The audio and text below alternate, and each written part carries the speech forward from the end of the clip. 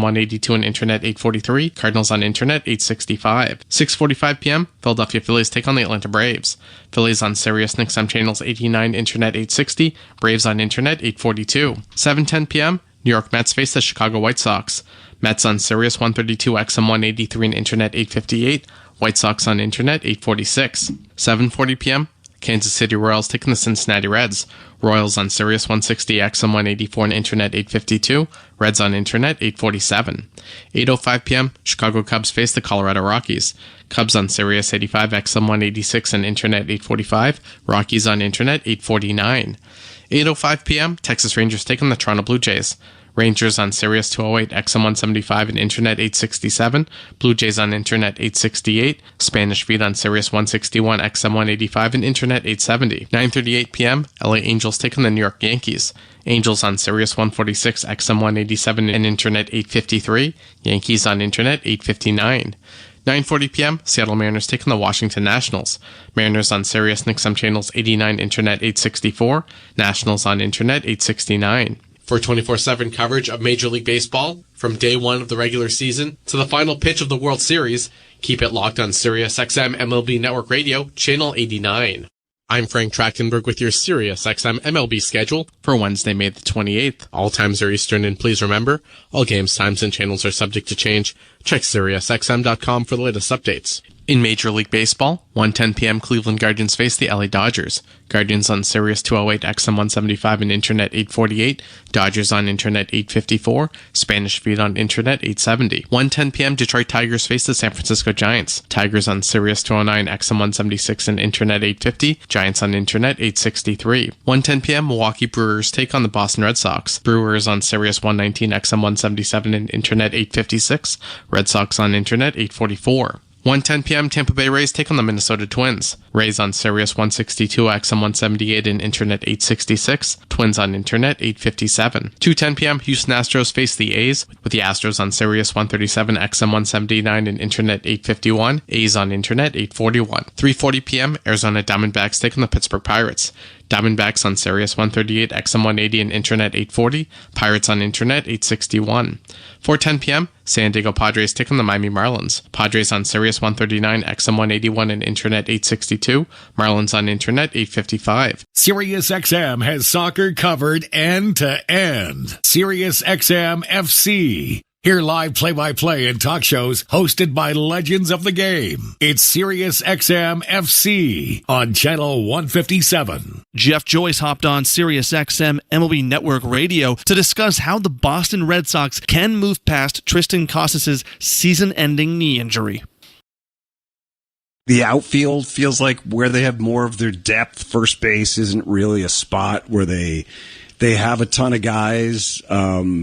They said no Devers at first base, which kind of on board with because he hasn't played there. He wasn't great at third, a position he knew, so I'm not just throwing him over at first base unless I feel really good about him over there. But they got a couple of guys. Abraham Toro's up and Romy Gonzalez, but that's about it. They don't. I'm sure they could plug and have guys play. They just don't have a lot to throw over there. The good news for them is the three guys up at the top of the lineup are hot right now. Duran, Devers, and Bregman. I mean, Bregman's been playing well all year, but Duran's playing with his hair on fire again, and Devers is mashing the ball right now. And, Brady's playing well. So the lineup is pretty good, and then they mix and match with other guys. But, first base is a spot now that they clearly need to figure out. If you're looking for more interviews or news from around Major League Baseball, tune into MLB Network Radio on Sirius XM, Channel 89. Follow every second of the action on NHL Network Radio. From behind the bench to every play on the ice. If it's hockey, it's on Sirius XM NHL Network Radio. Sirius XM 91. I'm Frank Trachtenberg with your Sirius XM MLB schedule for Wednesday, May the 28th. All times are Eastern, and please remember, all games, times, and channels are subject to change. Check SiriusXM.com for the latest updates. In Major League Baseball, 1:10 p.m. Cleveland Guardians face the LA Dodgers. Guardians on Sirius 208, XM 175 and Internet 848. Dodgers on Internet 854. Spanish feed on Internet 870. 1:10 p.m. Detroit Tigers face the San Francisco Giants. Tigers on Sirius 209, XM 176 and Internet 850. Giants on Internet 863. 1:10 p.m. Milwaukee Brewers take on the Boston Red Sox. Brewers on Sirius 119, XM 177 and Internet 856. Red Sox on Internet 844. 1:10 p.m. Tampa Bay Rays take on the Minnesota Twins. Rays on Sirius 162, XM 178 and Internet 866. Twins on Internet 857. 2:10 p.m. Houston Astros face the A's, with the Astros on Sirius 137, XM 179 and Internet 851. A's on Internet 841. 3:40 p.m. Arizona Diamondbacks take on the Pittsburgh Pirates. Diamondbacks on Sirius 138, XM 180 and Internet 840. Pirates on Internet 861. 4:10 p.m. San Diego Padres take on the Miami Marlins. Padres on Sirius 139, XM 181 and Internet 862. Marlins on Internet 855. 6:35 p.m. Baltimore Orioles face the St. Louis Cardinals. Orioles on Sirius 106, XM 182 and Internet 843. Cardinals on Internet 865. 6:45 p.m. Philadelphia Phillies take on the Atlanta Braves. Phillies on Sirius and XM channels 89, Internet 860. Braves on Internet 842. 7:10 p.m. New York Mets face the Chicago White Sox. Mets on Sirius 132, XM 183 and Internet 858. White Sox on Internet 846. 7:40 p.m. Kansas City Royals taking the Cincinnati Reds. Royals on Sirius 160, XM 184 and Internet 852. Reds on Internet 847. 8:05 p.m. Chicago Cubs face the Colorado Rockies. Cubs on Sirius 85, XM 186 and Internet 845. Rockies on Internet 849. 8:05 p.m. Texas Rangers take on the Toronto Blue Jays. Rangers on Sirius 208, XM 175 and Internet 867. Blue Jays on Internet 868. Spanish feed on Sirius 161, XM 185 and Internet 870. 9:38 p.m. LA Angels take on the New York Yankees.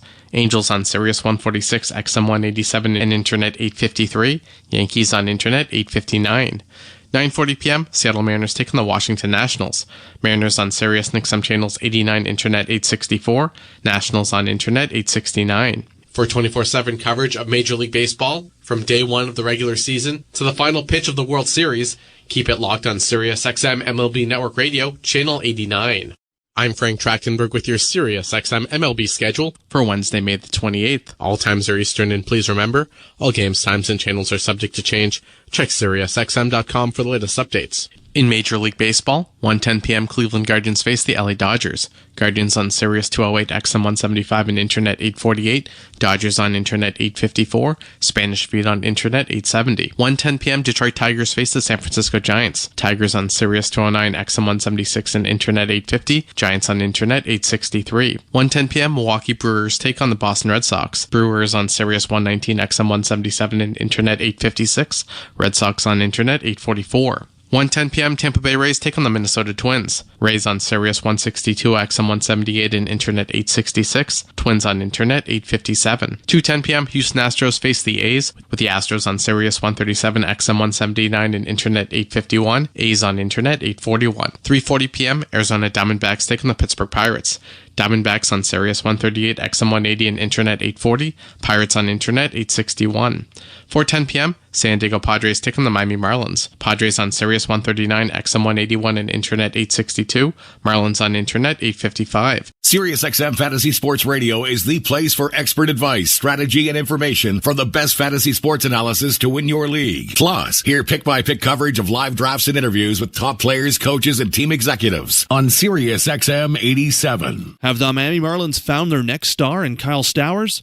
Well, Clayton McCullough, the Marlins manager, was on SiriusXM MLB Network Radio on Channel 89 to talk about how Stowers is someone you can count on. Top-rate teammate. I think he cares about others, and I think he just does things for the right reasons. We were, talking the other day, and it's just how this game has a way of, rewarding people who just go about and do things the right way. And Dave Roberts used to always say that. And I think that's Kyle, that he shows up.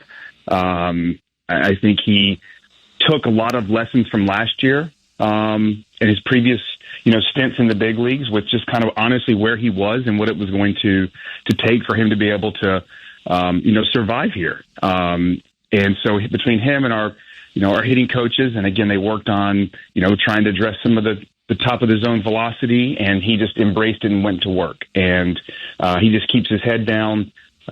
He's someone you can count on. He's dependable. So, I'd say trustworthy, hardworking, blue collar, and those are things that kind of sum up Kyle Stowers for me. And just he's diligent. That was Clayton McCullough on SiriusXM MLB Network Radio on Channel 89 discussing how Kyle Stowers could be the next star for the Miami Marlins. If you want more interviews or news from around Major League Baseball, make sure to check out MLB Network Radio on Channel 89. Get the latest news, opinion, and analysis from MMA to boxing and the professional wrestling world 24/7. SiriusXM Fight Nation, SiriusXM 156, and the SXM app. I'm Frank Trachtenberg with your SiriusXM MLB schedule for Wednesday, May the 28th. All times are Eastern, and please remember, all games, times, and channels are subject to change. Check SiriusXM.com for the latest updates. In Major League Baseball, 1:10 p.m. Cleveland Guardians face the LA Dodgers. Guardians on Sirius 208, XM 175, and Internet 848. Dodgers on Internet 854. Spanish feed on Internet 870. 1:10 p.m. Detroit Tigers face the San Francisco Giants. Tigers on Sirius 209, XM 176, and Internet 850. Giants on Internet 863. 1:10 p.m. Milwaukee Brewers take on the Boston Red Sox. Brewers on Sirius 119, XM 177, and Internet 856. Red Sox on Internet 844. 1:10 p.m. Tampa Bay Rays take on the Minnesota Twins. Rays on Sirius 162, XM 178, and Internet 866. Twins on Internet 857. 2:10 p.m. Houston Astros face the A's, with the Astros on Sirius 137, XM 179, and Internet 851. A's on Internet 841. 3:40 p.m. Arizona Diamondbacks take on the Pittsburgh Pirates. Diamondbacks on Sirius 138, XM 180, and Internet 840. Pirates on Internet 861. 4:10 p.m. San Diego Padres take on the Miami Marlins. Padres on Sirius 139, XM 181, and Internet 862. Marlins on Internet 855. 6:35 p.m. Baltimore Orioles face the St. Louis Cardinals. Orioles on Sirius 106, XM 182, and Internet 843. Cardinals on Internet 865. 6:45 p.m. Philadelphia Phillies take on the Atlanta Braves. Phillies on Sirius and XM channels 89, Internet 860. Braves on Internet 842. 7:10 p.m. New York Mets face the Chicago White Sox.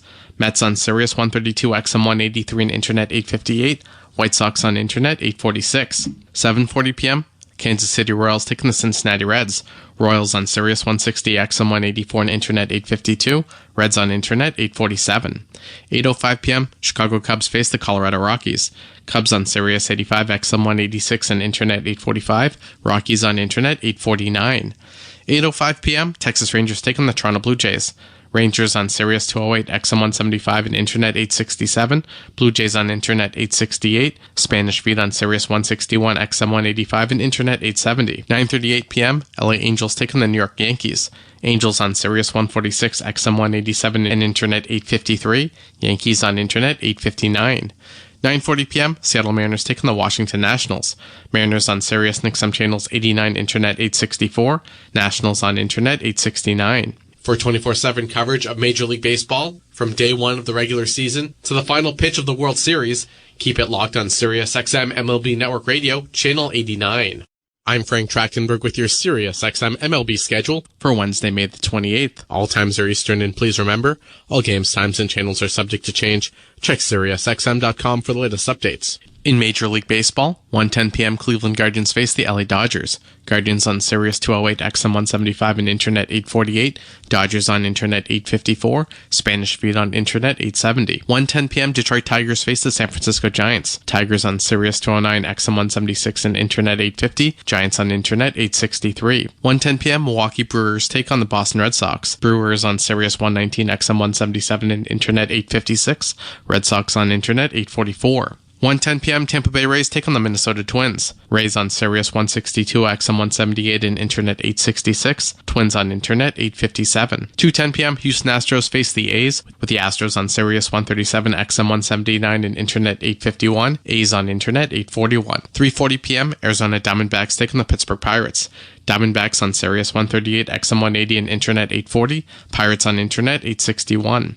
4:10 p.m., San Diego Padres take on the Miami Marlins. Padres on Sirius 139, XM 181 and Internet 862. Marlins on Internet 855. Mad Dog Sports Radio has the best sports talk in the business, covering sports with a passion and knowledge you need. Mad Dog Sports Radio, Sirius XM 86, and the SXM app.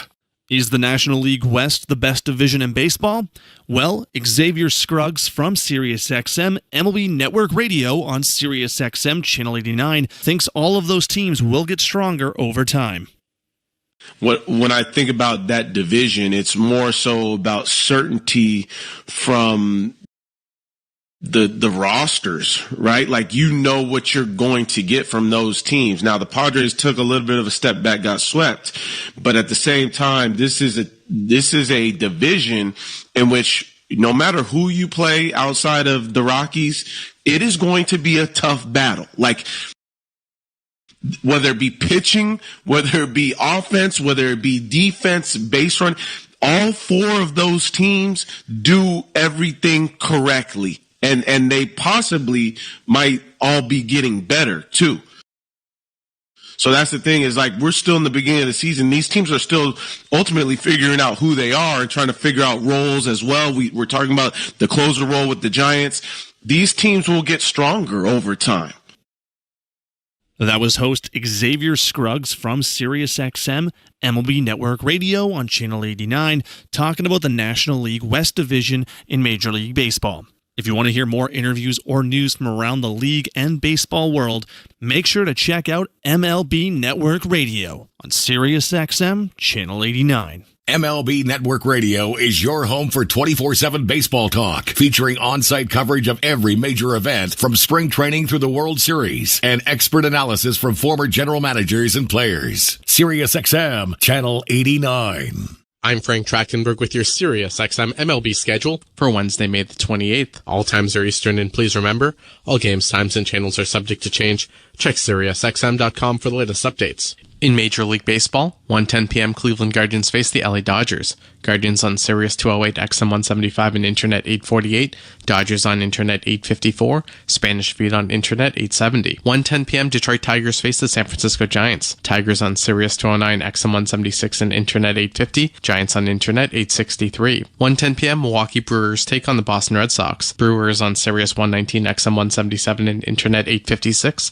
Red Sox on Internet 844. 1:10 p.m. Tampa Bay Rays take on the Minnesota Twins. Rays on Sirius 162, XM 178 and Internet 866. Twins on Internet 857. 2:10 p.m. Houston Astros face the A's, with the Astros on Sirius 137, XM 179 and Internet 851. A's on Internet 841. 3:40 p.m. Arizona Diamondbacks take on the Pittsburgh Pirates. Diamondbacks on Sirius 138, XM 180 and Internet 840. Pirates on Internet 861. 4:10 p.m. San Diego Padres take on the Miami Marlins. Padres on Sirius 139, XM 181 and Internet 862. Marlins on Internet 855. 6:35 p.m. Baltimore Orioles face the St. Louis Cardinals. Orioles on Sirius 106, XM 182 and Internet 843. Cardinals on Internet 865. 6:45 p.m. Philadelphia Phillies take on the Atlanta Braves. Phillies on Sirius and XM channels 89, Internet 860. Braves on Internet 842. 7:10 p.m. New York Mets face the Chicago White Sox. Mets on Sirius 132, XM 183 and Internet 858. White Sox on Internet 846. 7:40 p.m. Kansas City Royals taking the Cincinnati Reds. Royals on Sirius 160, XM 184 and Internet 852. Reds on Internet 847. 8:05 p.m. Chicago Cubs face the Colorado Rockies. Cubs on Sirius 85, XM 186 and Internet 845. Rockies on Internet 849. 8:05 p.m. Texas Rangers take on the Toronto Blue Jays. Rangers on Sirius 208, XM 175 and Internet 867. Blue Jays on Internet 868. Spanish feed on Sirius 161, XM 185 and Internet 870. 9:38 p.m. LA Angels take on the New York Yankees. Angels on Sirius 146, XM 187 and Internet 853. Yankees on Internet 859. 9:40 p.m. Seattle Mariners take on the Washington Nationals. Mariners on Sirius and XM channels 89, Internet 864. Nationals on Internet 869. For 24/7 coverage of Major League Baseball, from day one of the regular season to the final pitch of the World Series, keep it locked on Sirius XM MLB Network Radio, Channel 89. I'm Frank Trachtenberg with your Sirius XM MLB schedule for Wednesday, May the 28th. All times are Eastern, and please remember, all games, times, and channels are subject to change. Check SiriusXM.com. Hey, Blue Jays fans! Apologies. I meant to start the TFC live stream at 6:30, and I started the Blue Jays game a bit early tonight, but it's all right. We're here chatting it up. Great to see you, Kim Hickman, Sonia Santos, Stefan, Carmen in the chat as well, Czar Fang. Glad that you're all here. William Gates Gaming in the house as well. Thank you all for hanging out with us. A little bit extra of Frank Trachtenberg and the pregame stuff here, and my apologies for that. But our Blue Jays, we have the rubber match tonight. We've got to get a victory in this one to start winning some series, Blue Jays. Come on, we have a chance here, and we're lucky to have a chance right now. The Jays should not be in contention. 2 games under 500 or a game under 500, whatever it is. I think they're 2 under 500 now. But they are. So thank you for being here, insiders, and cheering on our Jays, chatting it up, having a good time. Make sure you hit that like button. Tell your friends, let's go get that gold plaque. You see that pretty plaque and play button back there? That's because of you all hitting the subscribe button, hitting the like button, sharing this out, bringing more Blue Jays fans to our community. Now let's get to the baseball and the soccer. TFC in a battle at BMO Field against the Philadelphia Union. Big shout out to Kids Up Front. Tonight, first night for that one. Check it out. If you don't know what I'm talking about, Kids Up Front, an MLSE foundation type thing. We'll talk about it more in the TFC stream during halftime. Cheers, insiders! Go Jays, go! Let's get the win tonight! A power guy. So in this world of 3 true outcomes of home runs, walks and strikeouts, he's a no true outcome guy. He just goes up there, puts the ball in play, hitting 333 with a 337 on base, the 1 walk, but in that plays right now. Now he hits his on base percentage is what he does. And you wonder whether he can sustain that for the long term. But in 390 at-bats in the minor leagues or thereabouts, the dude hit 401 with a 440 on base percentage and, walked 20 times, struck out 26 times. I don't think you try to change him. Maybe he can be a little bit more selective, but I think the big question is you have to the only way you're really going to walk him is to intentionally walk him. So why throw him anything over the plate? Don't you want to force him to swing at something off the plate? For more interviews or news from around Major League Baseball and the baseball world, tune into MLB Network Radio on SiriusXM Channel 89. SiriusXM NFL Radio Channel 88 brings you expert analysis from former players, coaches, and executives, plus reaction to all the latest news on the only 24/7 station dedicated to the National Football League. I'm Frank Trachtenberg with your Sirius XM MLB schedule for Wednesday, May the 28th. All times are Eastern, and please remember, all games, times, and channels are subject to change. Check SiriusXM.com for the latest updates. In Major League Baseball, 1:10 p.m. Cleveland Guardians face the LA Dodgers. Guardians on Sirius 208, XM 175, and Internet 848. Dodgers on Internet 854. Spanish feed on Internet 870. 1:10 p.m. Detroit Tigers face the San Francisco Giants. Tigers on Sirius 209, XM 176, and Internet 850. Giants on Internet 863. 1:10 p.m. Milwaukee Brewers take on the Boston Red Sox. Brewers on Sirius 119, XM 177, and Internet 856. Red Sox on Internet 844. 1:10 p.m. Tampa Bay Rays take on the Minnesota Twins. Rays on Sirius 162, XM 178, and Internet 866. Twins on Internet 857. 2:10 p.m. Houston Astros face the A's, with the Astros on Sirius 137, XM 179, and Internet 851. A's on Internet 841. 3:40 p.m. Arizona Diamondbacks take on the Pittsburgh Pirates. Major League Baseball play-by-play is now on SiriusXM and online with the SiriusXM app. Why do I love calling this game? Calling this game. Why do I love calling this game? It's because I get a chance to bring some joy into people's lives. Anything can happen on a baseball field. We've got a new game! It's perfectly unscripted theater. Everybody on their feet. Because you never know what you're going to see on a given day. Vladimir Guerrero Jr. just walked it off. There's just something about baseball on the radio. Something about the way wood hits leather. A swing and a drive! To deep left center. The way leather hits dirt. And he made the play. Oh, my. The way a deep fly ball sounds like it's about to change history. High fly ball to center field. It's hit pretty well toward the wall. Until the cleats hit the grass, hit the crushed brick, and then nothing but sky and a silent crowd. Until leather hits leather and 40,000 fans lose their collective minds. In a perfect symphony of chaos. He jumped up on top of the wall, balanced himself, and caught it. The way nothing triumphs a perfectly honest call. I don't believe what I just saw. And the way the right voice can make a moment live forever. Touch 'em all, Joe. You'll never hit a bigger home run in your life. Outsiders may think this is just two teams. The ball, a bat, and a microphone. But no. For over 100 years, this has been the soundtrack of the American pastime. That's it! It's a World Series win for LA! The soundtrack of summer. This is Major League Baseball on the radio. Right now on Sirius XM. All rise. Coming in 5. Get ready to play. 4. Get up! Get up! 3. Can you believe it? Put your seatbelt on. Wow. My goodness. Major League Baseball play-by-play is now on Sirius XM and online with the Sirius XM app. This is John Palmerosi. This week on the SiriusXM original podcast, The Road to Cooperstown, I sit down with Hall of Famer Lee Smith. I actually quit playing baseball to go play college basketball. And I have a guy by the name of Mr. Billy Williams came to my house and talked to me and come up, give him a chance because that relinquishing thing I didn't like. The Road to Cooperstown airs Saturday at 9 a.m. Eastern on MLB Network Radio, SiriusXM 89, and the SiriusXM app. New episodes drop every Tuesday wherever you get your podcasts.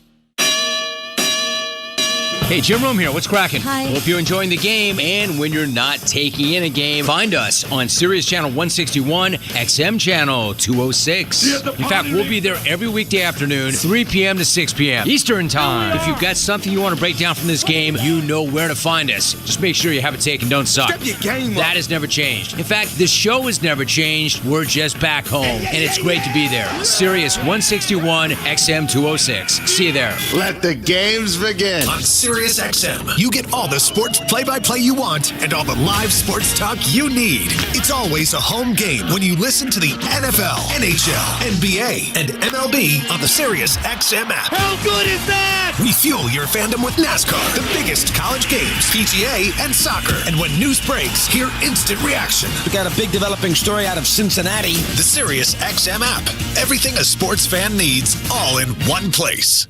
This is Mike Farron from Power Alley. When you work together as long as former general manager Jim Duquette and I have... 5 years. 13. Regardless, we know everything about each other, like my favorite city. New York, Chicago. My favorite food. Hot dog with lots of ketchup. Gross. My favorite musician. Billy Joel. Somehow even more gross. Jim, what do you actually know about me? You love baseball, just like me. Join us for baseball talk and apparently very little else on Power Alley, weekdays, 10 a.m. Eastern, MLB Network Radio, Channel 89, and on the SiriusXM app. Well said, Mitch. It's Mike.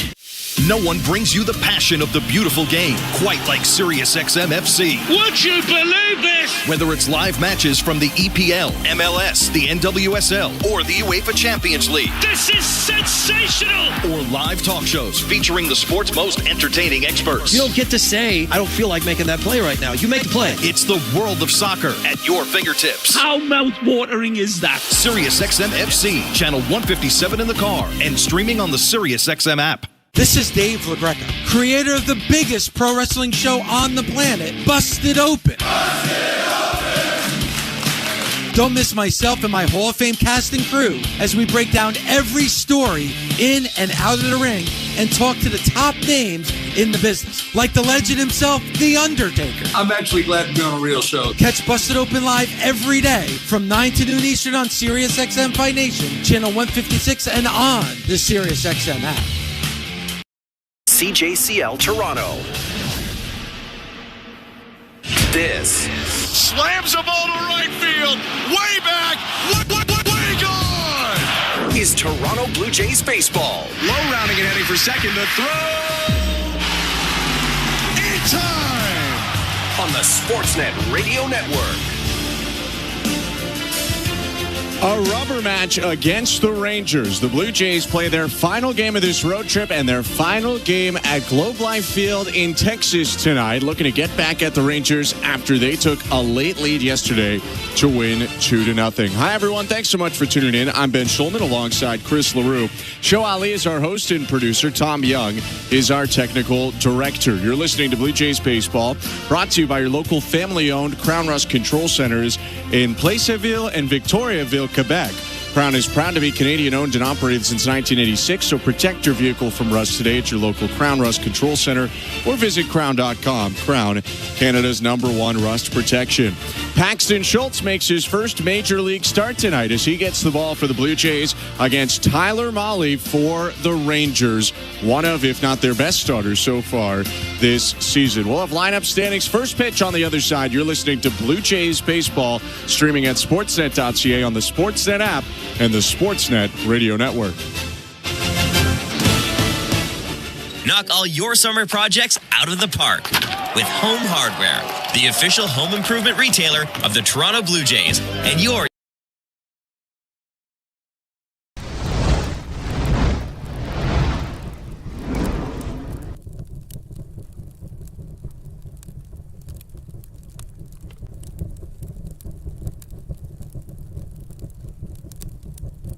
What's up, Blue Jays fans? How we doing tonight? Great to see everybody here in the chat. The Blue Jays and the Rangers tonight on a quadruple header here on TSI.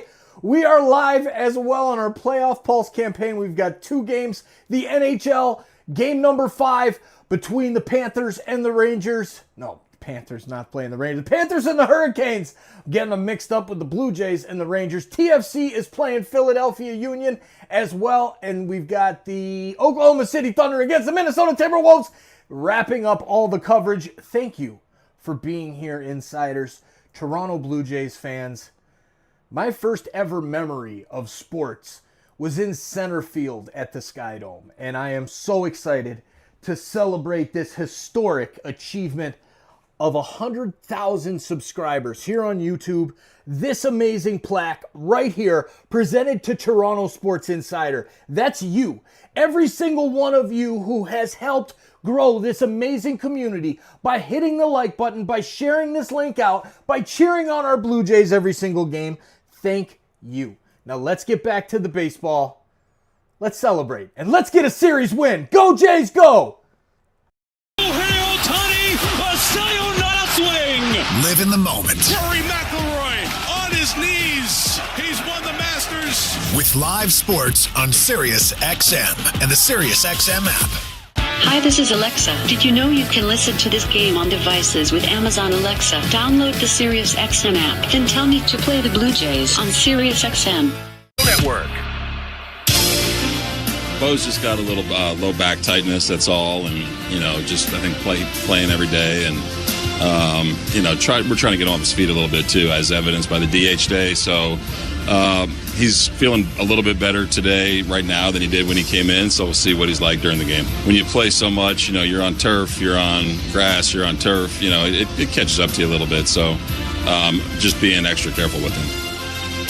That was Blue Jays manager John Schneider before the game talking about Bo Bichette, who will not be in the starting lineup for the Blue Jays in Game 3 against the Texas Rangers. I'm Ben Schulman alongside Chris LaRue. Carlos Fabulous is walking the Blue Jays lineup card to home plate as we speak, and we'll get to the specifics of the lineup in a sec, Chris, but no Bo Bichette and a lot of changes. This is going to be a bit of a different look today for the Blue Jays batters than we've seen before. Yeah, there's some definite obvious changes to this lineup, but the change that I'm most intrigued about is Anthony Santander in that 2-hole. Now he gets some protection from Vladimir Guerrero Jr., and we were discussing this a little bit off air, but it's really important for a guy who's struggling to be able to see fastballs in the strike zone. Pitchers don't want to walk Santander to get to Vladimir Guerrero Jr. They are afraid, essentially, of Vladimir Guerrero Jr., so they're going to come after Anthony Santander with some good pitches. I'm intrigued. I'm ready to see him lock in today. We are going to see what that lineup looks like in a sec. First, let's go to the Bet365 standings. At Bet365, you can bet on popular markets like hits, home runs, and total bases. Download the app and find out why it's never ordinary at Bet365. 19 plus, play responsibly. Ontario only. Yankees play later. They're 34-20, leading the division right now. The Rays won today to go to 28-27, 6.5 back. Blue Jays in third, 26-28, 8 games back. Red Sox lost a fifth in a row today, giving up a lead and losing in extra innings. They're 27-31, 9 games back in the division lead. And the Orioles in progress right now. They're 19-35, 15 back. For the Rangers, they are 27-29, 2 under 500 like the Blue Jays, but they're only 4.5 back of their division leader in the Seattle Mariners. Rangers are third right now in the American League West. Blue Jays and Rangers about to start. Let's take a look at the lineups. Chris, starting with John Schneider's Toronto Blue Jays. Well, leading off is Dalton Varsho. He's in center field, batting second. Anthony Santander, he's DHing tonight. In the 3-hole is Vladimir Guerrero Jr. He's at first base. In right field in the cleanup spot is George Springer. Batting fifth is Addison Barger. He's at third base. Ernie Clement is at shortstop. He'll bat sixth. Batting seventh is Nathan Lucas. He's in left field. Behind the dish, batting eighth is Ollie Sanchez. And batting ninth is Michael Stefanik. He's at second base tonight for the Jays. On the mound, making his first career start, is righty Paxton Schultz. For the Rangers, leading off is Josh Smith. He's at shortstop. In center field, batting second is Wyatt Langford. Batting third, DHing is Corey Seager. In the cleanup spot, playing third base is Josh Young. Batting fifth is Alejandro Osuna. He's in left field. At first base, batting sixth is Jake Berger. Batting seventh is Adolis Garcia. He's in right field.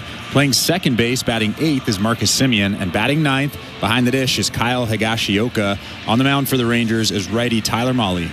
Tyler Mahle from Newport Beach, California, 30 years old, 6'3", 210 pounds. In the second year of his contract with the Rangers, some injury gotten in the way of each of his last 2 seasons, but not this year. And this year is looking like his best year as a major leaguer. 5-2 on the season, an earned run average of 1.8 in 11 starts across 60 innings.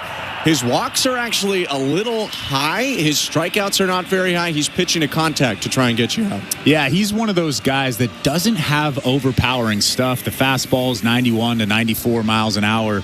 But his go-to pitch when he gets into trouble is that split finger. And it's not a true split that has a ton of violent action to it. It has more of the changeup look to it. He's very comfortable throwing that pitch. He'll throw it really in any count, even a 3-0 count. But he's been very, very good this season, locating the fastball all over the strike zone. But because he doesn't have overpowering stuff, I want the Jays to jump all over him today, at least early on.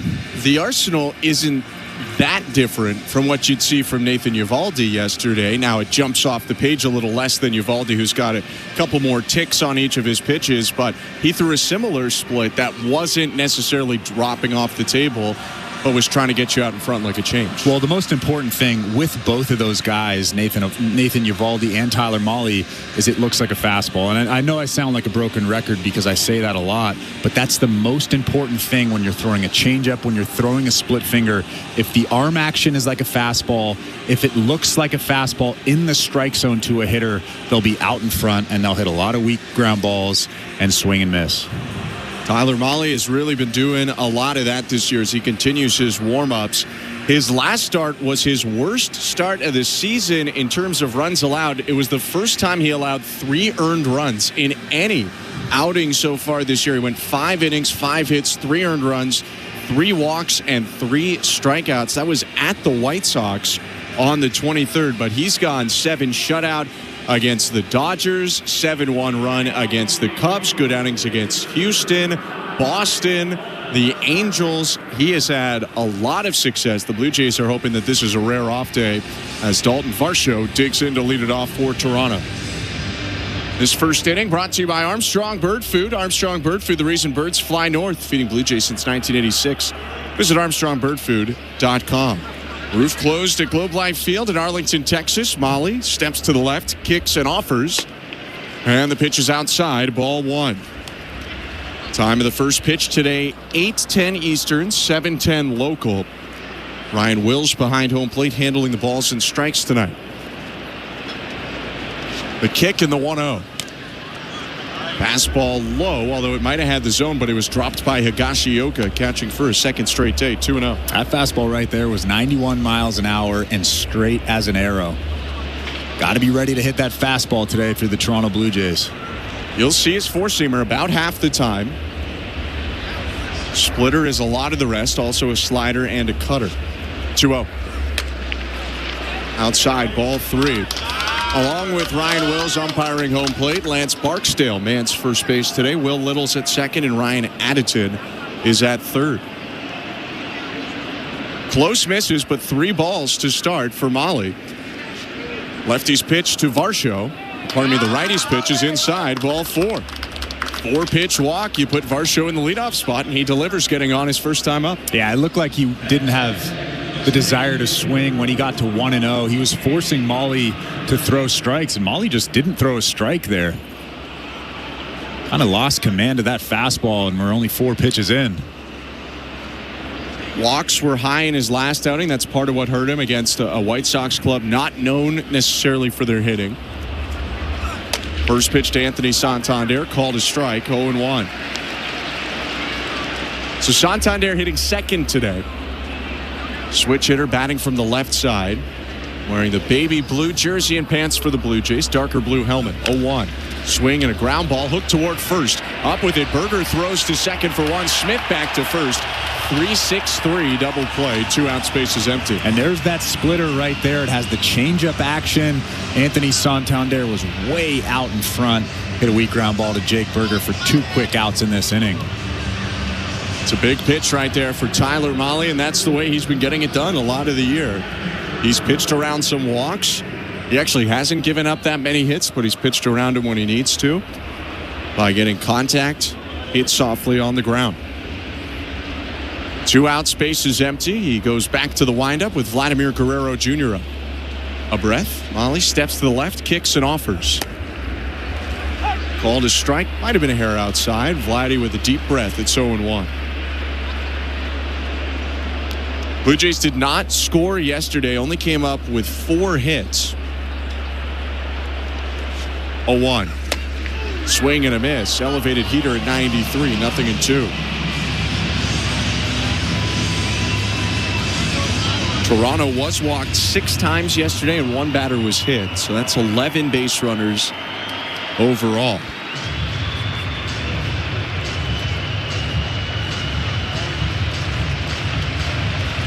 Two outs, top of the first, no score.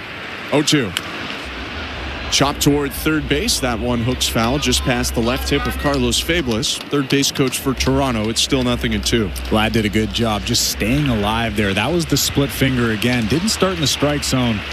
So if you're Vlad, you might want to take that pitch, but did a good job fouling it off and staying alive. Mahle's 0-2. Check swing. Pitch was high. 1 ball, 2 strikes.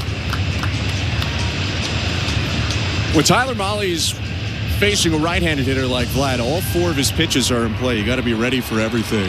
Lefties, it's a little more just fastball splitter. 1-2 pitch. Yanked the fastball through 95, which is the hardest he'll throw today probably, but he missed well outside. 2-2. Pretty confident take there from Vlad. Guerrero in the midst of a career-best 27-game on-base streak. 2-2.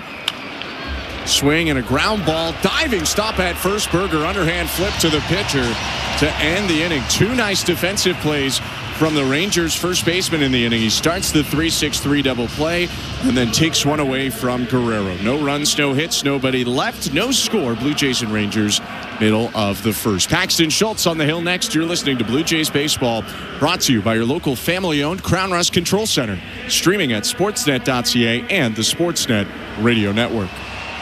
Join us for Cricket Day at the Park, presented by TD, Saturday, May 31st. Arrive early to receive your Blue Jays Cricket Warm-Up Jacket giveaway, presented by TD. Created in collaboration with Cricket Canada. Don't miss out on being a part of the Cricket Day spectacle at Rogers Center. Find your seats at BlueJays.com. Not tomorrow, not someday. The home improvements begin today. It's game on with Timber Mart. Build that deck, raise that fence, landscape till your property is beautiful. Make no payments for 12 months with the Timber Mart Deferred Payment Program. Apply for a Timber Mart project card today and pay later, 12 months later. Financing provided by Fairstone Financial Inc. Conditions apply. Ask in-store for details or apply at timbermart.ca. Locally owned, proudly Canadian. Timber Mart is Canada's building center. Every Friday home game is a City Connect Friday. On Friday, May 30th, the first 15,000 fans at the ballpark will receive a Vladimir Guerrero Jr. City Connect replica hockey jersey giveaway. City Connect Fridays, night mode. Lights up, let's go. For tickets, visit BlueJays.com. Break 365 must be 19 or older, Ontario only. Please play responsibly. If you or someone you know has concerns about gambling, visit connectsontario.ca. You know you make me wanna. Hi, this is Ernie Clement, and you're listening to Toronto Blue Jays Baseball on Sportsnet Radio Network. Don't forget to say you will. Paxton Schultz takes a breath, kicks and offers in the bottom of the first, and misses outside to the left-handed hitter, Josh Smith. Ball one. Welcome back to Blue Jays Baseball. No score, Blue Jays and Rangers. Bottom of the first. First ever Major League start for Paxton Schultz. He works from the stretch. The 1-0. Cutter, backdoor, caught the outer edge. Strike one. For Schultz this season, no record. He's pitched to an ERA just above 2.5 in 10 2/3 innings pitched. 27-year-old from Utah takes a breath. The 1-1. Fastball hit on the ground past the dive of the third baseman Barger down the left field line, a base hit. Coming around first, Smith thinking about second, a big turn, but he gets back to the bag. Lucas gathered it quick and skipped it back into the infield. So it's a leadoff single. That's a good job from Nathan Lucas out there down that left field line. Got to that baseball quickly. You could see Josh Smith running hard out of the box, thinking too, but Nathan Lucas, as he so often does, gets that ball in quickly and keeps him at first. Welcome to the Timber Mart broadcast booth. That's Chris LeBrew. I'm Ben Schulman. 0-0 game. Smith on first and Wyatt Langford up, the right-handed hitting center fielder. Schultz rocks and offers. First pitch outside, ball one. The mix for Paxton Schultz, four-seamer in the mid-90s, cutter, slider, and changeup. He's thrown 3 cutters and a four-seamer so far. Here's his 1-0. Swing and a miss, 1-1.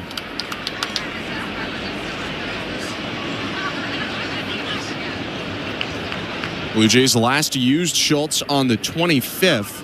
He threw 3 innings, 46 pitches total in that game.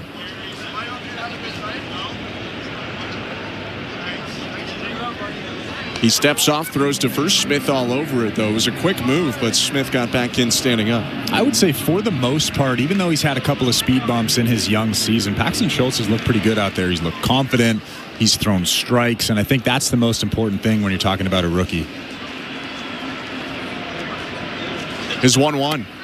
Swing and a miss. Went up with the cutter, looking like Chris Bassett. It's 1-2. And he has made 70 career minor league starts, so he's a guy that is used to starting. Yes, he hasn't really started recently, but it's like riding a bike. It comes right back to you.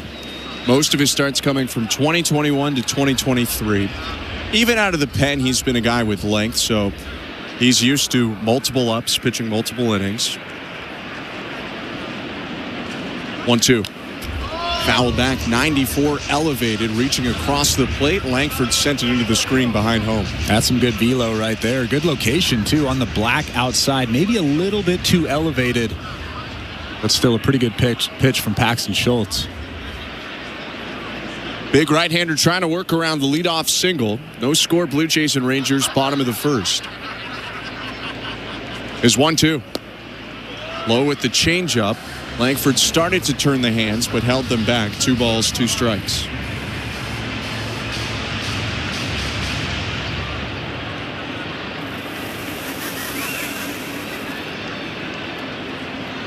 This will likely be an abbreviated start for Paxton Schultz. Is 2-2. Hit high in the air, left center field. Dalton Varsho puts his right hand out to wave off Lucas, settles under it, runs into it to make the catch. He'll toss into second just to make sure Smith doesn't do anything interesting. There's 1 out. That's a really tough out for Paxton Schultz. A big out for him. Even bigger out walking to the plate right now, Corey Seager. Corey Seager returning to the Rangers today. It was his second trip to the IL stint when he went down on May 10th with a second hamstring injury this year. But he is back, and that's a huge boost to a Texas lineup that needs it. Left-handed hitter, wide open stance. A step off and throw over to first by Schultz. Smith back in safely. Seager has his back left foot on the inside chalk of the batter's box. His lead right foot on the outside chalk. As he faces a first pitch, it's a changeup at the knees. Strike one. That's a good pitch. A changeup down and away. Even for a good hitter like Corey Seager, you're probably not making good contact with that pitch. Seager, a very good hitter. 300 average so far this year. 6 homers in 26 games. 0-1. Change up again. Just a little bit low this time. Seager lays off. 1 ball, 1 strike. In Seager's last game, the game that he got hurt, he was 3 for 4 with a couple of home runs. He's a serious dude. Yeah. 2-time World Series MVP. Winning championships with both Texas and the Dodgers. 1-1. Outside, 2 balls, 1 strike.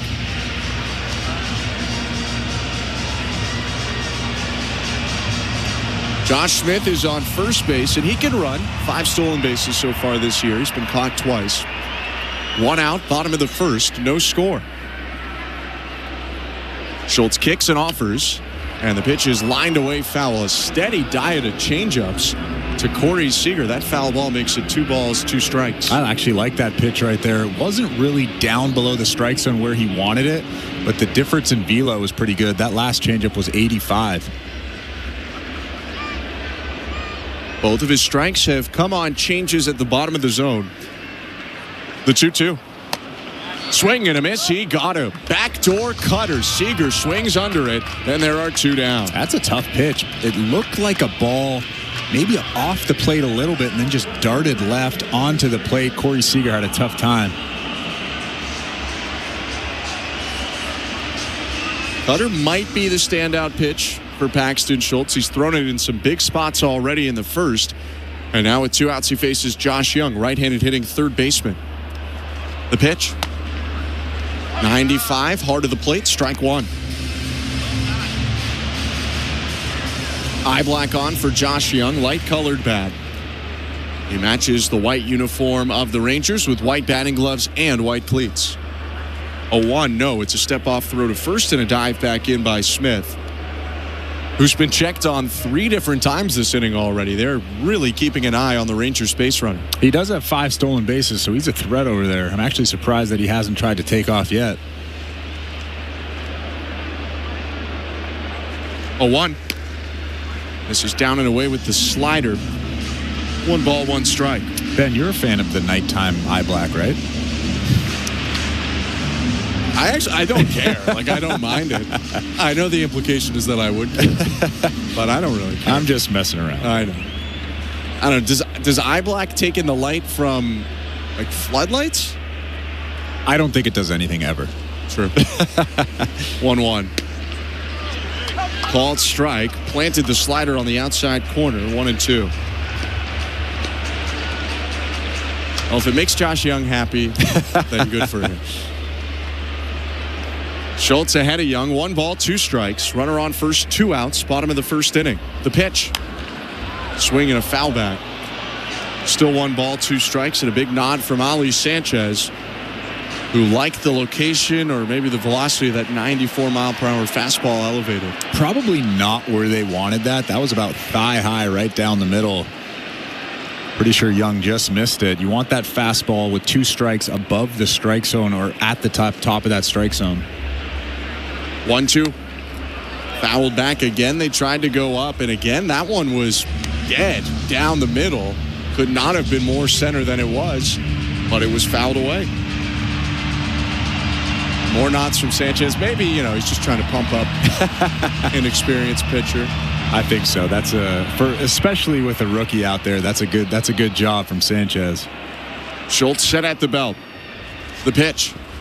Spiked it in front of home plate. Sanchez got up from his crouch to block it. Quickly takes a look at first, where Smith is still remaining right now. It's 2 balls and 2 strikes.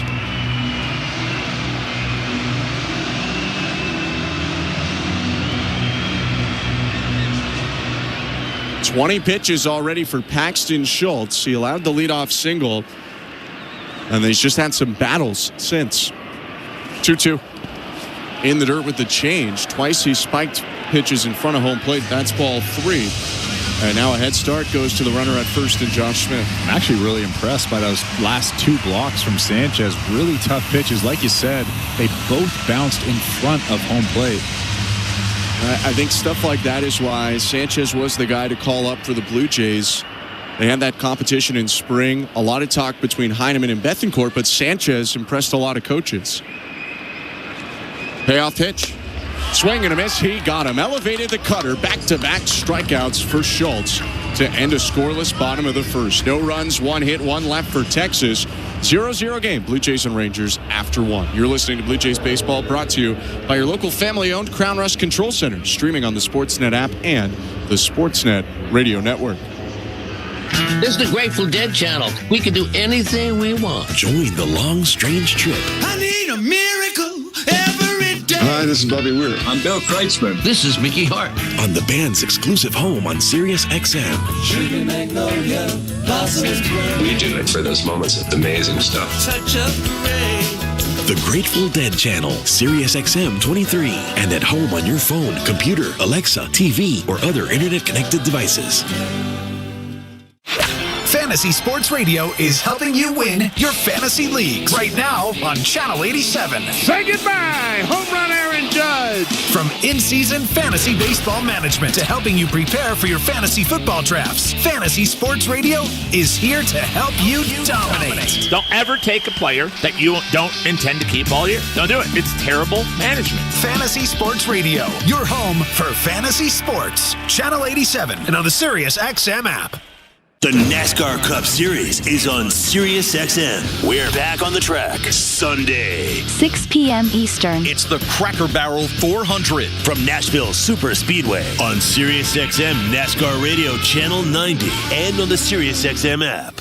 For up-to-date betting lines, fantasy plays, and the latest NASCAR news, catch the pre-race show before every Cup Series race. Plus, 2 hours of post-race coverage on SiriusXM NASCAR Radio Channel 90.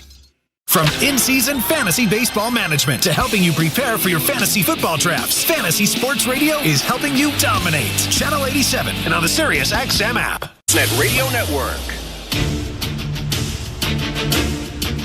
Welcome back to Blue Jays Baseball. I'm Ben Schulman alongside Chris LaRue. No score, Blue Jays and Rangers, top of the second. Tyler Mahle to George Springer. First pitch, hacking. Springer hits it foul into the third deck, or actually dropped just into the second deck, right side foul, 0-1. Springer batting .250 through 50 games played this year, 5 homers, 18 RBIs, OPS just above 800. 0-1 pitch is high, 1 ball, 1 strike. It was interesting, they gave Springer back-to-back days off, both the finale in Tampa and then the opener here. And he came out yesterday looking about as good as he has in a while. 1-1 pitch hooked on the ground, foul. Springer stumbles over home. It's 1-2. But you go to yesterday, doubled his first time up off Nathan Eovaldi. Walk. His flyout was deep to right center field, probably about 370, 375 feet, somewhere in that range. And then he was hit by a pitch. 1-2. High, 2 balls, 2 strikes. The splits aren't great, though, Ben. If you look back to April, he's hitting .286. And in May, we're almost in June now, he's hitting .183. I can't imagine the OPS is that flattering in May either. It's not flattering. 2-2. Foul back, still 2 balls, 2 strikes. But you're right, he looked a little bit more confident in yesterday's ballgame. 1 for 2 with a walk, taking some tough pitches, and that last pitch there, fouling off a tough fastball on the black outside. I mean, I guess if you're the Jays, you're hoping that he's found something again. 2-2. Fouled off of the glove of Higashioka. It pops up into the netting behind home. Still 2 balls, 2 strikes. Some of the Springer-May struggles, I think you can fairly chalk up to some regression to the mean. Was he going to OPS 1,000 or 950 the whole year? That felt unlikely. 2-2. Downstairs, ball 3. It's a good take. If I was John Schneider, if I was in that Jays dugout, I would take that as a positive. If you're taking a tough a tough split finger from a very good pitcher out there, that's a good sign. Springer leading off the second. Molly shakes off a sign, shakes off another, and a third wave off. Now he nods. He's only got 4 pitches. Here's the 3-2. It's hit very high, but not very deep out to left field. Shortstop Smith waves off the left fielder Osuna and makes the catch just on the outfield grass. 1 out. Well, you could tell that George Springer thought he would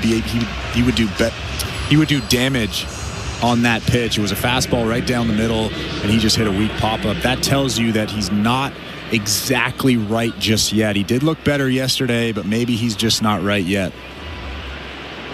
Springer retired, and 1 out brings Addison Barger up to the plate. Right on left, the pitch. Swing and a rocket liner through the right side of the infield, down and right, rolling into the glove of Adolis Garcia. It's a single for Barger, hunting the first pitch. He ambushed Mahle for the first Blue Jays hit today. I think that's a good approach against Mahle. Like I said, he's not overpowering. He throws a lot of four-seam fastballs. Some of those fastballs will be right down the middle, at least early in counts. And Addison Barger does a good job jumping all over that fastball. 1 out, Barger on first, and the pitch to Ernie Clement. First pitch swinging, he grounds it foul. Third base side, 0-1. More of a clean-shaven Ernie Clement than we've seen in some recent days. Playing shortstop for his second straight game with Bo Bichette not in the lineup today. Bo was DHing yesterday, so Ernie at short both of these games. Right on right, the 0-1 is hit out towards right center field. On the run, Langford tracks it down and makes the catch to his left. Spinning and tossing it back into the infield. 2 outs, Barger still on first. I thought that ball had a chance to drop out in right center, but Wyatt Langford with a ton of speed got a good jump on that baseball, makes the easy catch out there in front of that warning track. Looked like Ernie just got a hair under it. And Langford really is quick. He's in the top 10% in baseball in terms of sprint speed. 2 outs, still a runner on first for the Blue Jays. Scoreless game, top of the second, and Nathan Lucas is up. The pitch. Breaking ball for a strike, 0-1. Second inning is presented by Bet365. With Bet365, you can watch thousands of live games, build your own bet, and you can even make a bet while the game's still being played. 19 plus, play responsibly. Ontario only. 0-1 pitch. Fouled back. 0-2. Big swing from Nathan Lucas on that fastball. He's trying to go big fly there. I mean, he's got 4 of them this year, which we wouldn't have expected. It took a couple more Big Daddy hacks than we thought Nathan Lucas had in him. 0-2. Fouled away. Saw a splitter there that didn't move that much from the Texas right-hander Tyler Mahle. It really doesn't. He holds it like a split finger, but it just has change-up action. Like I said in the pregame, doesn't have that violent downward action that a lot of split fingers have. Barger still on first, still 2 outs. Another 2-strike pitch from Mahle. High with the heater, ball 1.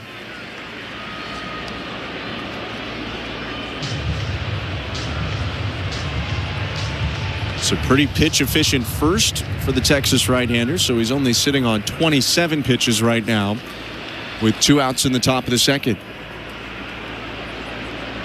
Mahle rocks and offers, and the pitch is popped up foul. Left field line. Young, the third baseman, going back, and that one drops out of play. Still 1-2.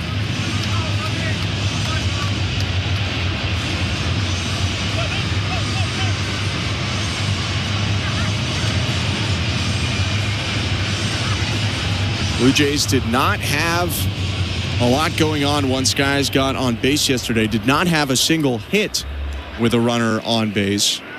And they had 11 different guys on. 1-2.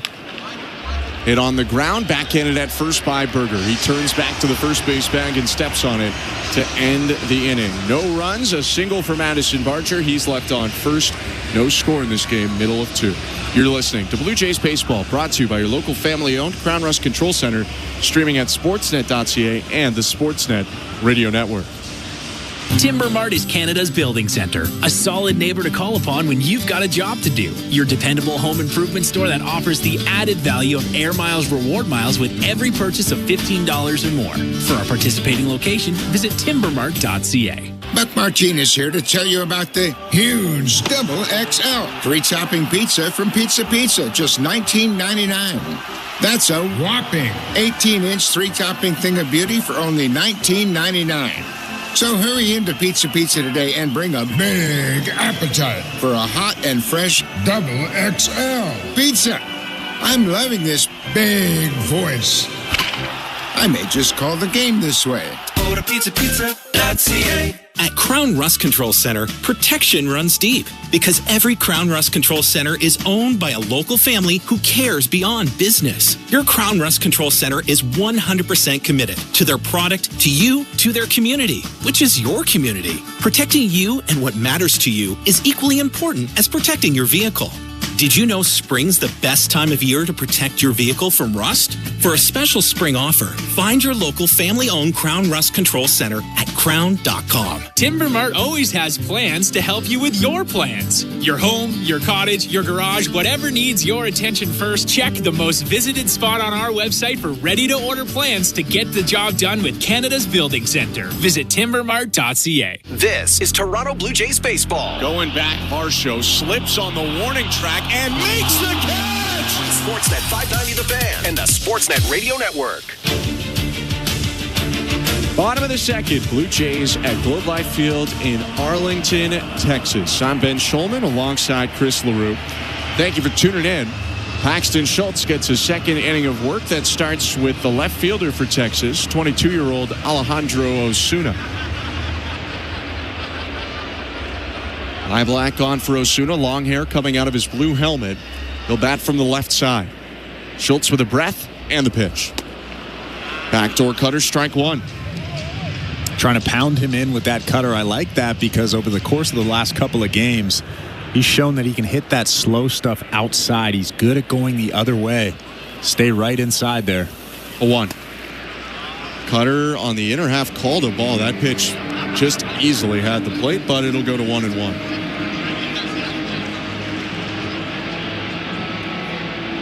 Big break for Osuna instead of an 0-2 count. Schultz kicks and offers the 1-1. That's called outside, and we're going to have to go searching for the strike zone, Chris, because that one clearly hit the zone on the outer third. The other one hit it on the inner third. And you can't say it's because Paxton Schultz is a rookie. Osuna's a rookie. Alejandro Osuna is a rookie as well. With even less experience. 2-1. Fouled back 2-2. I don't know if I'm swinging if I'm Osuna. That pitch was in the zone, but who knows what his strike is. He fouls away a cutter, though, to even up the count at 2 balls, 2 strikes. Osuna's impressed. Last 2 days, he's come up with 3 hits. Also a walk. Open stance left side. Very slight knee bend. He sees a 2-2. High, ball 3. I like that they're staying hard up. Obviously, we don't have a huge scouting report on Osuna, but what we do have over the last couple of days is he's just good at going the other way with 2 strikes, especially with 2 strikes. Payoff pitch. Swing and a miss. He got him. Schultz battles back from potentially 2 missed ball strike calls and still punches out the leadoff hitter. 1 down in the bottom of the second. That's a perfect pitch. 93 on the black outside. Osuna obviously is thinking either in or something soft, just blown away by that fastball. 27 years old, but only the 5th major league appearance for the right-hander Paxton Schultz, who now faces Jake Berger. The pitch. Called a strike. Maybe gets one back there as that pitch looked a little outside. These things even up. It's 0-1. Well, he's owed 1 more, Ben. We'll see when he cashes in. Berger, right-handed hitting first baseman, batting .212 this year, 7 home runs. 0-1 pitch. Swing and a high fly ball, shallow right field near the line. Vladimir Guerrero Jr., the first baseman out there, makes an over-the-shoulder catch. Stefanik and him collided. I don't think they hurt each other. They give each other pats on the chest, and Vladdy reeled it in anyway. So that'll be 2 down on a bit of a scary play. Well, it's a good thing that Michael Stefanik's glove didn't mess with Vladimir Guerrero Jr.'s glove, because Stefanik actually reached for that baseball. Luckily, Vladimir Guerrero Jr. came down with it. In a perfect world, that's probably George Springer's ball, but he was playing toward right center. That ball was hit pretty shallow and right on the line. So it was going to be Vladdy's or Stefanik's, and Guerrero has it. Quick out there, much needed for Schultz, who's on 30 pitches now. 2 outs, bottom second. Pitch to Adolis Garcia. Swing and a miss. John Schneider today said Schultz could go up to 60 pitches, but probably they'd like to keep it a little less than that. But he said it'll depend on how it's looking and what's going on in the game.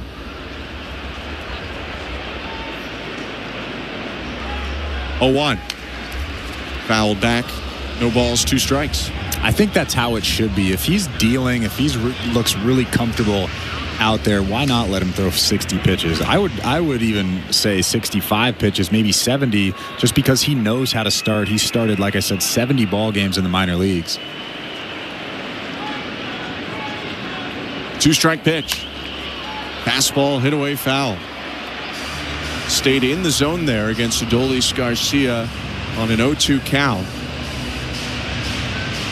Garcia, 55 strikeouts on the season.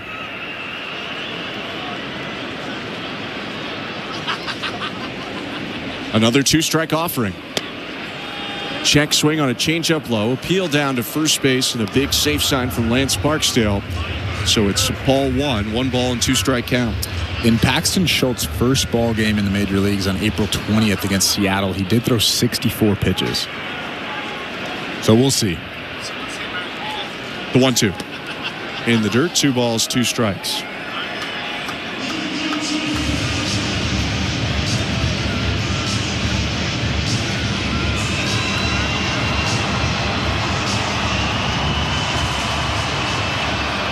Schultz tucks the ball to his right hip and now slips it into his glove, belt high. 2 out, space is empty. The 2-2. Garcia takes up top. Cutter almost caught him before it broke back over the plate, but missed high. 2 balls, 2 strikes. There is throwing starting in the Toronto bullpen. Mason Fluharty getting loose. Payoff pitch. Swing and a ground ball hit to short. Vacuumed up Ernie Clement. Crow hop toss over to first in time to end the inning. 2 scoreless frames from Paxton Schultz. Scoreless game as we go to the 3rd. You're listening to Blue Jays Baseball, brought to you by your local family-owned Crown Rust Control Center. Streaming on the Sportsnet app and the Sportsnet Radio Network. Of all the things that Timber Mart can lend a hand to build, community ranks among the most important. And with the Timber Mart Local Leaders Initiative, we strive to recognize those dedicated to making their hometowns a better place to live, work, and play. From now to June 25th, you can vote to select our grand prize winner. They'll receive a $10,000 grant to support their outstanding initiative as Timber Mart's Local Leader of the Year. To vote, visit local-leaders.com. Timber Mart, Canada's building center. Buck Martinez here to tell you about the huge Double XL free topping pizza from Pizza Pizza, just $19.99. That's a whopping 18-inch 3-topping thing of beauty for only $19.99. So hurry into Pizza Pizza today and bring a big appetite for a hot and fresh Double XL pizza. I'm loving this big voice. I may just call the game this way. Order pizzapizza.ca. Breaking news coming in from Bet365, where every nail-biting over Bet365. Must be 19 or older, Ontario only. Please play responsibly. If you or someone you know has concerns about gambling, visit connectsontario.ca. Hola, soy Vladimir Guerrero Jr. Está escuchando a Toronto Blue Jays Baseball en la radio de Sportsnet.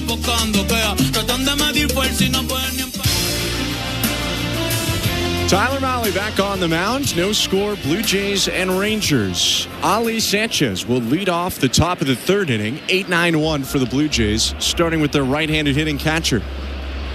Open stance on the toes of his lead left foot, kind of like Bo Bichette. Here's the pitch. Called a strike. Just the second game in Blue Jays blue for Ali Sanchez. He went 1 for 3 in Tampa in his lone game, the finale against the Rays. 0-1. Just missed low. 1 ball, 1 strike. That's a good pitch. I know that I'm saying it doesn't look like a split finger. It doesn't have the violent action, but it's still really, really good. The accuracy for Mahle, the location is great. A 1-1 outside, 2-1. And really, that's half the battle. If you can locate that pitch. I mean, he's having a great season because of that pitch. Yeah. Extreme first base side of the rubber. He winds and offers, and the 2-1 is hit back foul, 2-2.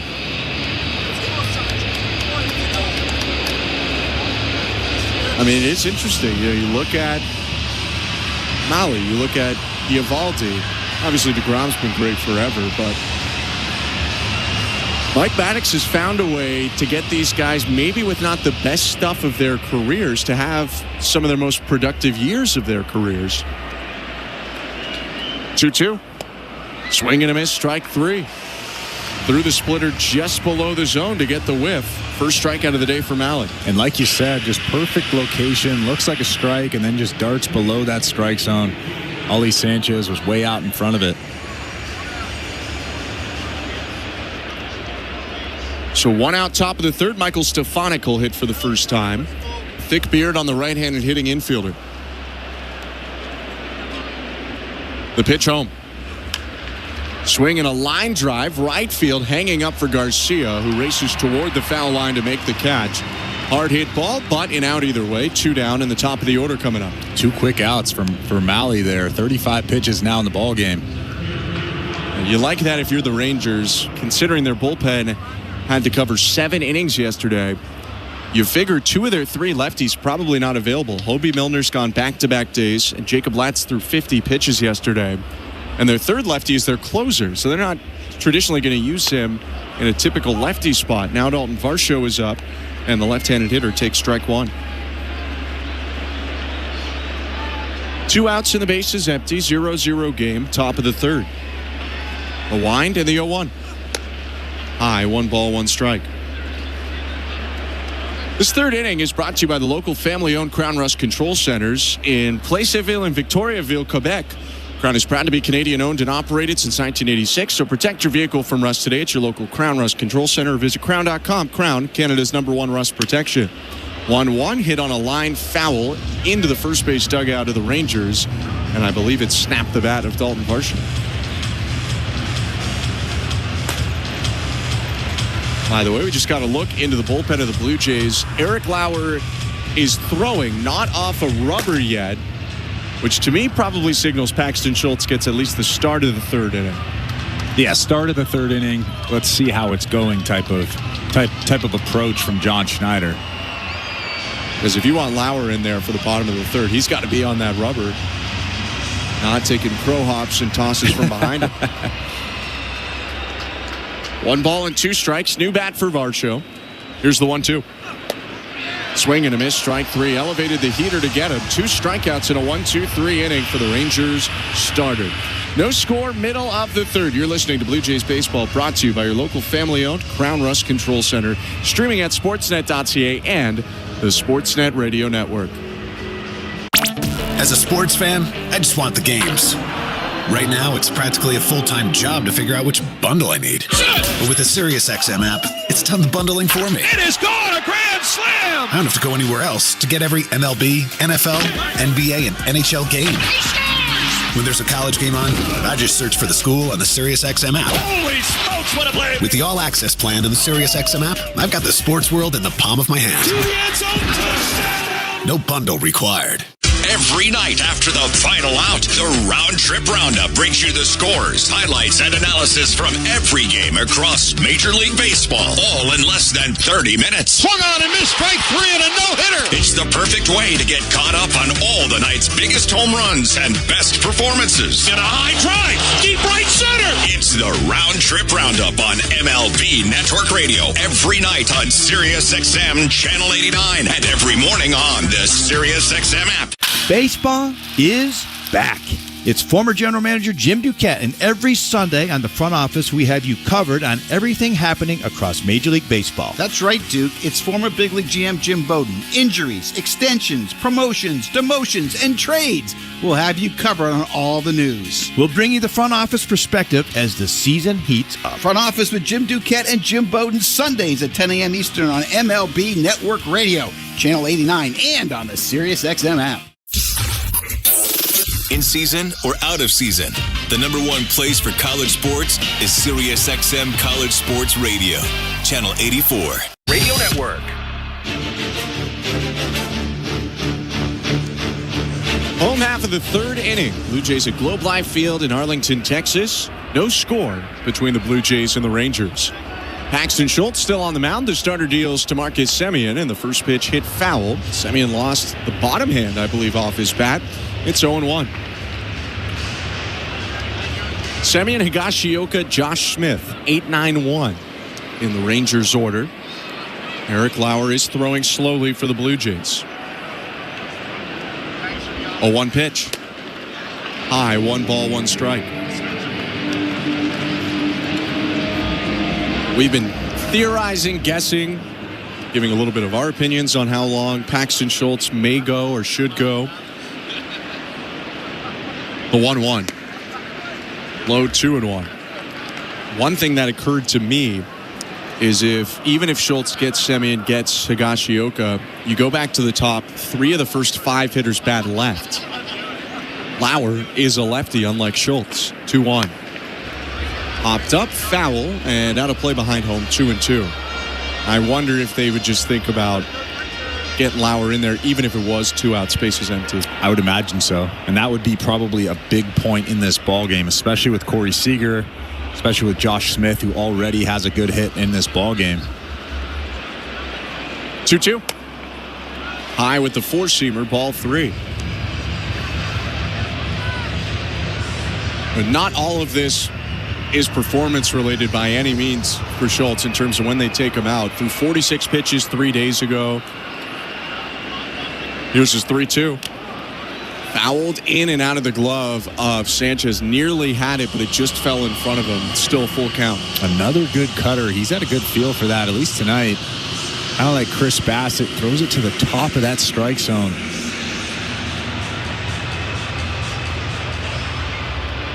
It's just a pitch I think teams don't see that much. Blue Jays tend to throw it a lot, but not a lot of teams do. 3-2. Foul tip, strike 3. Held on to by Sanchez on the 4-seamer over the heart of the plate. And that's the 4th strikeout already for Paxton Schultz. And he's looked good. Just blew that fastball right by Semien. Semien's not having a great season, at least by his standards. But you have to tip your cap to Paxton Schultz. That was a really nice sequence. A good fastball there. Just blows it by him. I mean, that's still Marcus Semien in the box, even if he's not hitting that well. Now it's Kyle Higashioka. Had a big hit yesterday. He swings at the first pitch and lofts it to shallow left field. Lucas creeping forward, makes the catch, and there's 2 down. I let Paxton Schultz face Josh Smith. Why not? 2 quick outs in the ball game, and I guess I'm incorrect, as per usual. Often right, but not this time. John Schneider out of the Blue Jays dugout, and with the left-handed hitter Josh Smith up, they are going to go to Eric Lauer. A pitching change brought to you by Home Hardware, the official home improvement retailer for the Toronto Blue Jays. Locally owned, genuinely Canadian. 2 out, spaces empty. No score, bottom of the 3rd. Let's go over to today's host, Show Ali. Thanks very much, guys. Let's check in on that St. Louis Bar and Grill out-of-town scoreboard. Period 1 in Game 5 of the Eastern Conference Final between the Hurricanes and the Panthers. Just about to wrap up. 5 seconds to go. The Carolina Hurricanes leading the Panthers 2-0. Sebastian Aho with a pair of goals so far in this game. So you can watch the intermission and the second period when it does resume in about 15-20 minutes on Sportsnet. Last night, we got a dominant win for the Edmonton Oilers. They thumped the Stars 4-1. They are now up 3-1 in that series. Leon Draisaitl and Corey Perry each had a power play goal and an assist Kasperi Kapanen and Adam Henrique each scored empty netters. Stuart Skinner making 28 saves in the win. The potential final game of the Western Conference Final will go on Thursday. That'll be at 8 Eastern, 5 Pacific. But the Oilers will be without Zach Hyman. Head coach Chris Knobloch saying today that Hyman is getting surgery on the wrist. That's according to Mark Spector as well, and is likely done for the season. We also have some minor league updates from time to time on the scoreboard tonight. More on Eric Swanson. He used just 9 pitches for the Bisons last night. Today, John Schneider said Swanson would be tabbed for one more rehab outing. The Bisons with a doubleheader tomorrow. So Swanson will pitch in Game 2 of that doubleheader on Thursday. And the plan is for them to see how he's feeling on Friday. So with a 4-game series against the A's coming up starting tomorrow at the Rogers Center, there is a good chance we see Swanson recalled if all goes well tomorrow. So keep an eye out for that. Blue Jays baseball, as always, brought to you by Crown Rust Protection, though. Let's get you back to the action. Here's Ben Schulman and Chris LaRue with the call. Thank you very much, Joe. Eric Lauer into the ballgame for his 6th appearance as a Blue Jay. Lauer with a 3.31 earned run average in 16 1/3 innings pitched so far this year. He winds and offers to Josh Smith. And the curveball is called low, borderline pitch, ball 1. 2 outs and the base is empty. No score, bottom of the 3rd. Smith was the last Ranger to reach. He singled in the first. 1-0.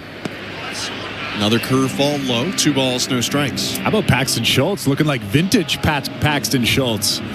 His best outing since his first outing against Seattle. 4 1/3, 8 strikeouts in that first outing. 2 1/3 today, 4 strikeouts. 2-0 is a fastball outside. 3-0. Is there a vintage you when you've only had 5 Major League appearances? I mean, I guess yeah, why not? Throw it back to his first outing when he punched out 8 in 2 1/3. It's a way back Wednesday. Or 4 1/3 scoreless. 3-0.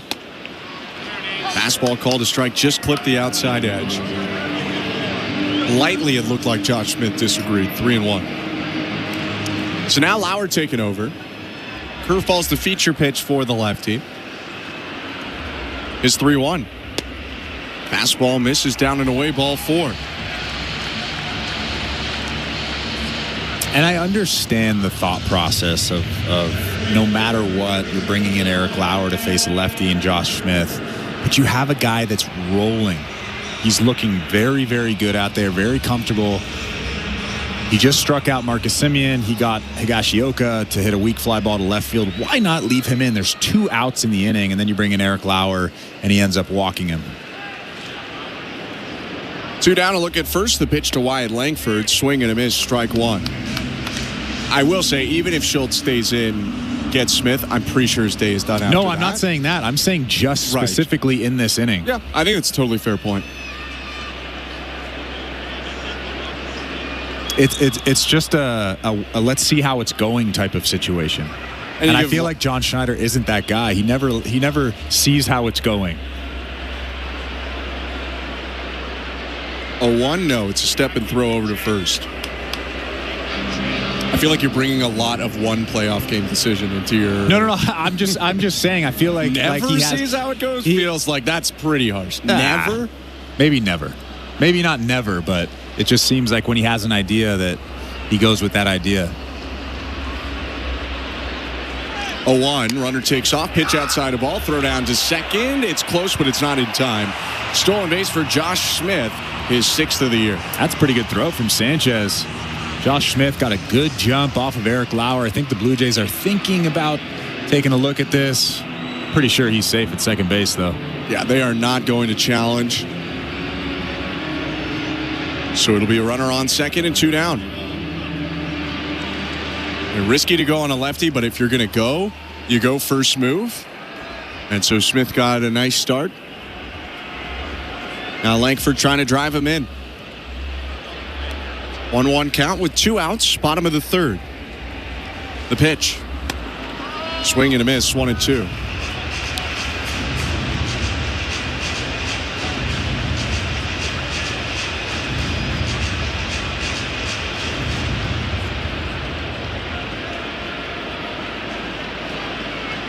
Lauer's set, looks at second, kicks and offers. Fastball called, strike 3, planted it on the outside corner. Langford doesn't like it, but that had it for sure to freeze him looking and end the inning.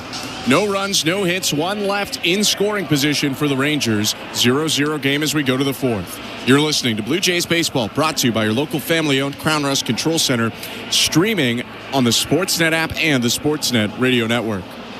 Embrace the power. Start your engine. And speed of the NTT IndyCar Series on SiriusXM. Battle the start-finish line. Alexander Rossi goes to P1. Hear every thrilling moment in the season-long championship chase. Alex Palou, mirrors full of Pato O'Ward. And then it's the machine of willpower in that third position. The season rolls on Sunday afternoon at 12:30 Eastern on the streets of Detroit. Alex Palou, bring him home. Live on IndyCar Nation Channel 218 and the SiriusXM app. Fantasy Sports Radio is helping you win your fantasy leagues right now on Channel 87. Say goodbye, home run Aaron Judge. From in-season fantasy baseball management to helping you prepare for your fantasy football drafts, Fantasy Sports Radio is here to help you dominate. Don't ever take a player that you don't intend to keep all year. Don't do it. It's terrible management. Fantasy Sports Radio, your home for fantasy sports. Channel 87 and on the SiriusXM app.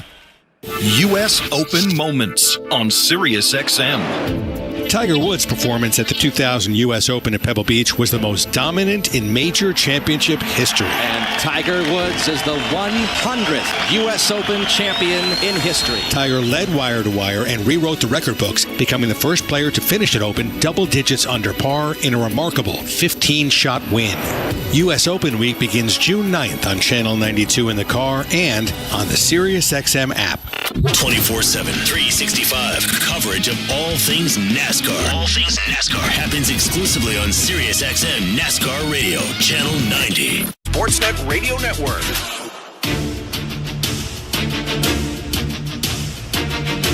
Anthony Santander leading off for the Blue Jays. Top of the fourth inning in Arlington, Texas. The pitch from Tyler Mahle. Down and in, ball one. Welcome to the Timber Mart broadcast booth. Timber Mart stores are family owned and operated and know the value in giving back to the communities they serve. Now more than ever, it's important to shop local. Timber Mart, locally owned, proudly Canadian. 1-0. High, 2 balls, no strikes. I'm Ben Schulman alongside former Major League pitcher Chris LaRue. Show Ali is our host and producer. Tom Young, our technical director.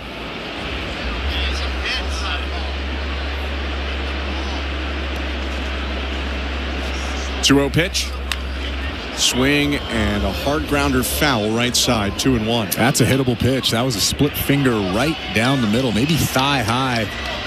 Obviously, Santander thinking something hard there, expecting a fastball, probably was way out in front of it.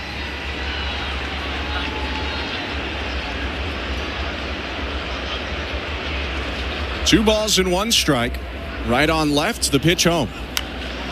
Swing and a towering fly ball out to shallow right field. Near the foul line, Semien gives way to Adolis Garcia, who brings it in for the first out.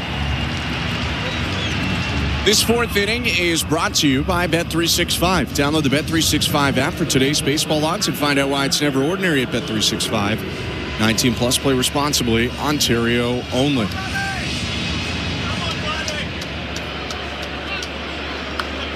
One out and the base is empty. No score in the top of the fourth. Vladimir Guerrero Jr. up for the second time today.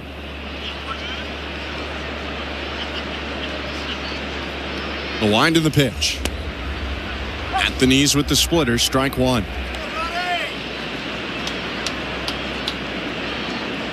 Vladdy's father, Vladimir Guerrero, an all-star 9 times in his major league career.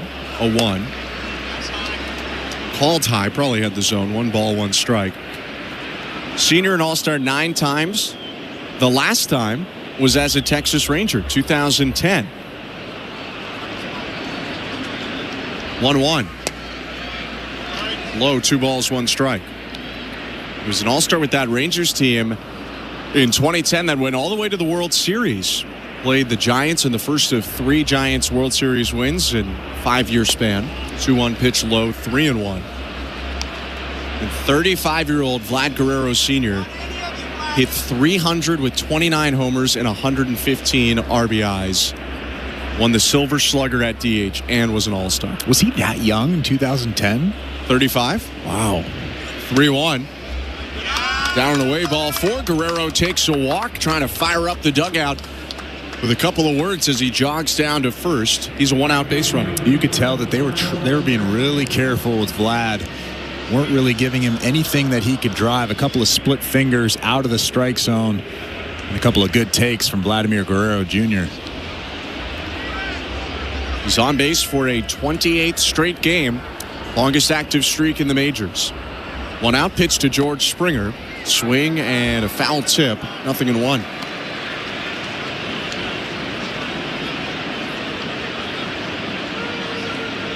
Started him off with a slider. Springer typically hunting fastballs this year. 0-1. Fastball cut on and missed. Talk about his ace swing a lot. That was the ace swing from Springer. A big hack. It's 0-2. He was just a hair behind that fastball. That one 93 up around the belt. George hitting over 320 on fastballs this year. 12 extra base hits. 0-2 is a splitter low. Good take by Springer. Twists his hips, bends his knees as he steps out of the box. It's 1 ball, 2 strikes.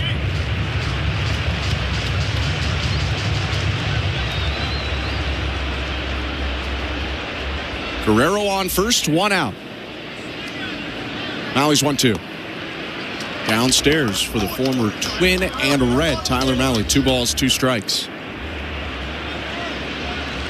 There's a big hole on the right side of that infield. We've seen George Springer shoot it from time to time.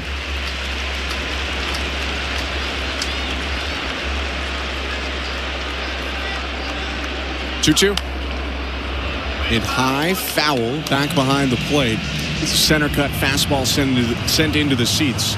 Keeps the count 2-2. Center cut fastball at 94. Very hittable pitch, but it's really hard to square up when you have that split finger in the back of your mind. And obviously George Springer knows that Tyler Mahle throws that thing a lot. He threw 2 of them right before the fastball. 2-2 again. Slider poked foul off to the right. Good battle being put on by George Springer. Mahle now at 54 pitches in the ball game. Still pretty efficient. He's worked pretty quickly, except when he's come up against George Springer. 8 pitches last time he faced him. Here's his 7th pitch in this one. And it's high ball 3. So it'll be at least 8 pitches seen by Springer in each of his first 2 plate appearances. What do you think? Is John Schneider sending Vladimir Guerrero Jr. here? I wouldn't bet on it. I'll tell you that. It's possible. It's risky. I wouldn't bet on it. 3-2. Up and in, ball 4. Back-to-back walks. A well-worked one there by George Springer. That's going to bring Kyle Higashioka, the Rangers catcher, out to the mound to talk to his starter, Tyler Mahle. You talked about it before the game, but Tyler Mahle doesn't have a low walk rate. 21 walks in 60 innings coming into the ball game, which is interesting because his stuff screams, I have command of all my pitches. I have that low walk rate, but for whatever reason, he doesn't have that low walk rate. 3 walks now in each of his last 2 starts. It is part of the reason that some of the advanced numbers are not super high on Mahle. Strikeout to walk ratio at times can be a big part of those numbers, and he's a little under 2 strikeouts per 1 walk. He's not striking out a ton, and he is walking his fair share. Gives Addison Barger a big opportunity. Lone Blue Jay with a hit today. Comes up with runners on first and second and 1 out. No score, top of the 4th, the pitch. At the knees with the splitter, strike 1. Barger ambushed him, hit the first pitch to right field in the second. This time he watched the first one go by.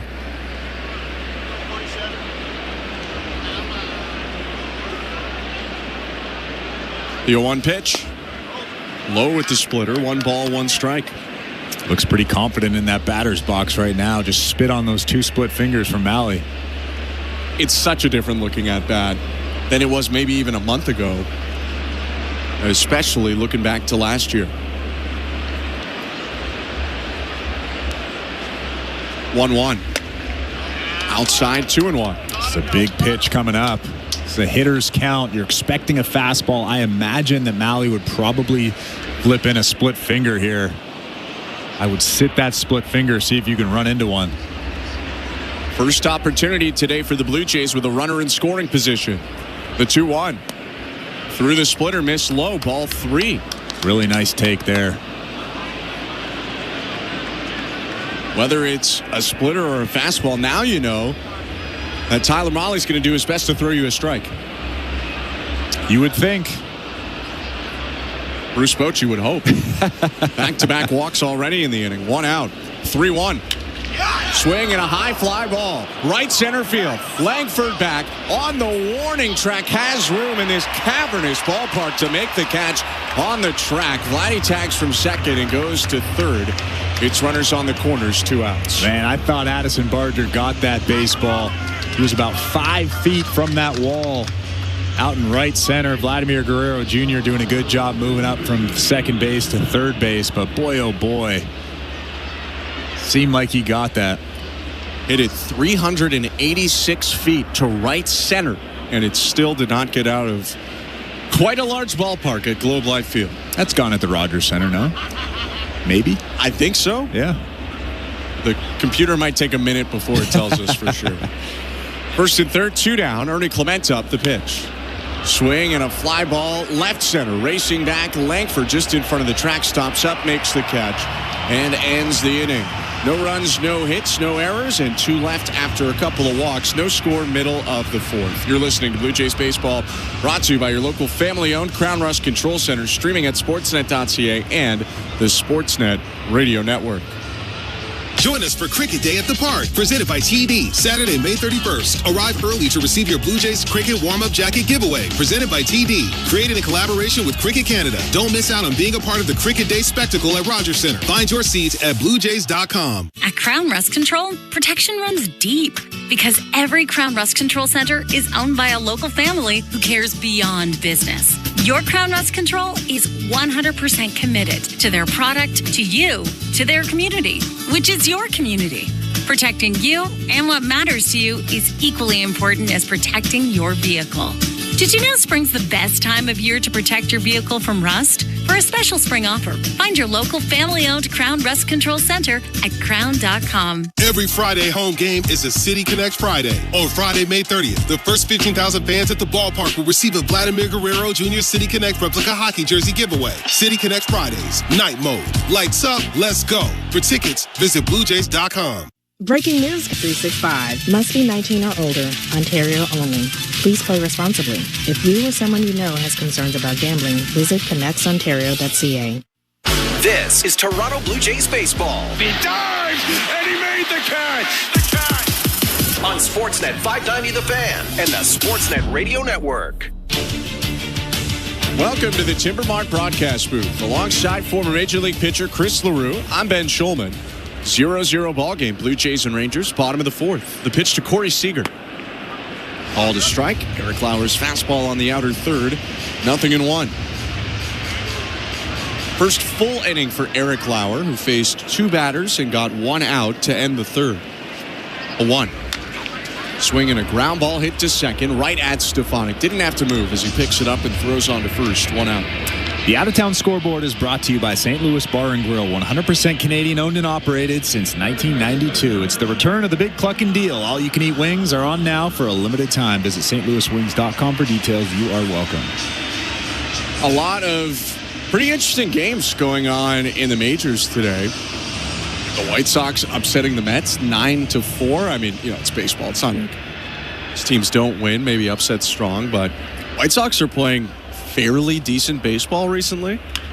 First pitch to Josh Young is flipped out to right field. Springer, shielding his eyes from the lights, makes the catch. And there are 2 down. But some AL East games going on as well that we should get to. The Boston Red Sox have lost 5 in a row. They dropped a game 6-5 today to the Brewers. Had a situation where it was first and third, nobody out, and they were up 1 in the 10th. Ground ball to second. Christian Campbell goes home with it and missed by 5 or 6 feet. Bounced it wide. A run scored. The eventual winning run went to third, and a fly ball knocked that in. Pitched Alejandro Osuna, called a strike, 0-1. So that was 6-5 in extra innings, the final score for the Brewers after they won yesterday on a Yelich walk-off grand slam in extra innings. 0-1 pitch. Hit on the ground right side of the infield. Sunday hop for Stefanik. Fields it just off to the left and throws over to first to end the inning. Nice clean frame for the Blue Jay left-hander Eric Lauer. All of our out-of-town scores brought to you by St. Louis Bar and Grill. The score in Arlington 0-0 headed to the fifth. You're listening to Blue Jays Baseball, brought to you by your local family-owned Crown Rust Control Center, streaming on the Sportsnet app and the Sportsnet Radio Network. A new generation of hip-hop superstars was born on SoundCloud. Hey, it's your boy, Boss Man D-Lo. Yo, it's 4 or 5. I'm Doechii. Stay connected to what's popping online. Now. Let's get it. Making so much money, I'm all over the net. With the Sirius XM channel, where new hip-hop is always on. SoundCloud Radio for a limited time on Channel 105 on most radios and year-round at home with Sirius XM on your phone, computer, Alexa TV, or other internet-connected devices.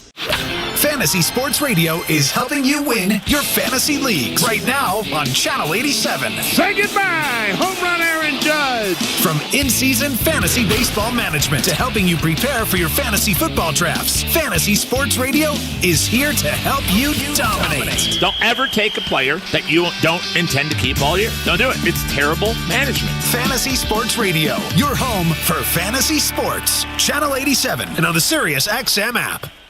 The football talk doesn't stop on SiriusXM NFL Radio. They're mentally tough, they're physically tough, and they're talented. From OTAs to mini camps and leading up to training camps, stay updated on the latest news around the National Football League. Got to practice a certain way if you want to be winners. Our experts are getting you ready for the 2025 season. For the veteran players, they want to see the guy earn the job. There's a story for every team on NFL Radio Channel 88 and the SiriusXM app.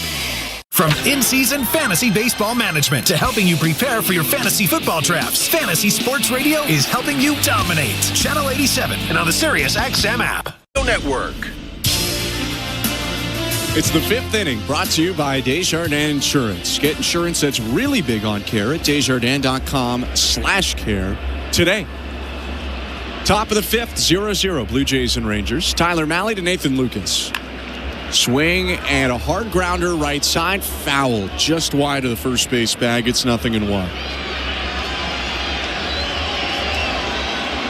In a way, Chris, we would have been foolish to expect anything different than what we're seeing so far today. These two teams have combined now to score 5 runs so far in this series, and we've completed 22 innings, so 44 chances to hit combined has amounted to 5 runs.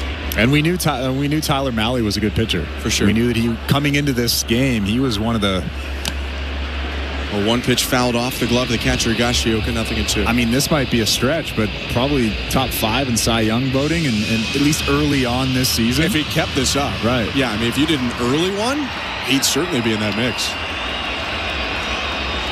0-2. Swing and a grounder right side, splits Semien and Berger and rolls into right field, a base hit. Good 2-strike approach there from Lucas, shortened up and got to the cutter down and in. And you can bet that John Schneider is going to try to get Nathan Lucas to second base. Ollie Sanchez probably will be showing bunt here, trying to sacrifice. We'll see what he thinks about. Lucas has not stolen a base so far this year. He's been caught twice, although one of those was a pickoff. The other one was actually a traditional caught stealing. Pitch to Sanchez is hooked on the ground softly to third. Picked up Young. He'll toss over to first, and because it was hit softly, it almost works as a bunt. Up to second base goes Lucas, and there's one out. That's actually a good job. Like you said, that worked like a sacrifice bunt. I will say for the bunt, I think very reasonable. I do wonder if they were looking at, okay, if you bunt him over, you're setting up Stefanik with the opportunity to drive him in first. Their 9-hitter, perhaps they were looking for more of a top to middle of the order guy if they're going to set up a bunt. But who knows? We'll never know. Pitch to Michael Stefanik, called a strike, 0-1. But Michael Stefanik is really good with the bat. He doesn't have a ton of pop, but he can find the outfield. He can dump something in. Like I've said a million times, Michael Stefanik and Nathan Lucas are both very, very good hitters, very good averages in AAA for multiple seasons. 0-1. High, 1 ball, 1 strike. So if I'm John Schneider, I actually trust Stefanik. I trust Nathan Lucas up there, at least in these types of situations. Stefanik in the minor leagues in his career is a .330 hitter in almost 500 minor league games. There you go. But it isn't the major leagues. Well, it's still very good. The 1-1 outside, 2-1. You know much better than me the difference between AAA and the majors. So the stuff really isn't that different. It's really just the command. Pitchers are just more seasoned. They know exactly what they're doing up between AAA and the big leagues. But when you can put up .330 multiple seasons in AAA, next pitch, called a strike, 2-2. I mean, there has to be something to that, sure, because that means that you just know what you're doing up there. This season with Buffalo, Stefanik bat .319 in 31 games with an on-base plus slugging at .826. He walked a lot in addition to also coming up with a lot of hits. He's got a runner in scoring position, Nathan Lucas, and 1 out. Scoreless game, top of the 5th. Malley kicks and offers. And that pitch hit right over the mound up the middle. Position there, Semien backhands, throws over to first for the out. Up to third base goes the runner, Lucas, and there are 2 down. And now this is a big at-bat for Dalton Varsho. You can bet that Tyler Mahley's probably going to be careful with him, especially with Anthony Santander coming up next. But it's a big run standing out at third base with 2 outs now in this inning. Second inning in a row that the Blue Jays have an opportunity with a runner in scoring position. Coming into today, they were 3 for 36 in scoring position at bats on the road trip. The pitch to Dalton Varsho, high, ball 1. Today so far they're 0 for 3, so you can make that 3 for 39 with runners in scoring position so far on the trip.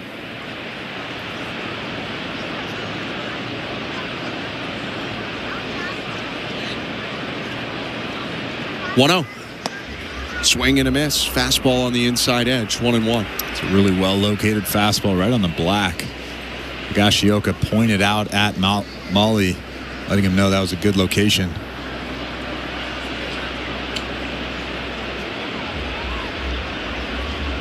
Right-hander brings his hands together. 1-1. Inside with a cut fastball. Varsho started to swing, but then yanked his hands back out of the way. 2-1. That's 3 pitches in a row in off the plate or on the plate on the black. You can tell they're really trying to pound him in, not letting him get those arms extended. 2-1 pitch. Inner half, it's fouled back. 2-2. That might have been the mistake pitch, though. That was down and in, so Varsho can get a little bit of extension. Typically a power zone for a lot of left-handed hitters.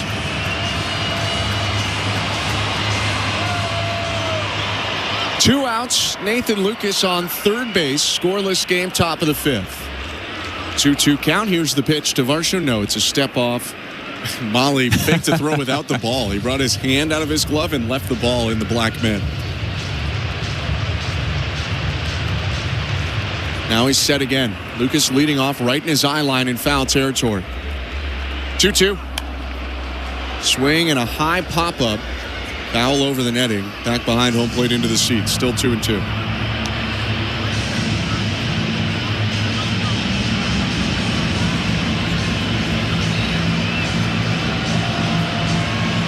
Lucas getting a big lead off third. Third baseman Young playing deep and well off the line. Probably closer to second than he is third base. 2-2. Swing and a miss, he got him. Splitter low, strikes out Varsho. No runs on a hit for the Blue Jays. Lucas left on third. 0-0, middle of the 5th. You're listening to Blue Jays Baseball, brought to you by your local family-owned Crown Rust Control Center. Streaming at sportsnet.ca and the Sportsnet Radio Network. The NASCAR Cup Series is on SiriusXM. We're back on the track Sunday. 6 p.m. Eastern. It's the Cracker Barrel 400 from Nashville Super Speedway on SiriusXM NASCAR Radio Channel 90 and on the SiriusXM app. For up-to-date betting lines, fantasy plays, and the latest NASCAR news, catch the pre-race show before every Cup Series race. Plus, 2 hours of post-race coverage on SiriusXM NASCAR Radio Channel 90. Wake up! Wake up, everybody! This is Steve Phillips from the leadoff spot on MLB Network Radio. Join me and former Major League Baseball players Eduardo Perez and Xavier Scruggs as we react to all the latest news and scores across baseball and have plenty of fun along the way. Steve, you were so right about that. I don't know if anybody else thinks we're funny, but I think we're funny. Why are you putting us or we into this? The leadoff spot, weekdays at 7 a.m. Eastern on MLB Network Radio, Channel 89, and on the SiriusXM app.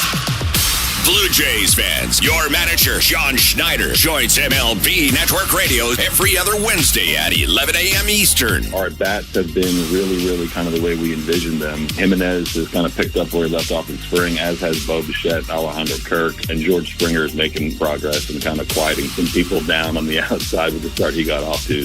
Managers at the mic on MLB Network Radio, SiriusXM 89, and the SiriusXM app.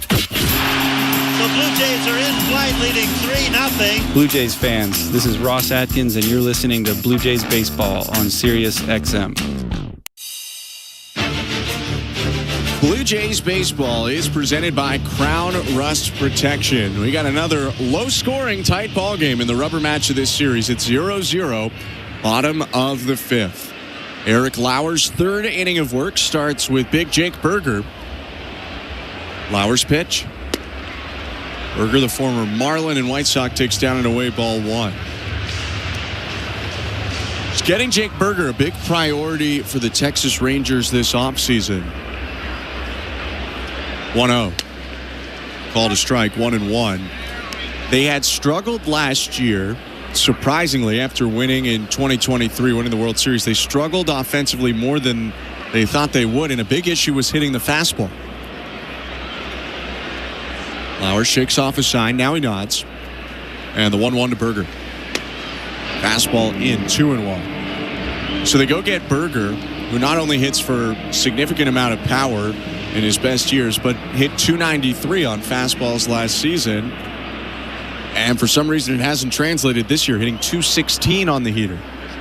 2-1 pitch. Swing and a miss at a good change, 2-2. Pretty good pitch. Looks like a fastball, dives below the strike zone.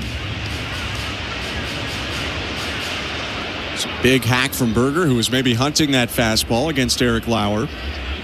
Lauer's four-seamer's been 91-92 so far. 2-2 pitch. Fastball caught him looking. Strike three at the knees, and there's one down. He was absolutely fooled by that pitch. Obviously expecting an off-speed pitch there. That was a very hittable pitch, maybe at the bottom of the strike zone. But with two strikes, you at least have to try to foul that pitch off. Welcome to the Timbermart broadcast booth. Alongside Chris LaRue, I'm Ben Schulman. One out, bottom five, and Eric Lauer offering now to Adolis Garcia. Swing and a miss, strike one.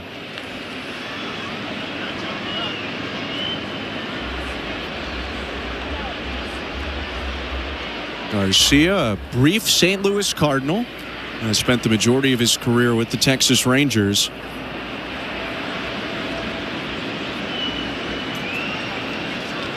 A 1. Inside, 1 ball, 1 strike. I think there are a lot of people that would like to say, hey, can't believe the Cardinals missed this. They DFA'd him, let him go, and the Rangers picked him up. Look how they discovered him. But in truth, the Rangers also DFA'd Garcia before he broke out. Next pitch outside. No, it was a swing there by Garcia. Late swing call on a check swing attempt. Ryan Wills pointed at him, so it's 1-2.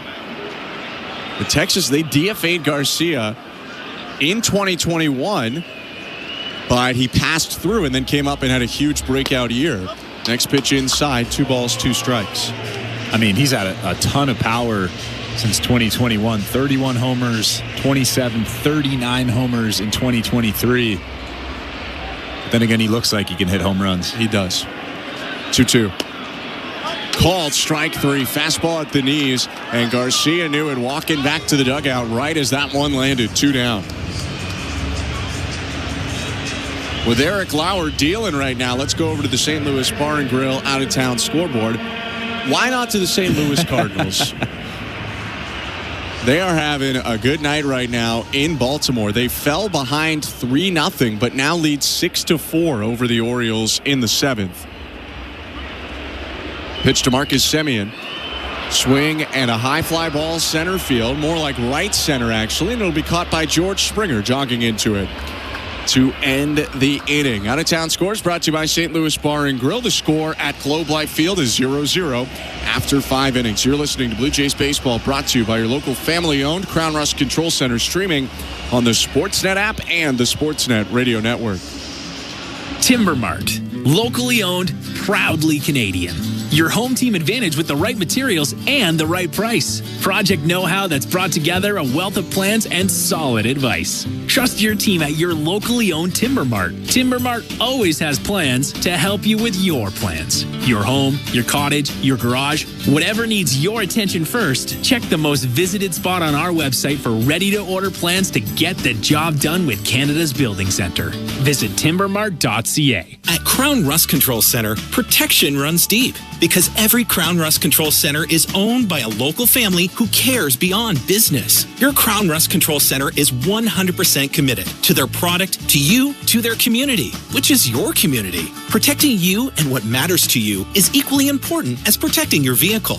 Did you know spring's the best time of year to protect your vehicle from rust? For a special spring offer, find your local family-owned Crown Rust Control Center at crown.com. Breaking news. Spring fashion is heating up at TSC.ca with a wave of top brands and new styles. I'm here with one happy shopper. What did you score? Oh, where do I start? New designer heels from Ron White, a cute Hillary McMillan jacket, a stunning Avera diamond bracelet, everything I need for spring. And what's the damage report on your wallet? Oh, I slid all my purchases into interest-free Easy Pay payments. No damage to report here. Shop now, pay over time. I love it. Discover the latest spring fashion at TSC.ca. Exciting offers every day. This is Toronto Blue Jays baseball. Vladdy with a huge stretch for the double play. On Sportsnet 590 The Fan and the Sportsnet Radio Network. The 6th inning is brought to you by Desjardins Insurance. Get insurance that's really big on care at Desjardins.com/care today. 0-0 game. Tyler Mahle on 77 pitches. Throws now in the 6th inning. Facing 2-3-4 in the Toronto lineup. Santander, Guerrero, Springer. Side of his foot on the first base side of the rubber. Mahle steps to the left, kicks, and offers. First pitch up top, ball 1. We talked a little bit about this unique lineup today for the Blue Jays. Bo Bichette with back tightness is out. Varsho leading off. Santander 2 with Vladdy 3. 1-0. Swing and a pop-up. Left side of the infield. Mahle gives way to the third baseman, Josh Young, who makes the catch. 1 out. Looked like Mahle wanted to catch that baseball. Josh Young called him off at the last second. Normally you see pitchers get out of the way really, really early, but Mahle stayed in there for quite a long time. He arguably got in the way before he was called off. On the lineup, though, John Schneider was asked, is this lineup change something you were going to do anyway, or is it related to Bo? And he said more related to Bo not being in there. And that likely a lot of things would go back to how they were when Bo Bichette is back in. Pitch to Vlad Guerrero Jr. Outside, ball 1. But he didn't say 100%. He said, we'll see how it goes. You never know. And called this an opportunity to see how some guys responded being in different spots. 1 out, the 1-0. Swing and a miss. 1 ball, 1 strike.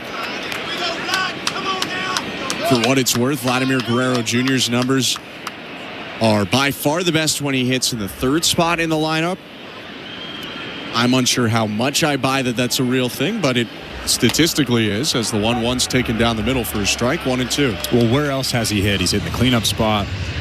Not that much. Has he hit in the 2-hole? I'm assuming he's hitting the 2-hole. This year he has in a little bit previous years. I think part of it might just be he's hit most of his career in the 3-hole, and he's hit well for a lot of his career. 1-2. Swing and a ground ball right side, but that's a base hit for Guerrero, and in the 3-hole, he's on for the 2nd time today. Only the 3rd Blue Jays hit in this game. Well, the Texas Rangers were giving him that right side of the infield, and Vladimir Guerrero Jr. probably saw that. That was a fastball up and away. You could see him pumping his fist after getting that base hit.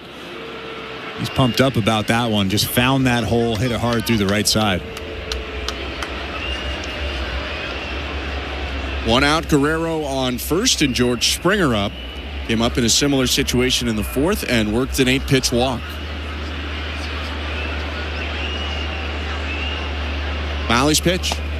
Springer swings and misses, strike one. On the Vlad, hitting 2 versus hitting 3. Coming into today, he had hit in the third spot in the order almost 500 times to a 911 OPS.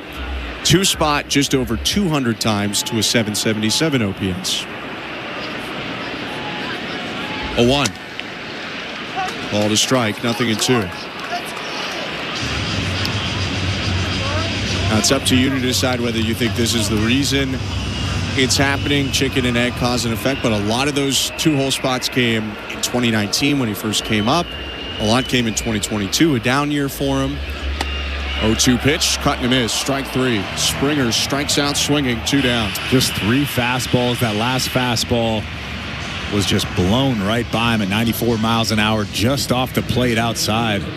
Obviously expecting something different than a 4-seam fastball right there. Probably expecting that split finger. With that, Addison Barger comes up to the plate. Guerrero still on first, 2 down. Step off from Malley. Talking about Barger's deep fly ball a little bit when he flied out to deep right center in the fourth. Went to look, home run in 4 of 30 ballparks. So not exactly a ball that gets out in a lot of places. First pitch is hit back foul, 0-1. But he did tag it. He hit it pretty hard, and he had a hard hit single in the second inning also. After that foul ball, Tyler Malley ahead of him, 0-1. No score in the top of the 6th. The 0-1. High, 1 ball, 1 strike. It's interesting, though. He just looks a lot more comfortable in that batter's box. Even that take right there was a tough fastball just above the strike zone. He's just spitting on so many more pitches. Just an easy take. 1-1. Lines the ball to left field. Coming in, Osuna dives and it bounces around him. Guerrero headed to third base. He'll stop there. Stopping at second is Barger with a double. Just out of the reach of the Rangers outfielder, but I think he got a tiny piece of it, and that prevents the Blue Jays from scoring. They'll take the double and 2 in scoring position, but that ball only bounced 3-4 feet past Osuna instead of 30 feet past him. It was a good attempt, but with 2 outs, Vladimir Guerrero Jr. is off on contact, so he was rounding second base as Osuna was diving for that baseball, and he ends up at third base. Addison Barger ends up at second base. Now the Blue Jays have to come up with a big 2-out hit here. That has been the story for a lot of this road trip. Pitch to Ernie Clement, called to strike, 0-1. They aren't coming up with the big hit a lot in this trip, or have not to this point. And weirdly, the few hits they do have with runners in scoring position have not scored runs. That one wasn't with runners in scoring position. Here's the 0-1 to Clement. Swing and a miss, 0-2. You look back, one of them was Alejandro Kirk was at second base. One of them was off the bat of Vladimir Guerrero Jr. that was hit too hard to the outfield for that runner from second base to score. One of them was a ground ball that just snuck through. Morel charged it in Tampa, so he was like 10 feet from the infield dirt when he fielded it. 0-2. Swing and a miss, strike 3. Clement strikes out on 3 pitches, and the Blue Jays strand a pair of hits. No runs, 2 hits, 2 left, no score. Middle 6. You're listening to Blue Jays Baseball, brought to you by your local family-owned Crown Rust Control Center, streaming at sportsnet.ca and the Sportsnet Radio Network. Here's what's happening on Sirius XM Sports. Can the Thunder secure their spot in the NBA Finals, or do the Timberwolves avoid elimination? Don't miss a minute of the action as Oklahoma City hosts Minnesota in Game 5 of the Western Conference Finals with a 3-1 series lead. Right now on Sirius XM NBA Radio, Channel 86 on the Sirius XM app. Sirius XM Sports, wherever you are, your team plays here. Every night after the final out, the Round Trip Roundup brings you the scores, highlights, and analysis from every game across Major League Baseball, all in less than 30 minutes. Swung on and missed, strike 3 and a no-hitter. It's the perfect way to get caught up on all the night's biggest home runs and best performances. And a high drive, deep right center. It's the Round Trip Roundup on MLB Network Radio every night on SiriusXM Channel 89 and every morning on the SiriusXM app. While you're listening to this game on SiriusXM, we're talking about the latest odds and prop bets for this and every game on Sports Grid Radio. The under's minus 125. Heavy juice to the under. Every home run hit and every strikeout thrown can change the line. I can't for the life of me figure out how you can favor a team that never wins, ever. If you're looking for sports talk centered around the latest odds and prop bets for games, races, tournaments, or any sporting event, Sports Grid Radio, SiriusXM, Channel 159. 24/7, 365 coverage of all things NASCAR. All things NASCAR happens exclusively on SiriusXM NASCAR Radio, Channel 90. Net Radio Network. Bottom 6, scoreless game, Blue Jays and Rangers. Eric Lauer still on the hill. Despite the fact that he's faced 8 batters, he's thrown only 25 pitches so far. He starts the bottom of the 6th against the former Yankee and Padre, Kyle Higashioka.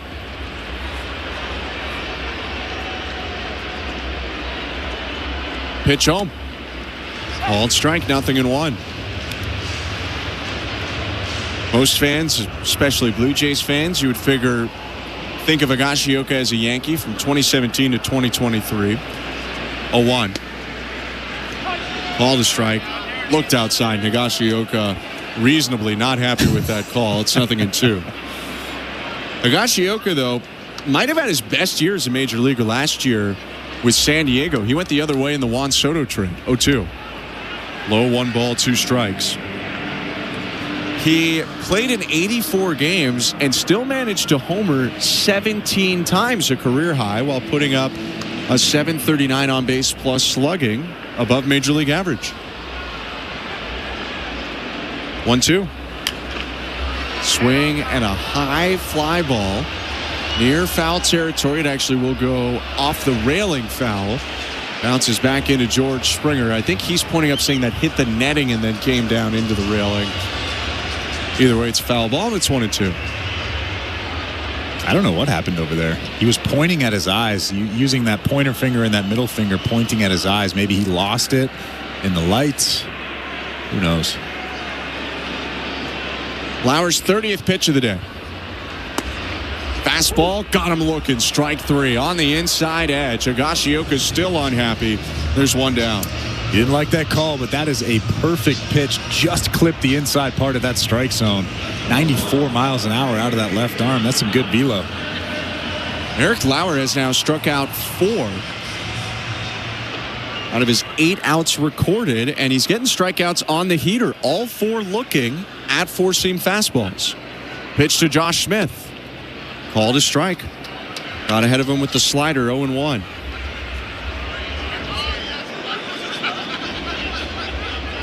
In a second, we'll go to the St. Louis Bar and Grill out of town scoreboard. 0-1. Just a little bit high. 1 ball, 1 strike. What do you want, Chris? Hockey or basketball? I'll let you pick. I want to go to hockey. Okay. Let's do it. Game 5, Eastern Conference Finals on Sportsnet right now. 1-1.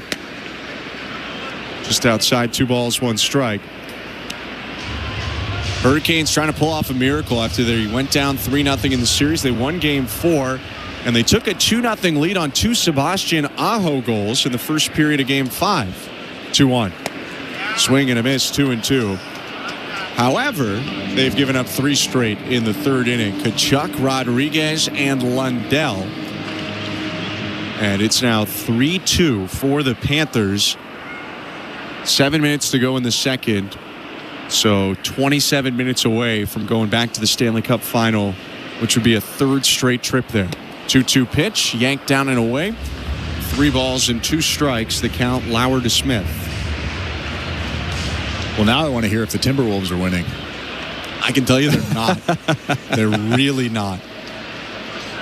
A more fun game would be, can Chris guess how much the Timberwolves are losing by?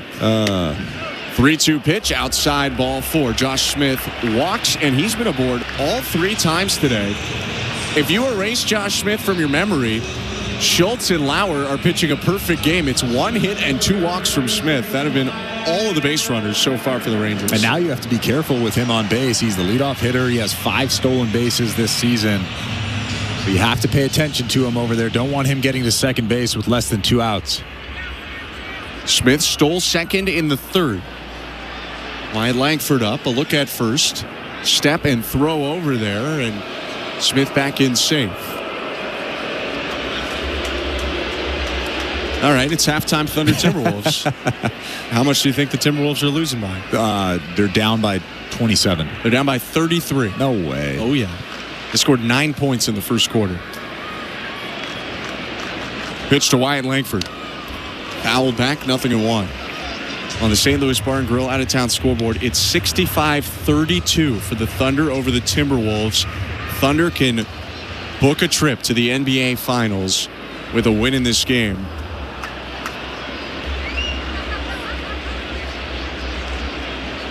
Shai Gilgeous-Alexander, 20 points in the first half.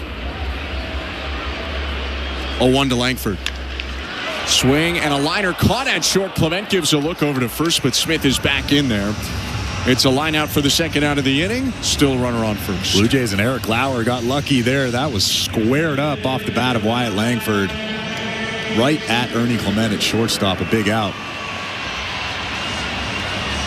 Feels like the first hard hit ball from a Texas bat in a while. No offense, but there hasn't been much. There's been 1 hit, and it came with their first batter in the first inning. Pitch to Corey Seager. Called high, ball 1. Haven't seen Seager get going yet, but this guy is not only great, he seems to be even better against the Blue Jays. Career batting over .450 against Toronto coming into this game with an on-base plus slugging well over 1,000. 1-0. High fastball misses, 2 balls, no strikes. And you want to be careful here. This is a hitter's count, a 2-0 count. You don't just want to groove a fastball down the middle. As Ollie Sanchez is going to go out and have a quick chat with Lauer. Vladimir Guerrero Jr. is in on that conversation, probably figuring out what pitch they want to throw in this count. What pitch are you throwing in this count? Oh boy, if I was a lefty, sure, probably just a curveball or slider down and away. I guess we could say you're a righty facing a right-handed hitter too if you want. I'd throw a changeup. I mean, it's an easy answer. If you're a righty in this situation, you throw a changeup down and away. Yeah. Hopefully he hits a weak ground ball somewhere. Well, moves the other direction. Lauer does have a changeup if he wants to use it. Left on left. A look at first. And a step and throw over to first. Smith all over it again. He seems to have a real good handle for when the Blue Jays pitchers are making their move to first versus when they're going to the plate. He has not been fooled at all, and he's been checked on a lot.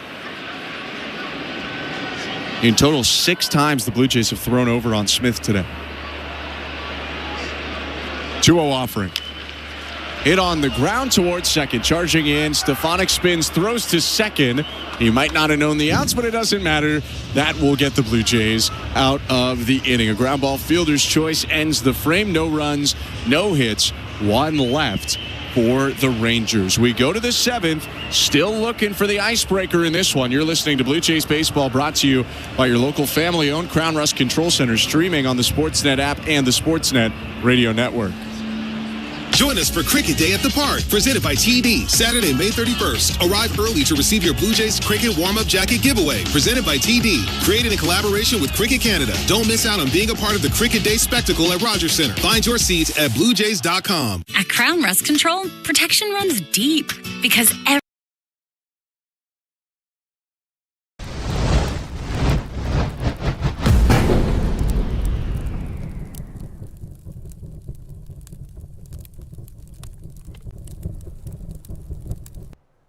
Hey, you. Yeah, you. I'm talking to you. The one that's hanging out listening to the Blue Jays game with us. We appreciate you being here. Now that we got your attention, welcome to our awesome community. Please hit that subscribe button and turn on the bell so you don't miss it for game 1 through 162, and of course, every single game of the MLB playoffs, whether the Blue Jays are in or not. We appreciate you being here. We've just passed over 100,000 subscribers because of you. Yeah, those of you who haven't hit that subscribe button yet, that just do now, it's because of you that we're here. And everybody that's hit that subscribe button along the way. And we're on our way to 1 million and even further. Thank you for hanging out with us during the Jays game. Welcome to our awesome community. Thanks for turning on that bell, and we'll see you back in the chat. This is Toronto Blue Jays baseball. 0-2 swing and a miss, strike 3. On Sportsnet 590 The Fan and the Sportsnet Radio Network. New pitcher into the ballgame for the Texas Rangers. 6-inning shutout start from Tyler Mahle is over, and Luke Jackson, the righty, pitches for his second straight day. His pitch to Nathan Lucas. Breaking ball for a strike, 0-1. Thanks for tuning in today, and welcome to the Timber Mart broadcast booth. Alongside Chris LaRue, I'm Ben Schulman. 0-0 game, Blue Jays and Rangers. Jackson brings the glove up to his face, kicks and offers. Fastball, check swing, heel down to third, and the check swing is confirmed as a no swing by Ryan Addington. It's 1-1. Pitching change brought to you by Home Hardware, the official home improvement retailer for the Toronto Blue Jays, locally owned, genuinely Canadian. 1-1. Swing and a spinning grounder backhanded at short. Smith, no, it rolls under his glove and into left center.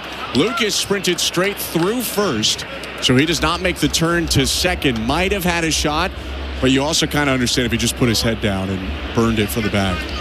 Yeah, I mean, he's not thinking two on that weak ground ball to shortstop, but I think if he actually was thinking two and he was rounding first base hard, he might have been able to get to to second base.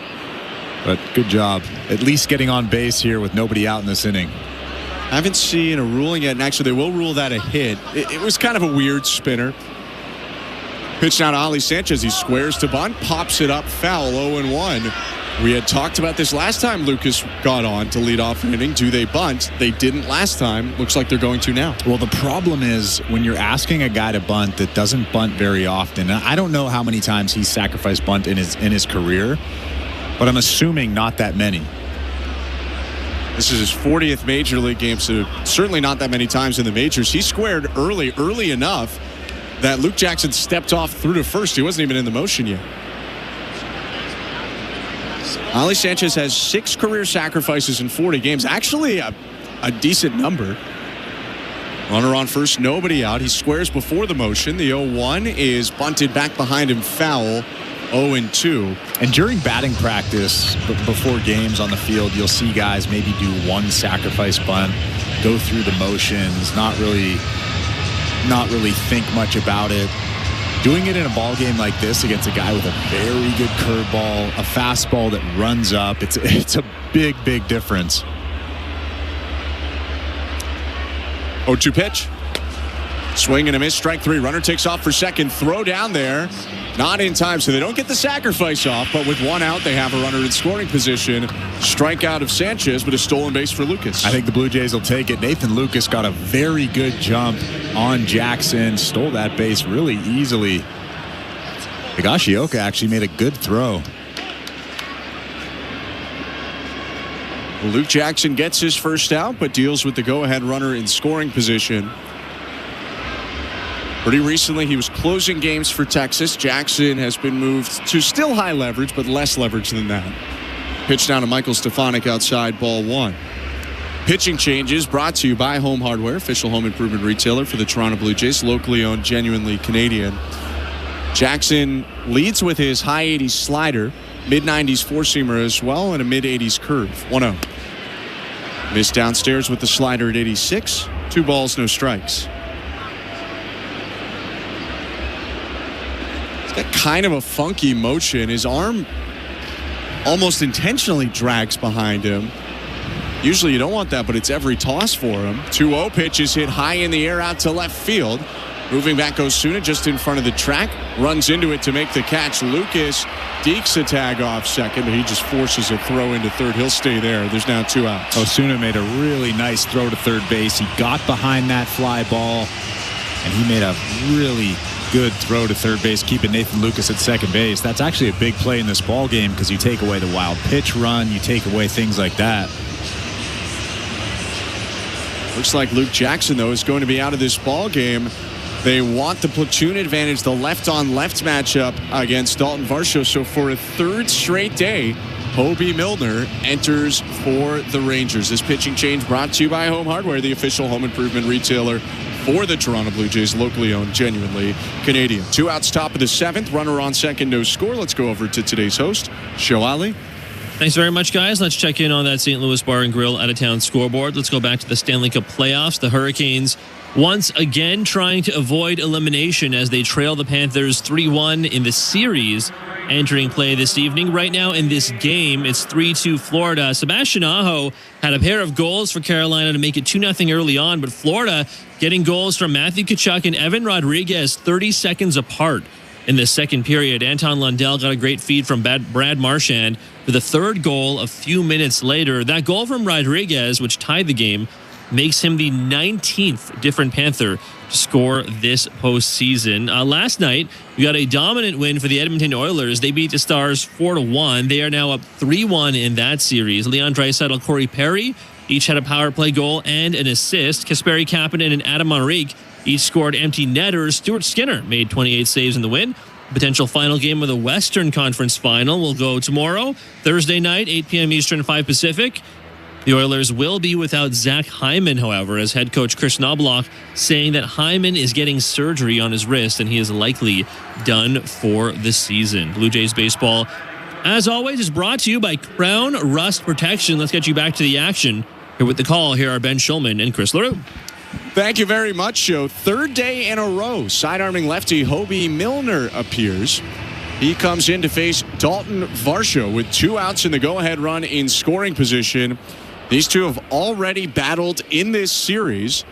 Milner faced one batter yesterday. It was Varsho, and he got him to fly out to right. The pitch. Inside, ball 1. Left-hander and son of the former Blue Jay, Brian Milner. 2.25 ERA over 24 innings this year. 1-0. Swing and a pop-up foul. Out of play back behind home. 1-1. You got decent speed out on second base for the Blue Jays in Nathan Lucas. Kind of middle of the pack. Running on contact. He should score on a single to the outfield. And you would imagine in a scoreless game and with how this road trip has gone, probably pretty aggressive sense from Carlos Fabulous, the third base coach. 1-1. Swing and a foul back again. Drove the fastball in on the hands at 87. 1-2. Pretty good swing, though. Just missed it. There's a good location on that fastball on the inside part of the plate, almost on the black. Milner starts closed and on the first base side, throwing from behind Varsho. 1-2. Outside with the sweeper, his main pitch. 2 balls, 2 strikes.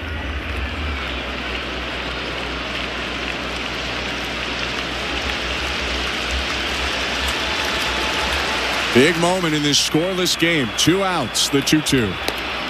Outside again, ball 3. Varsho thought about it, but held up the swing on the sweeper. Full count. It looked like he wanted to swing the bat there. Good take.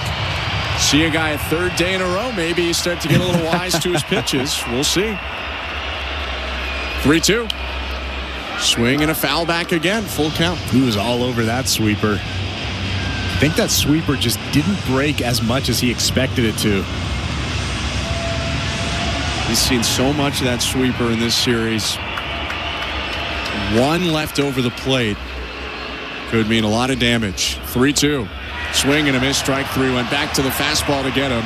Milner strikes out Varsho, and the leadoff single is stranded on second base. No runs, 1 hit, 1 left at the 7th inning stretch. Scoreless ball game, Blue Jays and Rangers. You're listening to Blue Jays Baseball, brought to you by your local family-owned Crown Rust Control Center. Streaming at sportsnet.ca and the Sportsnet Radio Network. Buck Martinez here to tell you about the huge Double XL free topping pizza from Pizza Pizza, just $19.99. That's a whopping 18-inch three-topping thing of beauty for only $19.99. So hurry into Pizza Pizza today and bring a big appetite for a hot and fresh Double XL pizza. I'm loving this big voice. I may just call the game this way. Go to pizzapizza.ca. Decking isn't just about wood. It's about creating the perfect outdoor retreat, and it all begins with the right materials. Essentials you always find at Trex, the leader in composite decking for over 30 years. Sustainable, durable, beautiful. Trex isn't just decking, it's a lifestyle.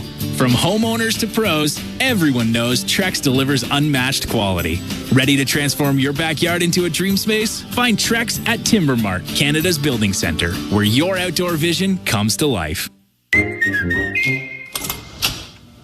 Guess who just bundled their home and auto with Desjardins Insurance? Well, look at you, all grown up and saving money. Yes, I am. Mom told you to do it, didn't she? Yes, she did. Get insurance that's really big on care. Switch and you could save up to 35% on home insurance when you bundle home and auto. Desjardins Insurance. Here for your home, auto, life, and business needs. Certain conditions apply. This is Toronto Blue Jays baseball. Swing and a miss. Strike three. Another screaming flex from Hoffman. On Sportsnet 590 The Fan and the Sportsnet Radio Network. Welcome to the Timber Mart broadcast booth. Alongside Chris LaRue, I'm Ben Schulman. Bottom of the seventh inning, and still a 0-0 ball game in the rubber match between the Blue Jays and Rangers. New pitcher for Toronto. Third arm they used today is Braden Fisher. His pitch to Josh Young is popped up. Foul territory, first base side. Sprinting over the side. Warning track. It goes off the hand of Ali Sanchez and down onto the track. He did have to scramble and try and make that catch on the run. Not typically what a catcher is used to doing. But it's an extra life for Josh Young, the cleanup hitter. Yeah, that's a tough play for a catcher running, and then he tried to make that basket catch. Normally a catcher catches that baseball at the face or at the head. And that one right there, very tough play. So 0-1 is the count as the next pitch hits the outer third of the zone to make it 0-2. Braden Fisher, the rookie, has been incredibly impressive so far this season. 7 innings, 3 hits, no runs, no walks, 10 strikeouts.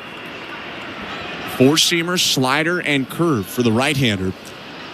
His 0-2. In the dirt, 1 ball, 2 strikes.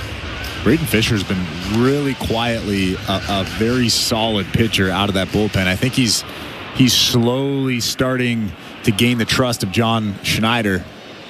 And this is not a small spot to put him into. 1-2 pitch, called, strike 3. Slider on the outside corner, 1 down. 4 straight sliders to Josh Young. Wasn't messing around there. Didn't want to throw a fastball. And that one right there might have been a hair off the plate. Josh Young didn't like that call, but that is a pitcher's pitch. You know what they say if you didn't like the call on 2 strikes? Probably should have swung the bat. Don't let him make the call to send you down. First pitch to Osuna inside, ball 1.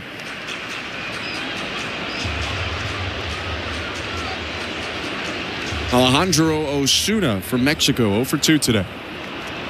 Pitch from Fisher.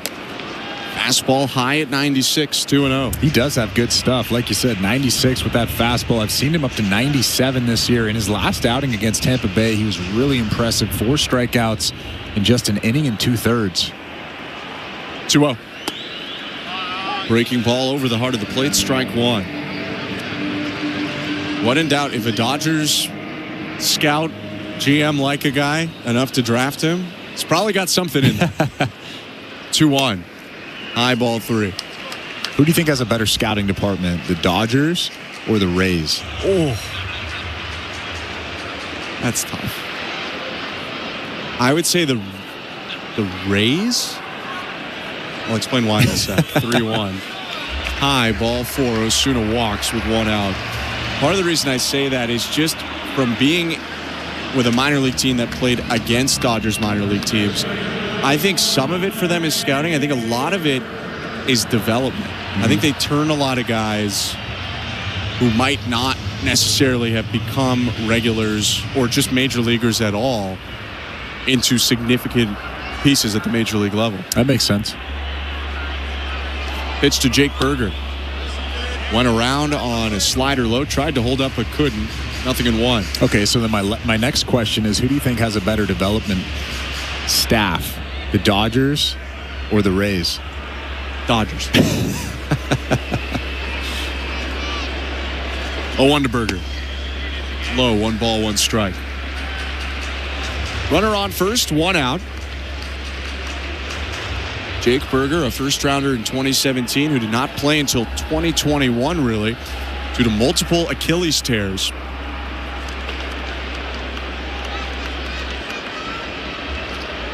The pitch. Chopped on the ground toward third. Barger gloves it, throws to second one. Stefanik to first, not in time. Fielder's choice. That one just was too high of a bouncer to really start a double play. Gave Berger time to get down the line. But it is 2 outs now, and Barger cut down the lead runner, so Berger replaces Osuna at first. That was a really clean attempt. Addison Barger with a perfect throw to second base, and then Stefanik with an equally perfect throw to first base. Jake Berger just beating it out at first. I think people think of Addison Barger as a bat-first player. First pitch to Garcia, just outside ball 1. But at least a lot of the advanced stuff would say he's been an above-average defender at both third and right so far this year. Right, I think people would have guessed. I'm not sure people would have guessed at third. 2 outs, the 1-0 to Garcia. Leans back and made that look up and in. It actually hit the zone, but it's called a ball, so it's 2-0. He's made some really nice plays at third base. Not only with the glove, but throwing deep down that line. Perfect throws to whoever's playing first base. Really accurate with that arm. 2-0 is high and outside ball 3. 1 walk already this inning for Braden Fisher, and now he's fallen behind 3-0 to Adolis Garcia. Still got to be careful with this guy, even if it's an off year for him. He can leave the yard at any moment. Runner on first, 2 down, the 3-0. Called strike, threw the slider in there, and it landed on the outer edge. And Brendan Little is warming up in that Blue Jays bullpen, just in case. I'm assuming that this might be his last batter. Yeah, I don't think they'd keep Little for a lefty. I think they'll use him if they need him. Next lefty isn't due up for another 3 batters. It's Marcus Semien on deck. Adolis Garcia at the plate. 2 outs, bottom 7, no score, the 3-1. Swing and a miss. Got him to chase a slider just outside, full count. Well, he was fooled by that slider. The wild swing from Adolis Garcia, expecting a fastball in that count.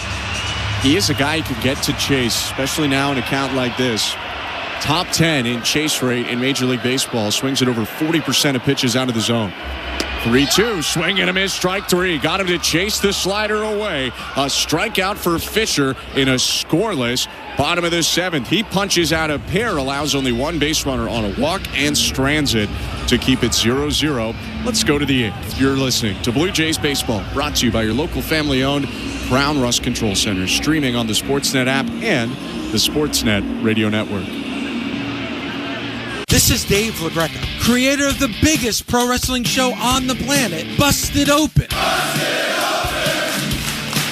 Don't miss myself and my Hall of Fame cast and crew as we break down every story in and out of the ring and talk to the top names in the business, like the legend himself, The Undertaker. I'm actually glad to be on a real show. Catch Busted Open live every day from 9 to noon Eastern on SiriusXM Fight Nation, channel 156, and on the SiriusXM app. From in-season fantasy baseball management to helping you prepare for your fantasy football drafts, Fantasy Sports Radio is helping you dominate. Channel 87 and on the SiriusXM app. Baseball is back.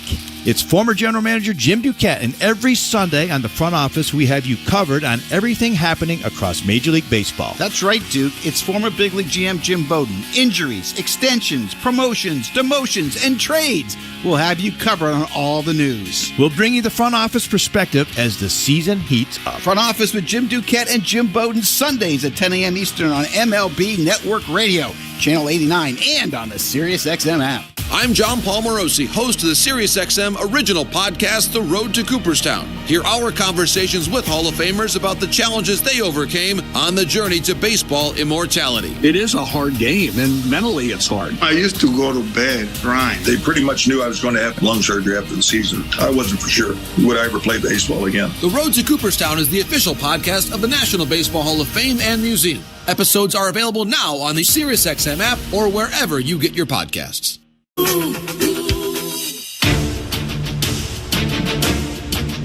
Pitching change for Texas. 0-0, top of the 8th inning, and the most of the time closer is on the hill right now for the Rangers. Robert Garcia's in. His pitch to Anthony Santander, high and outside, ball 1. Pitching change brought to you by Home Hardware, the official home improvement retailer for the Toronto Blue Jays, locally owned, genuinely Canadian. Saw Garcia pick up his 3rd save of the year yesterday. 1-0 pitch, wave and a miss, 1-1. Lefties in the mid-90s with a 4-seamer, slider, and changeup. At a 1-2-3 ninth last night, 1-1. Fastball down the middle, called a strike, 1-2. Fooled by that pitch there, looking for something else. Santander up now. Switch hitter has turned around to bat right. Guerrero on deck, the 1-2. Poked away, foul. Actually tried to hold up his swing, but got a chunk of that changeup and just filleted it into the first base dugout.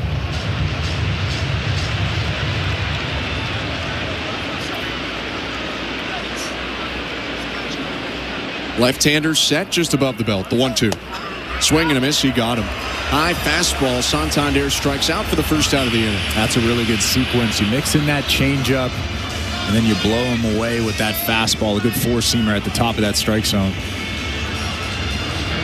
First strikeout today for Santander, goes down to 0 for 4.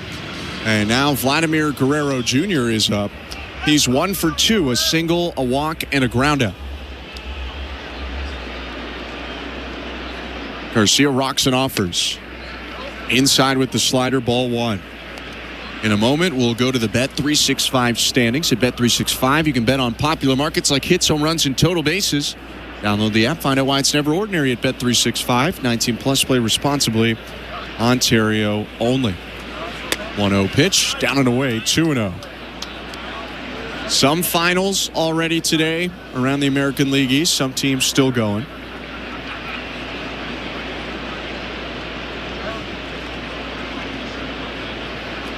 2-0 pitch. Swing and a foul off, 2-1. We had the Orioles losing today to the Cardinals, the Red Sox losing today to the Brewers, and the Rays beating the Twins. So, Yankees 34-20 lead the division. The Rays 28-27, 6.5 back. Blue Jays 8 back, 26-28. 2-1. Swing and a foul back. Big hack on a middle fastball, 2-2. Red Sox are 27-31, 9 games back in 4th. And the Orioles, after the loss, 19-36, 15.5 back of the division lead. Yankees in progress, and the Blue Jays in progress. 2-2 count, and the pitch. Way outside. That one might have slipped out of the hand as it missed arm side, 3-2. That's not even close. And in this 3-2 count, we've already seen Garcia throw good changeups. I wouldn't be surprised if he throws one here. Left-handers shook off a couple signs. Now he's set. He kicks and deals. And that's a slider lined over the leaping Jake Berger and down in right field, a base hit. Left that pitch over the middle. In a way, he's lucky it's not more. It's a second hit of the day for Guerrero, who owns 2 of the 6 total for Toronto. That's just a quality 2-strike approach there. You can see Vladimir Guerrero Jr. trying to go the other way, just over the glove of Jake Berger. That's a good line drive, though. Guerrero is the go-ahead run. Scoreless game, 1 out, top of the 8th. George Springer is up. Vladdy putting on the sliding mitten as he takes his lead. Garcia, the lefty, comes set, looking at the base runner. Now his pitch to George Springer. High and outside, ball one. Robert Garcia put into significant leverage this year. His third year technically in the big leagues. Although he pitched sparingly in 2023.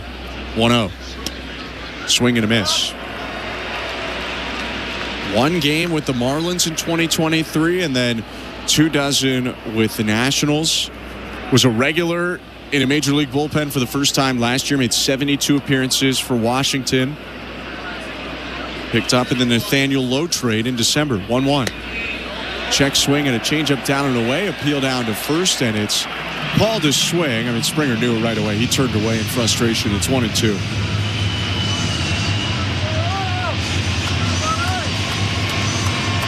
Seeing the side view was not very debatable.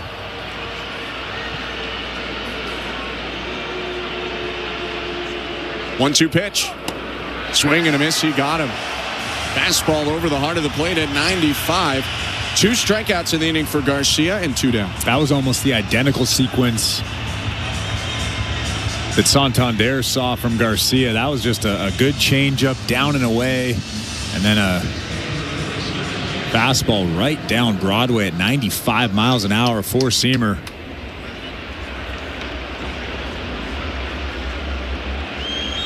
So 2 outs and a runner on first. The pitch to Addison Barger is down and away, ball one.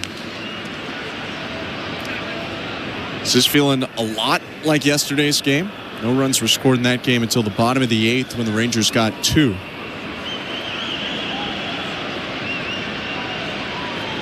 Vladdy on first, 2 outs, the 1-0 to Barger. Swing and a ground ball right side, down to a knee. Semien picks it up, pops up, throws to first to end the inning.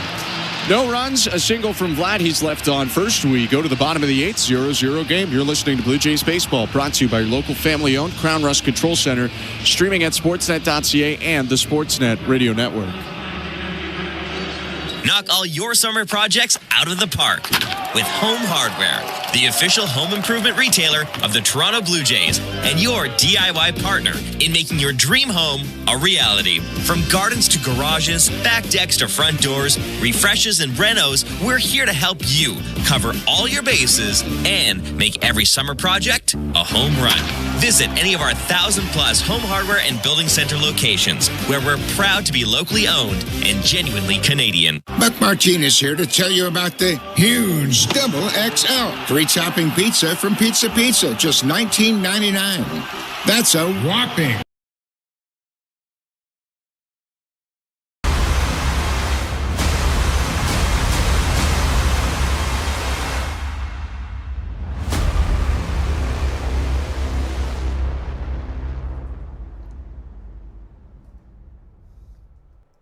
Cheers, insiders! What a day, what a night, what a Blue Jays game. Thank you for being here. Now's the time of the show where I get to just stop and say thank you. Thank you so much for helping me create this amazing community of Toronto sports fans from all over the world. All over, I mean everywhere. It is absolutely amazing to see a group of people come together and make a difference. Our April donation is over $1,500 just in April alone. Just by being here, you're making a difference. And I just had to say thank you because we are achieving huge things. Hopefully, this summer, we're going to get up to Toronto to visit SickKids. Maybe catch a TFC game and a Blue Jays game. We'll see. Maybe we'll see some of you there. Thank you again for being here. Thank you for keeping it classy. Thank you for helping grow this channel by doing all of that cool YouTube stuff, liking, sharing. If you're new, subscribing, turn on that bell.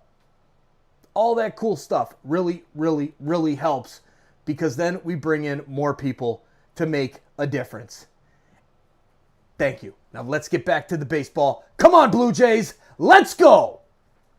Makes his way over and makes the catch just off to his left. 1 out. Big high five from Vlad Guerrero Jr. That's a big out in this inning, especially with Jonah Heim coming up. It's not Kyle Higashioka. It's interesting. Higashioka comes up with a big hit in the 8th yesterday. But they do get Heim batting left-handed here against Fisher rather than a righty. They bring Heim off the bench. The starting catcher most of the time. Higashioka's day ends 1 for 2. Oh, pardon me, 0 for 2. 1 hit total in the game for the Rangers. And 3 walks, and as Jonah Heim comes in, looks like the Blue Jays will go to their bullpen. They'll go to the left-hander, Brendan Little, and force Heim to turn around and bat right. 1 out, bases empty. Bottom of the 8th inning. No score, Blue Jays and Rangers. The pitching change brought to you by Home Hardware, the official home improvement retailer for the Toronto Blue Jays. Locally owned, genuinely Canadian. Let's go to the host today, Show Ali. Thanks very much, Ben. Let's continue checking out that St. Louis Bar and Grill out-of-town scoreboard. Quick score check as the third period in Raleigh has begun. The Florida Panthers still enjoying a 3-2 lead, but still about 18 minutes to go in the third period. Panthers going on the power play, so you can watch that game, of course, on Sportsnet and the CBC. Let's check out the MLB scoreboard. This game just wrapped up for the Orioles. Unfortunately, their 35th loss of the season. The Cardinals coming back to win 6-4, the final in that one. Games going on right now. Not a lot of them. The Seattle Mariners are trailing the Washington Nationals 2-0, bottom of the third inning. The Cubs leading the Rockies 2-1 in Chicago, top of the 9th. The Yankees, that game also roughly just got started. Bottom of the second inning, the Yankees up 1-0. Couple runners on base with 2 outs for the Angels. Aaron Judge already intentionally walked twice in that game. And some other finals across the American League East. Twins at Rays. The Rays get a 5-0 shutout win. Drew Rasmussen spinning another gem. He allowed just 1 hit over 6 innings of work. Brandon Lau and Junior Caminero both hitting home runs in the 4th inning. Lau hitting his 11th home run of the season. Jonathan Aranda would also add an RBI single. Red Sox at Brewers. An extra innings loss for the Red Sox in Milwaukee, who actually complete the sweep of Boston with that 6-5 win in 10 innings. Caleb Durbin with an RBI sac fly to win the game in the 10th, so 2 straight walk-offs for Milwaukee. Yesterday, a Christian Yelich walk-off grand slam, and tonight, a walk-off RBI sac fly. Blue Jays baseball, as always, is brought to you by Crown Rust Protection. Brendan Little on the mound. Let's get you back to the guys who are calling all the action tonight, Ben Schulman and Chris LaRue. Thank you very much. Show the lefty Little into the game. Jonah Heim was already announced to come in and hit for Kyle Higashioka. So Heim, the switch hitter, will turn around and bat right, which is not his strong side of the two, at least this year. Heim gives up about 50 points of batting average and about 200 points of OPS when he turns around to hit right rather than left. 1 out, bases empty. Bottom of the 8th inning, no score. Little rocks and offers. Fastball right down the middle, cut on and miss. Big hack from Heim, who was looking to give the Rangers a 1-swing lead. It's 0-1. Brendan Little's having a great season so far. 2-0, 25 ball games, 35 strikeouts in just 24 innings. 0-1. Heim goes around on a curve in the dirt, 0-2. And that's why right there, that's the knuckle curve. That's the difference maker. Although he does have that good sinker, that strikeout pitch for him is that 88-mile-an-hour knuckle curve. He struck out 36 over the course of his whole season last year.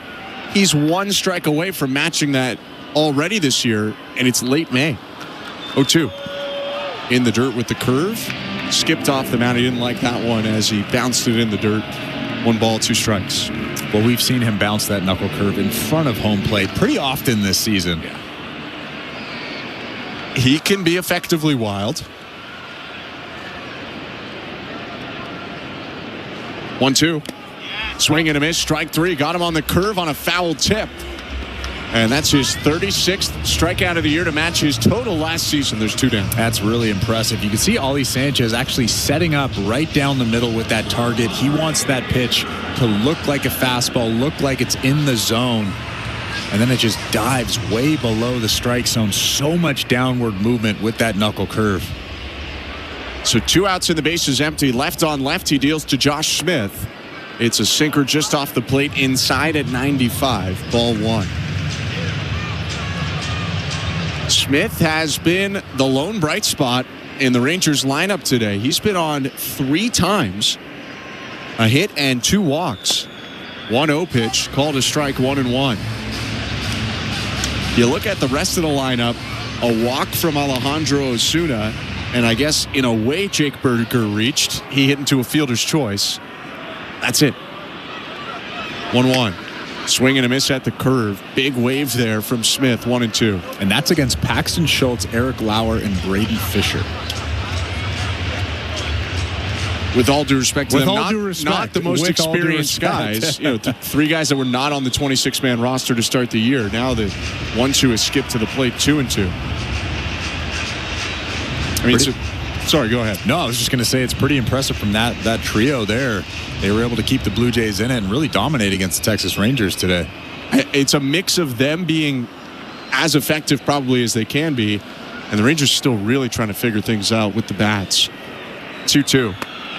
Swing and a miss, strike 3. Threw the curve right down the middle. Doesn't matter. 2 strikeouts for Little in 2 batters faced, and in a scoreless ball game, we go to the 9th. Blue Jays 0, Rangers 0. Ernie Clement leading off next. You're listening to Blue Jays Baseball, brought to you by your local family-owned Crown Rust Control Center, streaming on the Sportsnet app and the Sportsnet Radio Network.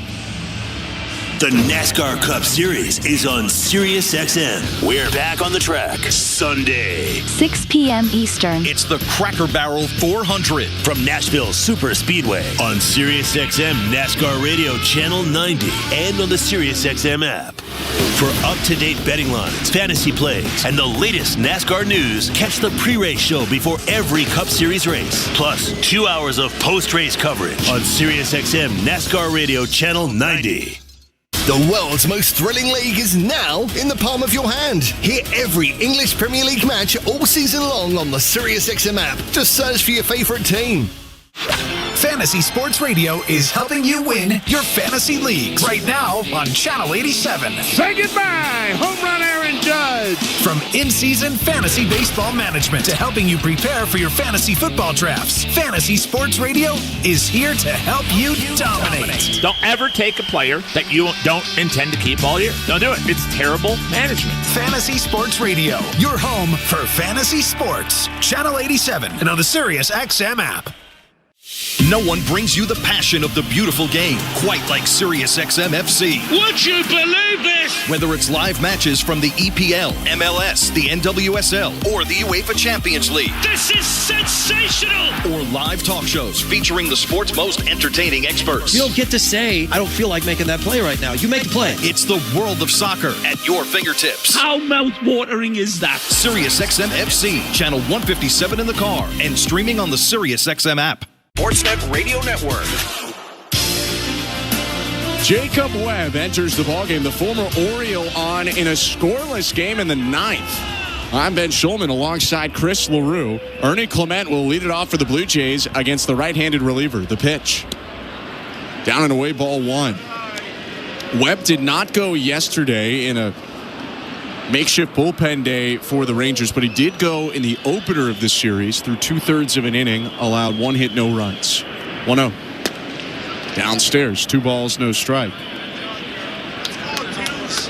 Overall, it's been an up and down season for Webb.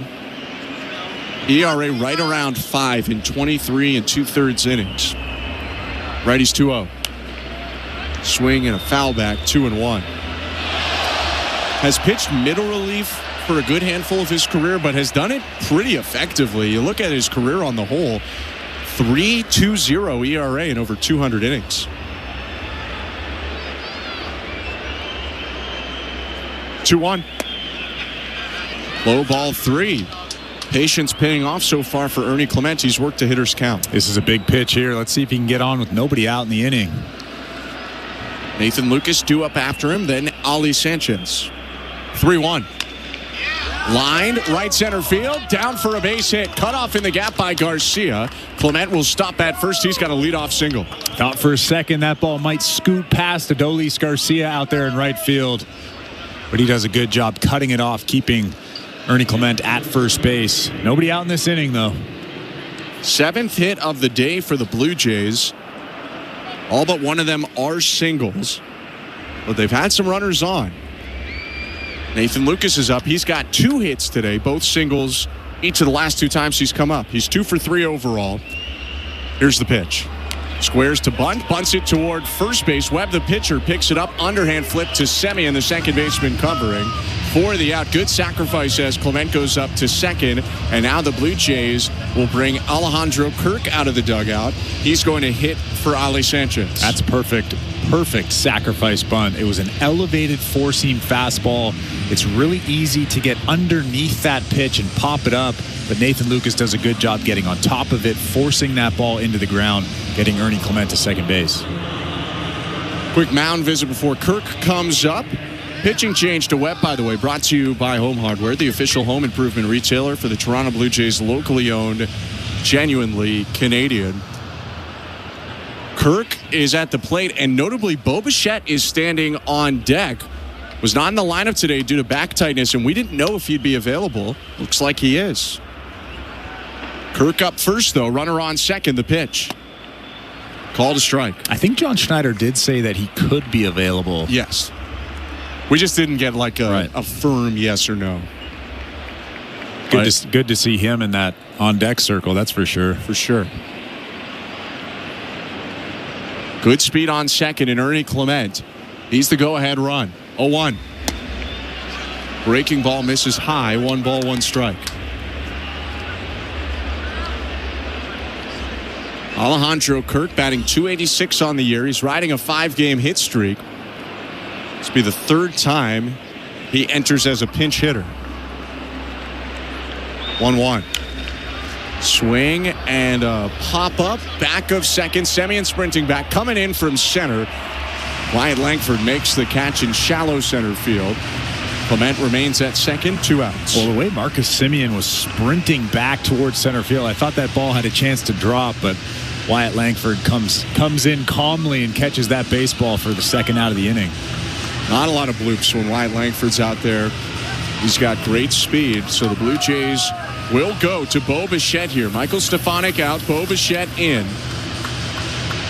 At his first hit of the road trip yesterday, he doubled, and now Jonah Heim back out to talk to his pitcher, Jacob Webb. This 9th inning brought to you by new pizza from Pizza Pizza. Get a huge 18-inch double XL 3-topping pizza for just $19.99. Bigger slices, bigger bites, only at Pizza Pizza, actually Canadian.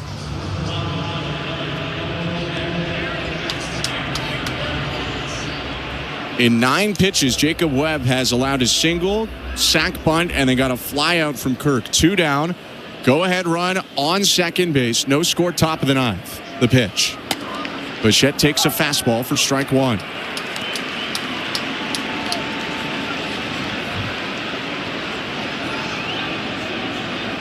Bo hitting .270 this year. 25 RBIs, leads the team. 0-1. Swing and a high fly ball. Deep left field. Osuna back at the track. It is gone! Pinch hit blast. Bo Bichette. And the Blue Jays take a 2-0 lead with 2 outs in the 9th. That back is feeling quite all right for Bo Bichette, who turned on a pitch on the inner half and launched it to left, finally breaking the ice in this game. Well, that's not where Webb wanted that changeup. He wanted that thing down and away below the strike zone. He left it up and in. It almost looked like Bo Bichette was cheating just a little bit to that location.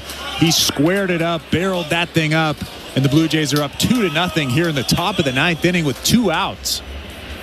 Jacket on, high fives for Bo Bichette. 2-0 lead, 2 outs in the pitch down and into Dalton Varsho. Ball 1. We didn't even think Bo Bichette would play today. Now he's looking like the most important player that's entered in this game so far. Jeff Hoffman is up for the Blue Jays, who suddenly lead 2-0.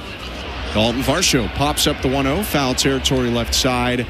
Out of play, 1-1. And how about that? The Blue Jays pitchers did everything they could today to keep this team in this game, give them a chance to win the ball game, and Bo Bichette comes up here late in the ball game, comes through big. They really needed, so far, every good pitch they got from the 4 pitchers that are in it. Still need 3 more outs, but up 2-0. 1-1 is swung on and missed, 1-2. Jeff Hoffman is, of course, warming up down in that Blue Jays bullpen now.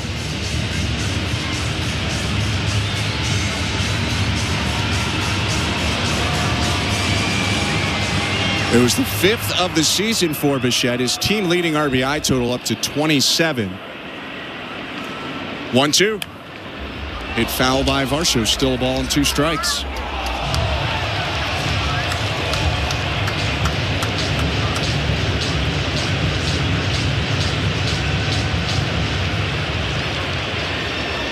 Well, that's what you call a hit with a runner in scoring position. Big fly for Bichette. The 1-2 to Varsho is tapped away foul. Dribbled it behind home plate to stay alive. Well, if the Blue Jays can hold on to this lead, I think that flight home will be a little bit more tolerable. For sure. Still some things to address, certainly. This has been far from a perfect series or a perfect trip overall. 1-2. Hit off the handle, a roller to second. Picked up Semien, tosses to first. That'll end the inning, but the Blue Jays take the lead. Bo Bichette out of the dugout and launches one into the left field seats. His 2-run homer has the Blue Jays up 2-0, middle of the 9th. Jeff Hoffman on next. You're listening to Blue Jays Baseball, brought to you by your local family-owned Crown Rust Control Center, streaming at sportsnet.ca and the Sportsnet Radio Network. Knock all your summer projects out of the park with Home Hardware, the official home improvement retailer of the Toronto Blue Jays and your DIY partner in making your dream home a reality. From gardens to garages, back decks to front doors, refreshes and renos, we're here to help you cover all your bases and make every summer project a home run. Visit any of our 1,000+ Home Hardware and Building Center locations, where we're proud to be locally owned and genuinely Canadian. At Crown Rust Control Center, protection runs deep because every Crown Rust Control Center is owned by a local family who cares beyond business. Your Crown Rust Control Center is 100% committed to their product, to you, to their community, which is your community. Protecting you and what matters to you is equally important as protecting your vehicle. Did you know spring's the best time of year to protect your vehicle from rust? For a special spring offer, find your local family-owned Crown Rust Control Center at crown.com. This is Toronto Blue Jays baseball. Swinging a liner, caught at third on a slide by Ernie Clement. On Sportsnet 590 The Fan and the Sportsnet Radio Network. Welcome back to Blue Jays Baseball. Show Ali with you. The Blue Jays lead the Rangers 2-0 as we head to the bottom of the 9th inning at Globe Life Field. Don't forget, we do have Jays Talk this evening. Blair and Barker have the postgame show. They will take your calls and texts. Jeff will throw out the numbers for you to call after the final out. You can text them as well. 590-590, name and location. The People's text line, always open. Standard data and messaging rates may apply. Blue Jays Baseball, as always, brought to you by Crown Rust Protection. Again, the Blue Jays now leading the Rangers 2-0 in the bottom of the 9th inning in Texas. With the call, here are Ben Schulman and Chris LaRue. Thank you very much, Joe. Blue Jays with some defensive changes. Kirk now behind the plate. He came in to hit for Ali Sanchez. Bichette at short, Clement at second. Bo came in to hit for Michael Stefanik. And on the hill, Jeff Hoffman. His pitch to Wyatt Langford is roped foul down the left field line, 0-1. Pitching change brought to you by Home Hardware, the official home improvement retailer for the Toronto Blue Jays, locally owned, genuinely Canadian. Hoffman got the save in Game 1 to establish a new career best with 11 saves so far this season. He does have a 5.79 ERA in 23 1/3 innings. His 0-1. Slider outside, 1 ball, 1 strike. I think Jeff Hoffman needs to remember that you have a 2-run lead. Wyatt Langford can hit a home run. He can get a double in the gap. He can do all those things.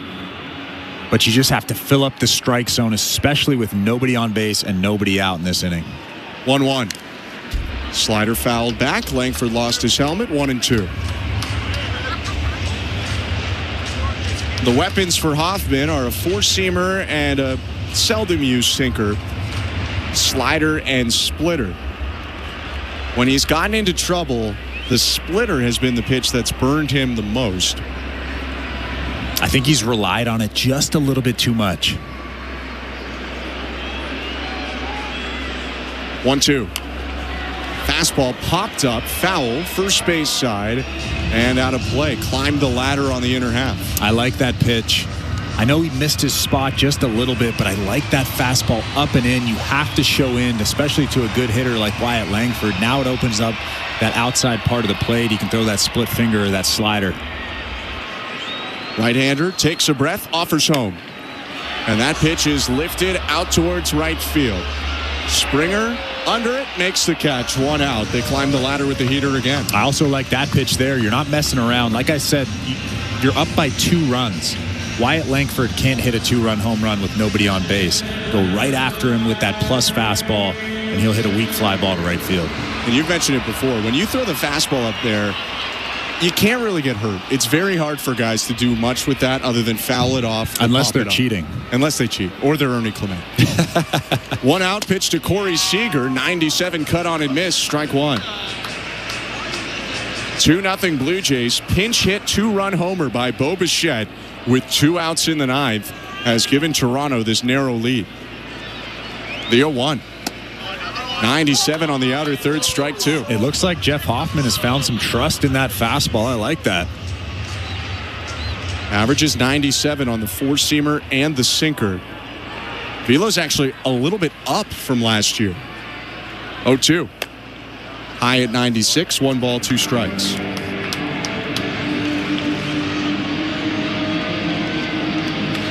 Hoffman wipes his face on his right shoulder, getting some sweat off of his cheek. 1-2 pitch. Called, strike 3. Splitter on the outer third, freezes Seager, and there are 2 down. Didn't have great movement, didn't have great action, but he located that thing perfectly right on the black outside. I'm not sure he was trying to go up, and maybe that slowed some of the movement, but I mean, when about a third of the ball is over the edge of the zone, you're going to strike guys out most of the time. It actually just kind of looked like a BP fastball, if I'm being honest. A well-located one. Pitch to Josh Young. Swing and a miss as he goes up with the heater again to make it 0-1. Really establishing the fastball in this outing. 2 outs, base is empty. Blue Jays 1 out away from taking the series. 0-1. Slider cut on and miss. 0-2.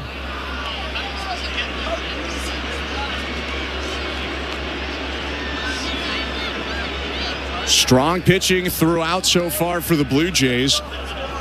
And they got the 1 hit they needed when they really needed it most. Leading 2-0, bottom of the 9th. Base is empty. 2 outs in the 0-2. Poked away, foul. Somehow Young got a piece of that pitch that was down and away off the plate. A slider running away from him.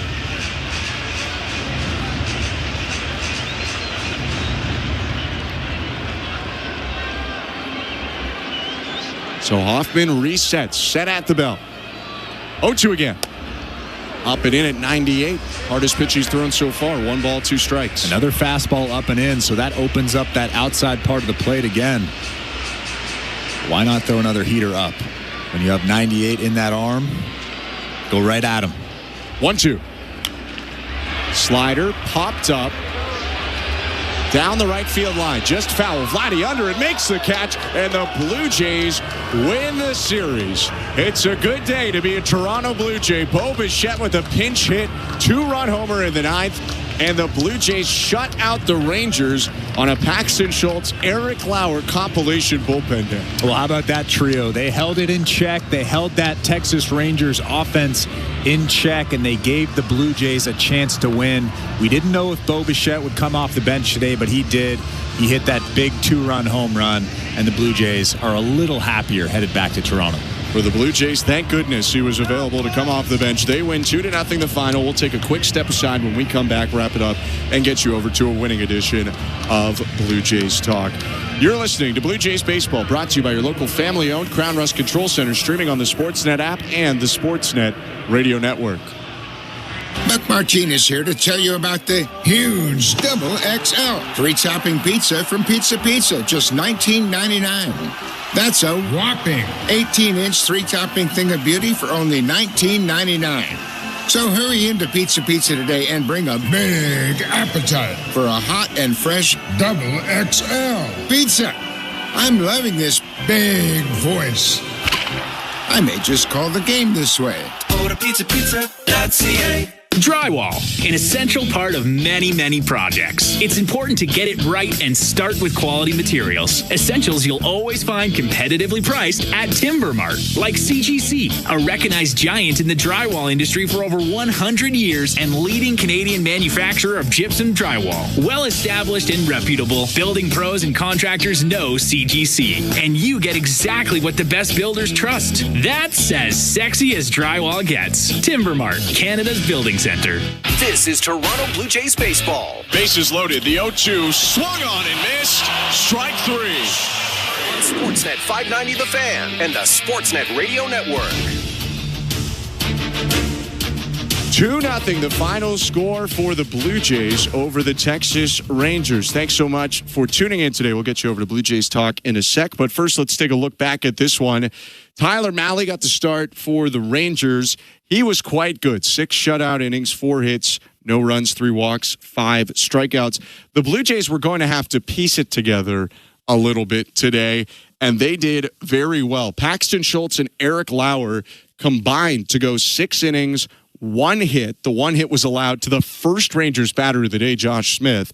2 walks between Schultz and Lauer. They struck out 8 combined in 6 innings.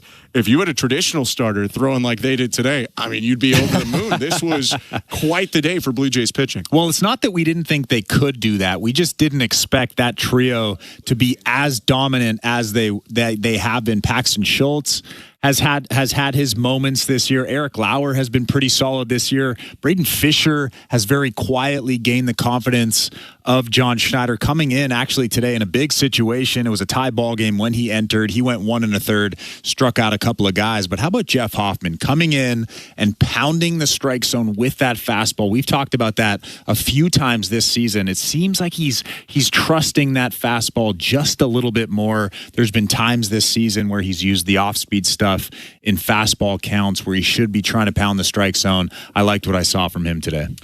All the Blue Jays pitchers, very good. Brendan Little came in for 2 batters. Guess what he did? He struck out both of them because that's what Brendan Little does. He reached a new career best in strikeouts in a season with 37, passing his total from last year. But the Blue Jays don't get to bring Jeff Hoffman in, or likely at least would not have brought Jeff Hoffman in if they didn't get some runs on the board. They took their time. They did not have a lot going on offensively for the first 8 innings of this game. A couple chances were let go, but really not much. It came down to the 9th inning. Ernie Clement singled to start that inning. Good bunt by Nathan Lucas brought Ernie Clement to second. Blue Jays lifted Ali Sanchez, brought in Alejandro Kirk. He flied out. So 2 outs, and Bo Bichette comes into the game. Bichette, if you weren't with us earlier, not in the lineup today due to back tightness. It was not confirmed whether he was available or not. We didn't know until we saw him on deck while Kirk was hitting. Bo steps up, 0-0 game, 2 outs in the 9th. Clement on second. Here's what happened. 0-1. Swing and a high fly ball. Deep left field. Osuna back at the track. It is gone! Pinch hit blast. Bo Bichette. And the Blue Jays take a 2-0 lead with 2 outs in the 9th. That back is feeling quite all right for Bo Bichette, who turned on a pitch on the inner half and launched it to left, finally breaking the ice in this game. Well, like you said, Ben, we weren't sure if Bo Bichette was available to come into this ball game, but it was a good sign when we saw him in that on-deck circle. He was taking some nice swings there, and he comes up, and it looked like he was cheating on that changeup from Jacob Webb, and he got the barrel to it, hit a big 2-run home run. They're going to be very excited on that tough flight home tonight from Texas. They're going to be getting in probably 3-4 in the morning. We'll see how they look tomorrow. Yeah, they already sent Jose Barrios home early because he gets to start tomorrow. So, yeah, it'll be interesting.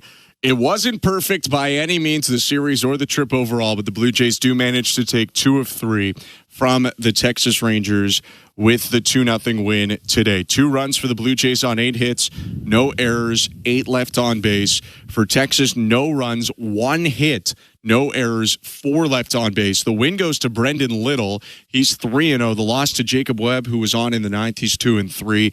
12th save for Jeff Hoffman. 2-hour, 33-minute game in front of about 21,000 at Globe Life Field in Arlington, Texas. The Blue Jays win brings them within a game of 500, 27-28. The Rangers are 27-30 after the loss. Jose Barrios duels with Jacob Lopez tomorrow as the Blue Jays return to Rogers Center for a 4-gamer against not the Oakland, not the Sacramento, not the Vegas, just the Athletics. The Athletics will be in town tomorrow for the first of 4. Hope you can join us then, and appreciate you tuning in. Now from our technical director, Tom Young, our host and producer, Shaw Ali, and my partner, Chris LaRue, I'm Ben Schulman. Have a great rest of your night. And I believe Kevin Barker called this before the game. It is time for a winning edition of Blue Jays Talk with Blair and Barker. It starts right now.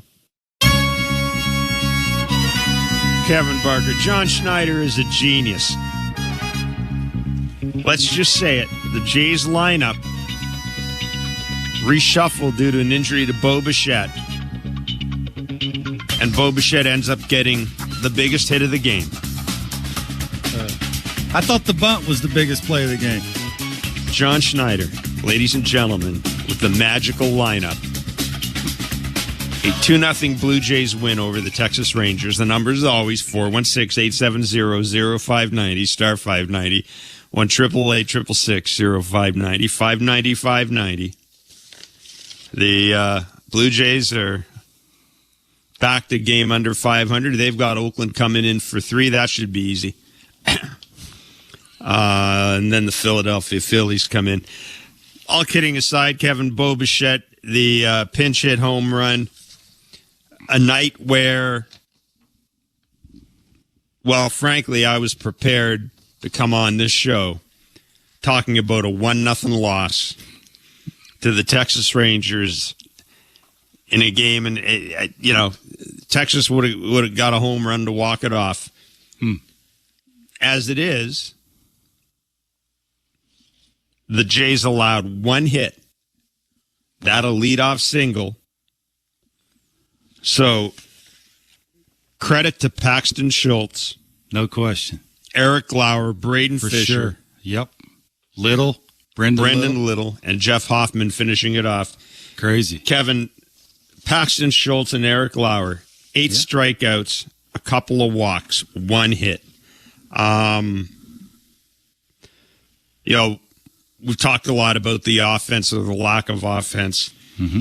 And obviously, this is not an offensive, outburst by any stretch of the imagination.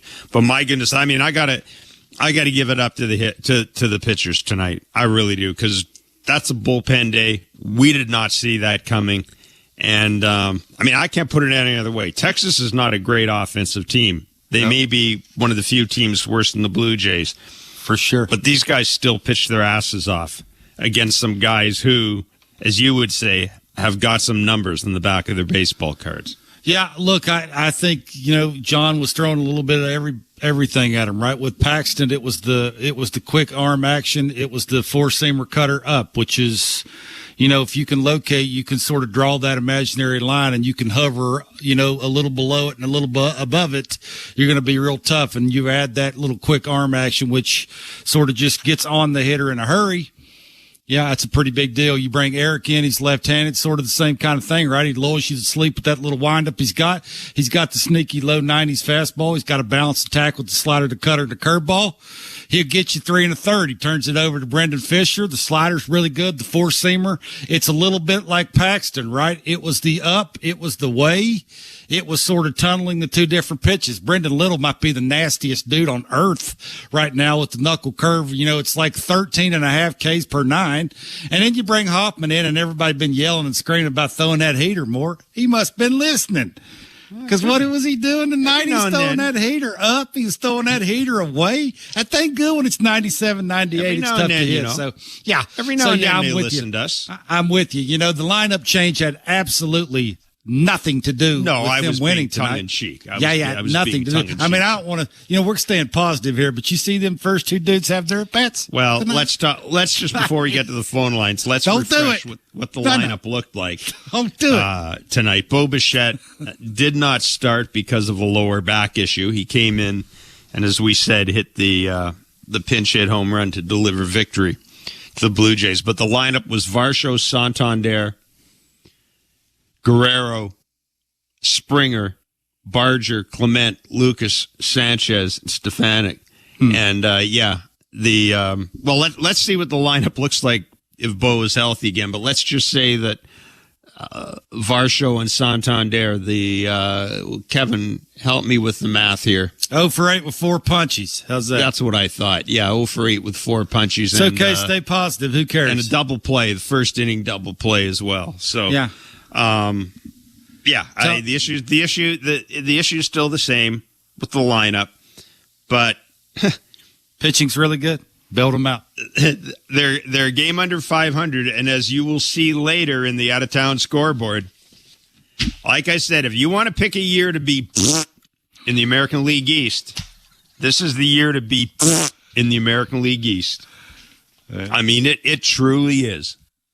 There is an immense amount of suckitude going on in the American League East this year. I mean, there's just no other way to put it.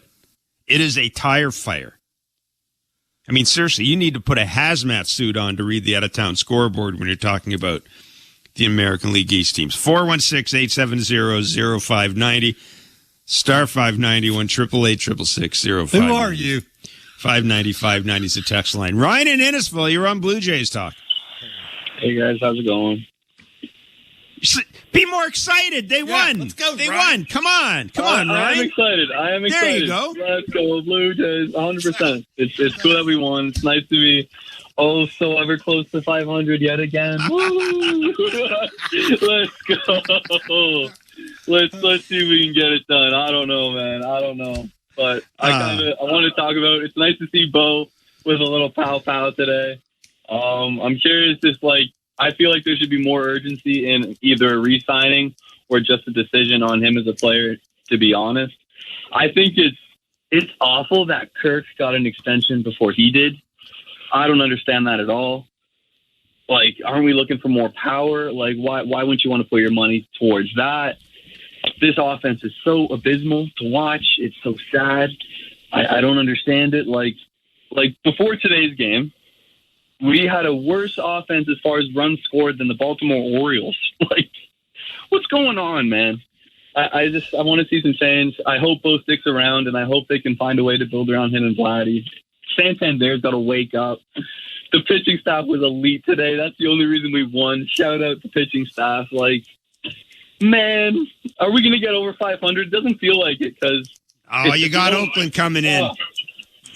The Jays have Oakland, or the Athletics. I can't call them Oakland anymore. The Jays have the Athletics right where they need them, or right where they want them. You'd hope so. It feels like that every time. Every night. Thanks for calling in, Ryan.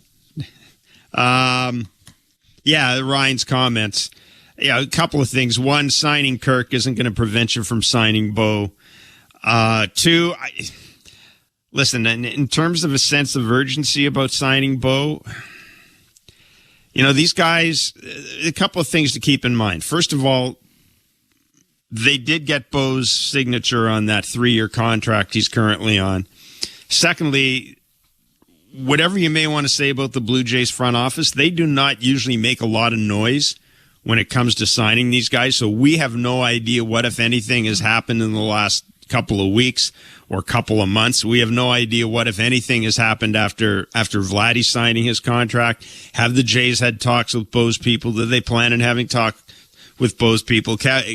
Kevin, where I am right now, look, I think I've been one of the biggest Bo Bichette fans there is, but bottom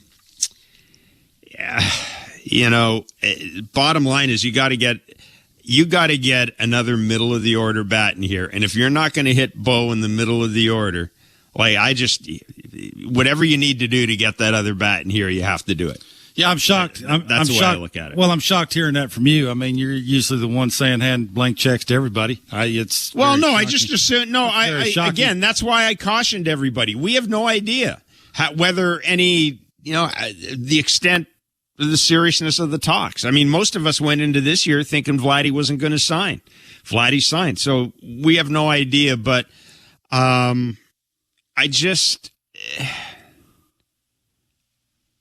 I just get the sense that the Jays are likely to slow play this even further with Bo and, evaluate where they are at the trade deadline. Mm-hmm. And if they're still in it, perhaps you do let Bo go as a free agent and you say to him sort of the same thing we talked about with Vladdy. Look, go and get your best offer and bring it back to us. And then if he gets a good offer and brings it back to you and you don't want to sign him, you don't sign him. I think you got to remember, too, what's going to happen with the front office. With the ownership allow this front office to sign somebody like Bo. I mean, that's still going to be a pretty good-sized paycheck, right?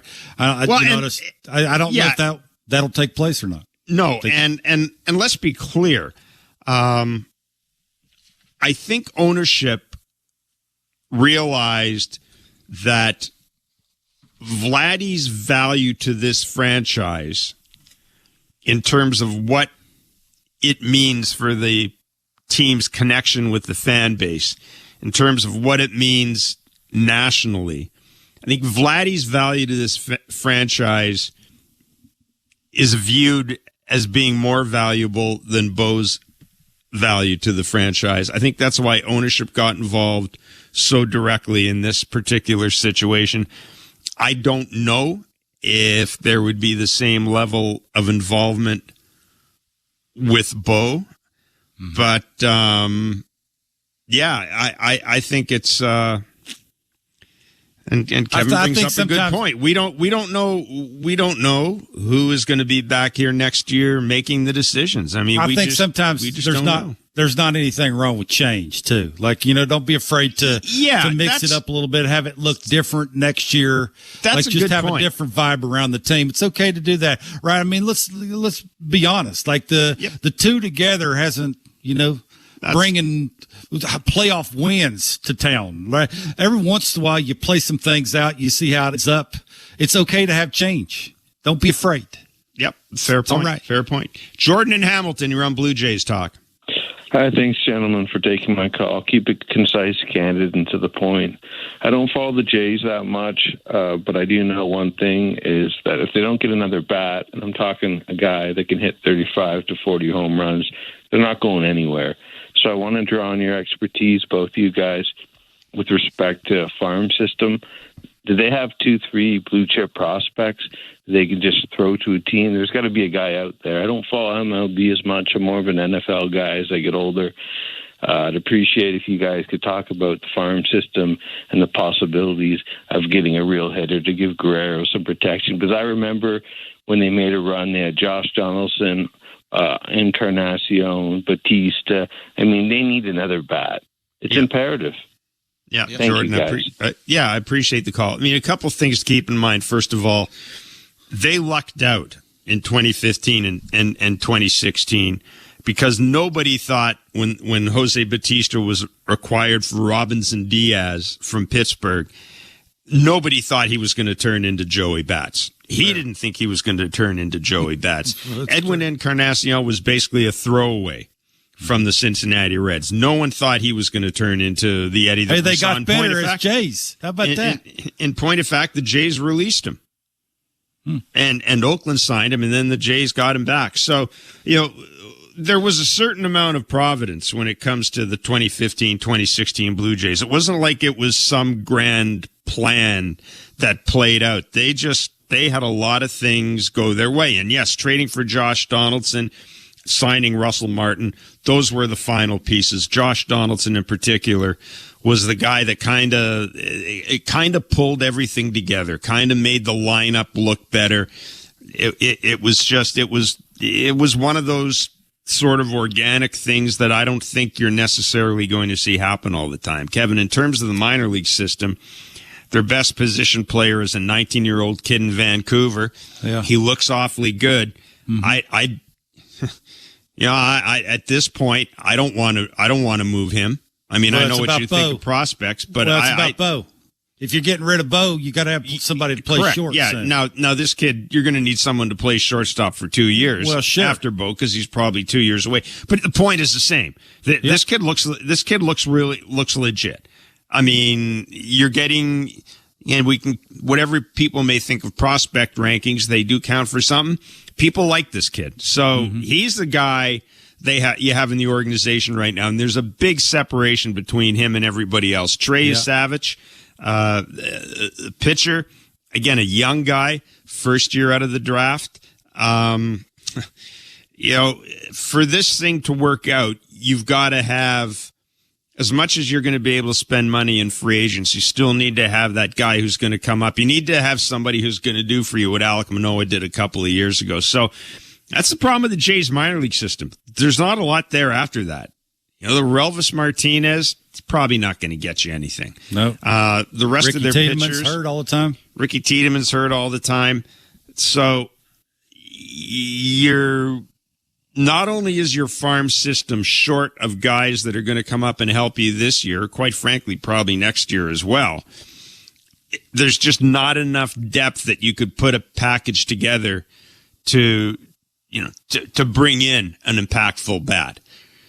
As I said, the time when you're an organization that doesn't have a lot of minor league prospects, the time to do your heavy liftings in the off season, because then you got, especially when you got money to spend like the Blue Jays do, you can move stuff around.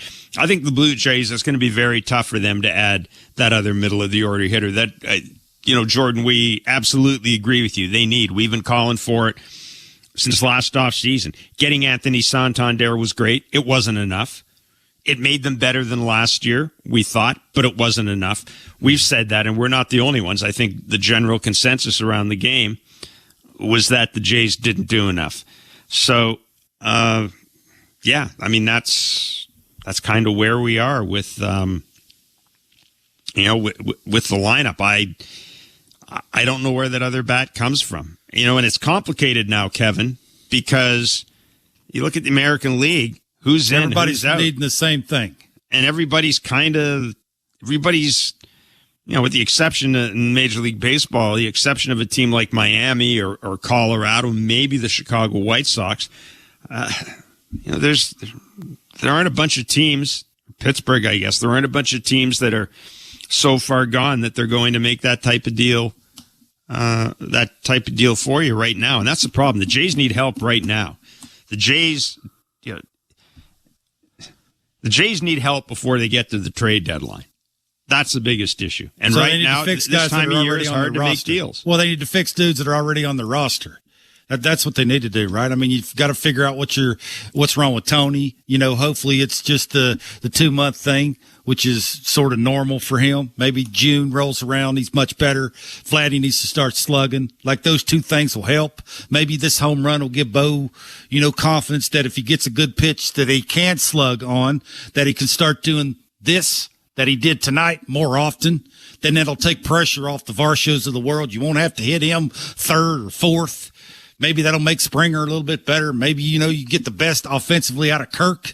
Just getting those two dudes and Tony and Vladdy raring and ready to go and blowing snot out of their nostrils for about a 2 or 3 week span at a time, that'll help a ton. But the question is, can you do it? Can you get both of them dudes hot at the same time for about 3 weeks? That's $1 million question. I'm not sure the coaching staff has the answer for that.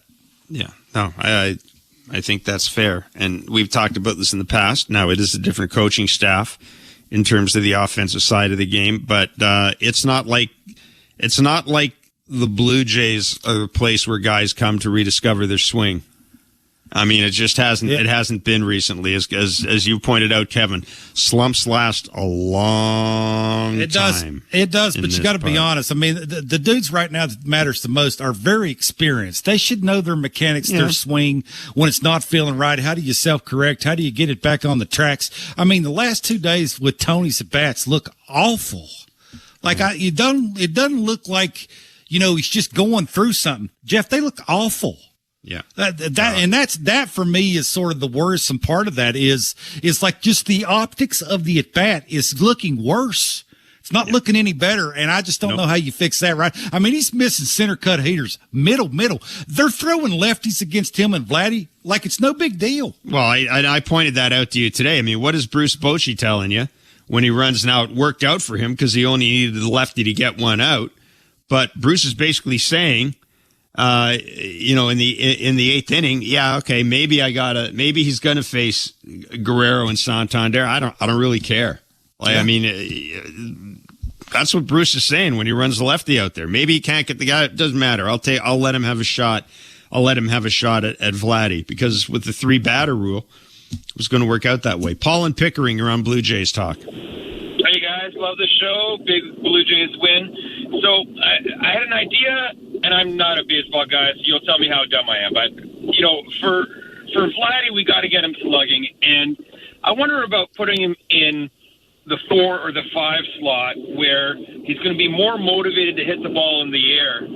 Right now he's hitting for average, and it's doing nothing for us. If he's hitting 4 or 5, those noisy fly balls he's hitting are advancing runners and bringing in runners, because he's not Ichiro Suzuki, and that's what we don't want from him. We want slugging Vladdy, and we got to find a way to get it.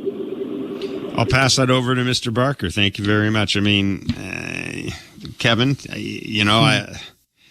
Vladdy's still going to be the same dude wherever you put him in the order. I mean, hitting third, hitting fourth. The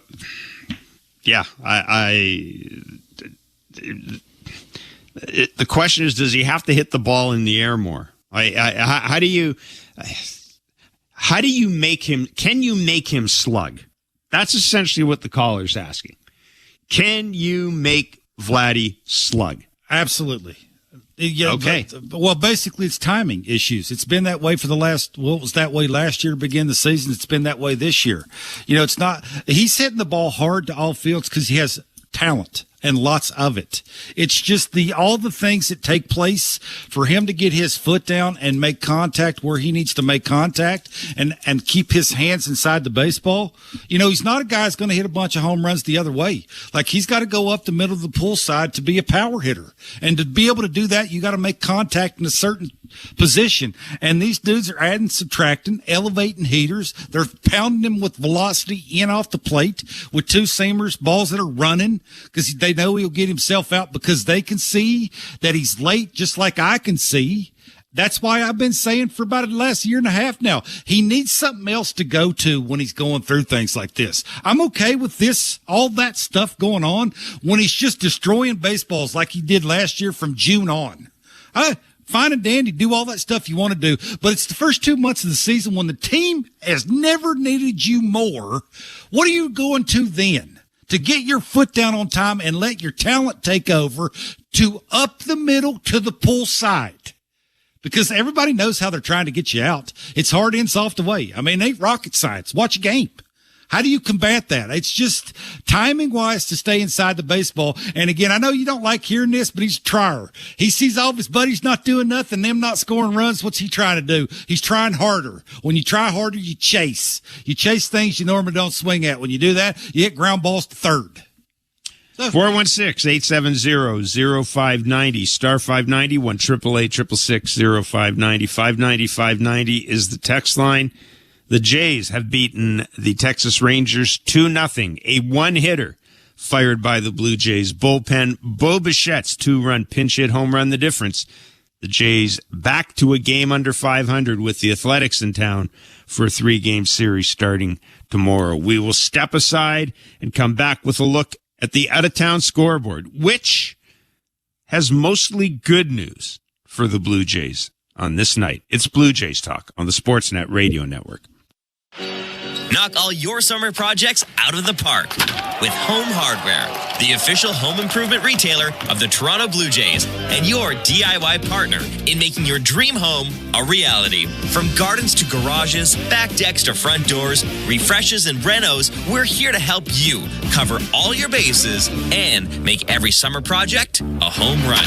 Visit any of our 1,000+ home hardware and building center locations where we're proud to be locally owned and genuinely Canadian. At Crown Rust Control, protection runs deep because every Crown Rust Control Center is owned by a local family who cares beyond business. Your Crown Rust Control is 100% committed to their product, to you, to their community, which is your community. Protecting you and what matters to you is equally important as protecting your vehicle. Did you know spring's the best time of year to protect your vehicle from rust? For a special spring offer, find your local family-owned Crown Rust Control Center at crown.com. Buck Martinez here to tell you about the huge Double XL free topping pizza from Pizza Pizza, just $19.99. That's a whopping 18-inch three-topping thing of beauty for only $19.99. So hurry into Pizza Pizza today and bring a big appetite for a hot and fresh Double XL pizza.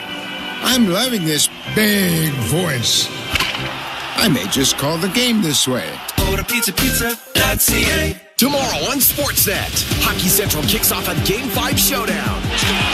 Draisaitl ignites this crowd. The Oilers have a 3-1 series lead. How do the Stars respond? You got to find a way to drag yourself back into this series.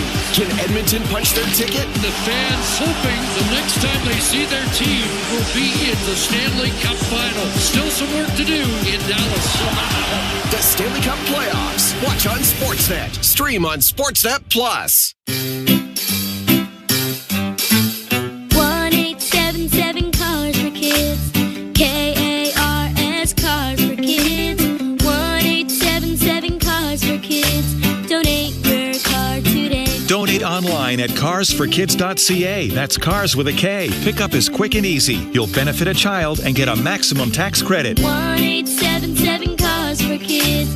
Donate your car today. Donate today, and your car can be gone tomorrow. Not tomorrow, not someday. The home improvements begin today. It's game on with Timber Mart. Build that deck, raise that fence, landscape till your property is beautiful. Make no payments for 12 months with the Timber Mart Deferred Payment Program. Apply for a Timber Mart project card today and pay later, 12 months later. Financing provided by Fairstone Financial Inc. Conditions apply. Ask in-store for details or apply at timbermart.ca. Locally owned, proudly Canadian. Timber Mart is Canada's building center. Hi, this is Jeff Hoffman, and you're listening to Toronto Blue Jays baseball on the Sportsnet Radio Network.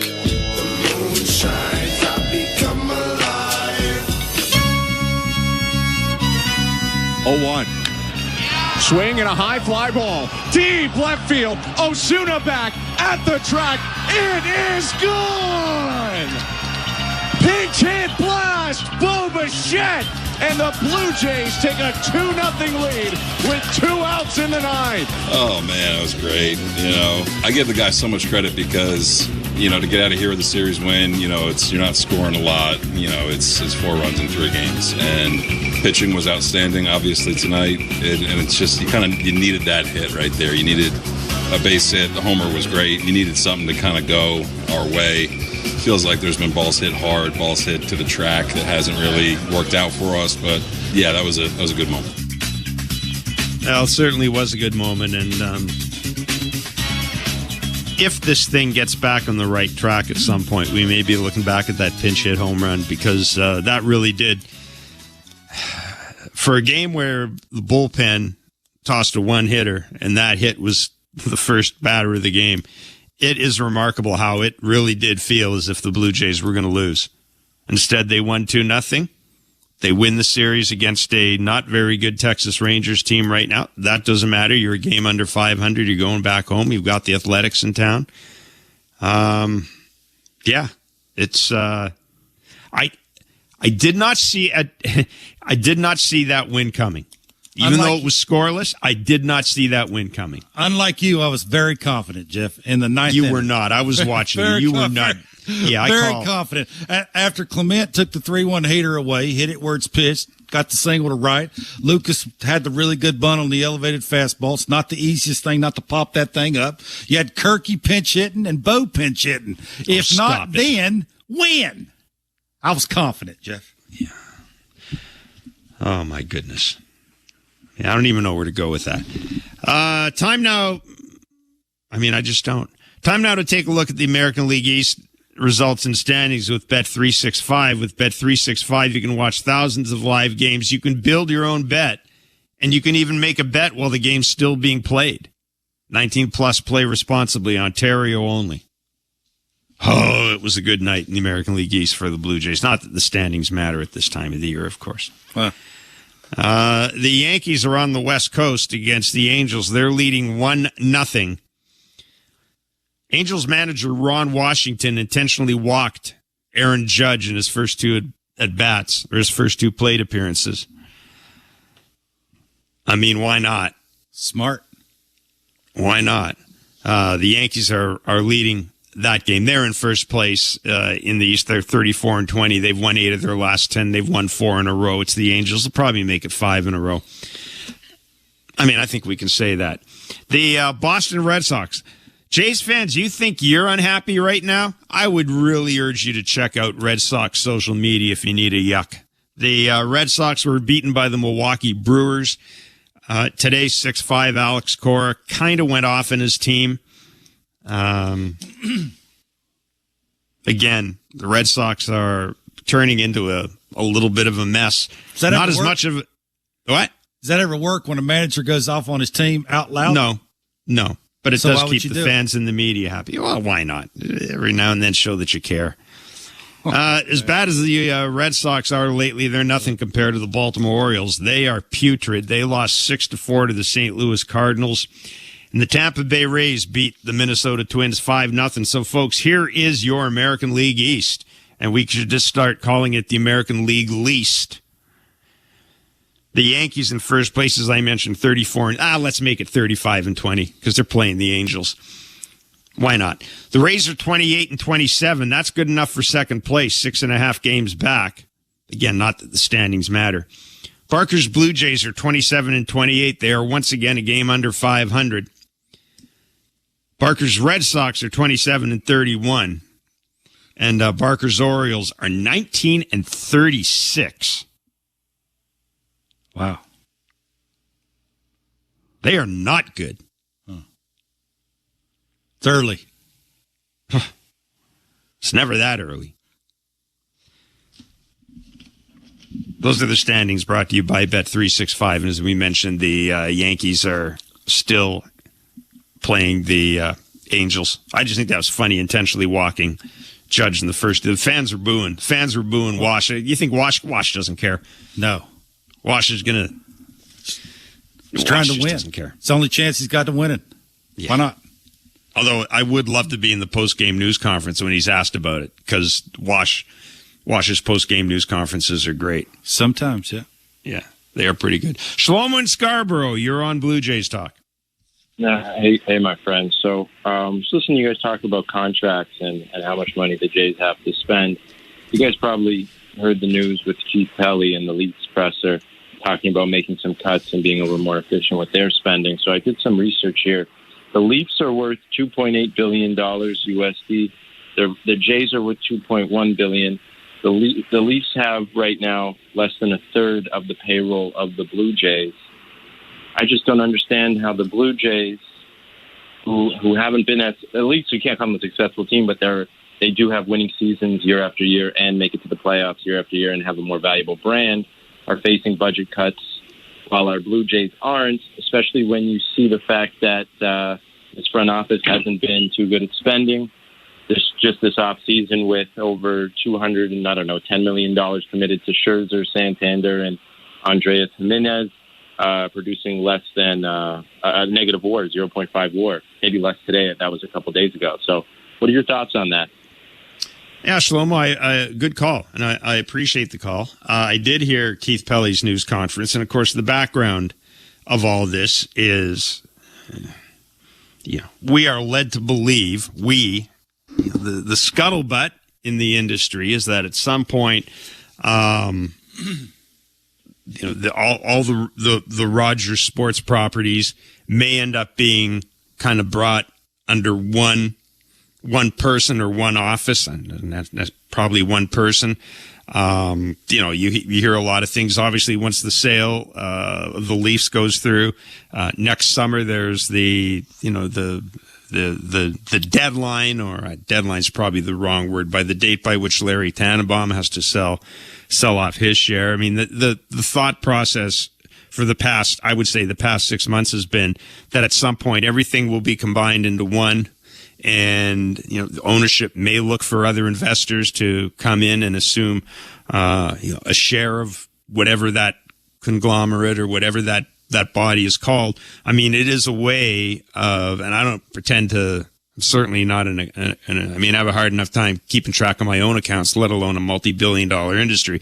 But the thinking seems to be it is a way to unlock value from some of the aspects of this company that currently aren't getting full value from shareholders. So there is that whole thing happening. And how is that going to look? Will there be one person overseeing everything? Will there be, what will the role of the president be? We've already seen in the case of the Maple Leafs that they're not going to have a president. The thinking is that Brad Treliving may end up being president and GM with Keith Pelley, however you want to split the titles up, with Keith Pelley kind of at the top of the top of the masthead, if you want to call it that, to borrow a newspaper term. Is TFC going to have a president? I mean, what happens with Masai Ujiri? So there are a whole bunch of things sort of in the background here. And that I would think would obviously have an impact on the Blue Jays front office. In terms of efficiency, I don't know what Keith meant when he was talking about the Leafs, because I'm not familiar with it. I have no idea sort of what he's seeing. When it comes to the Blue Jays, the thing I tend to focus on, and the thing most people tend to focus on, I think, Kevin, is the payroll. And, keep in mind that in baseball, yes, there is a luxury tax, but there's no salary cap. So I just think I think the definition of efficiency is different for the baseball team than it is for the hockey team. Like, if I'm paying Vladdy all this money, I don't think, right? It doesn't seem to fall that you would, at any point while you have Vladdy under contract, tear the team down and try to rebuild. That would just seem to be silly. You wouldn't think so. That would seem to be silly. So I know that's a long-winded answer, but it is, it's going to be one of the big stories in the Toronto sports scene in the next year is, what does this thing look like when it's all done? What does that mean for the individual teams? What does that mean for the people that are currently in place? But Shlomo, Kevin, you could talk to this as well. I will say this is a big payroll, and the team isn't performing. You're not getting production for the money you're paying. Starting pitchers you've done well on the free agent market, paying for starting pitchers. You really have. I would argue that's been the most successful thing you've done, is gone out in the market and spent money on starting pitchers, and to a certain degree. Well, money's coming off the books too, right? Pitchers. I mean, Mr. Rogers will be spending less money next year. What's Bo going to be? What will you spend going into next year? Like the payroll's going to change. It may be considerably lower going into next year.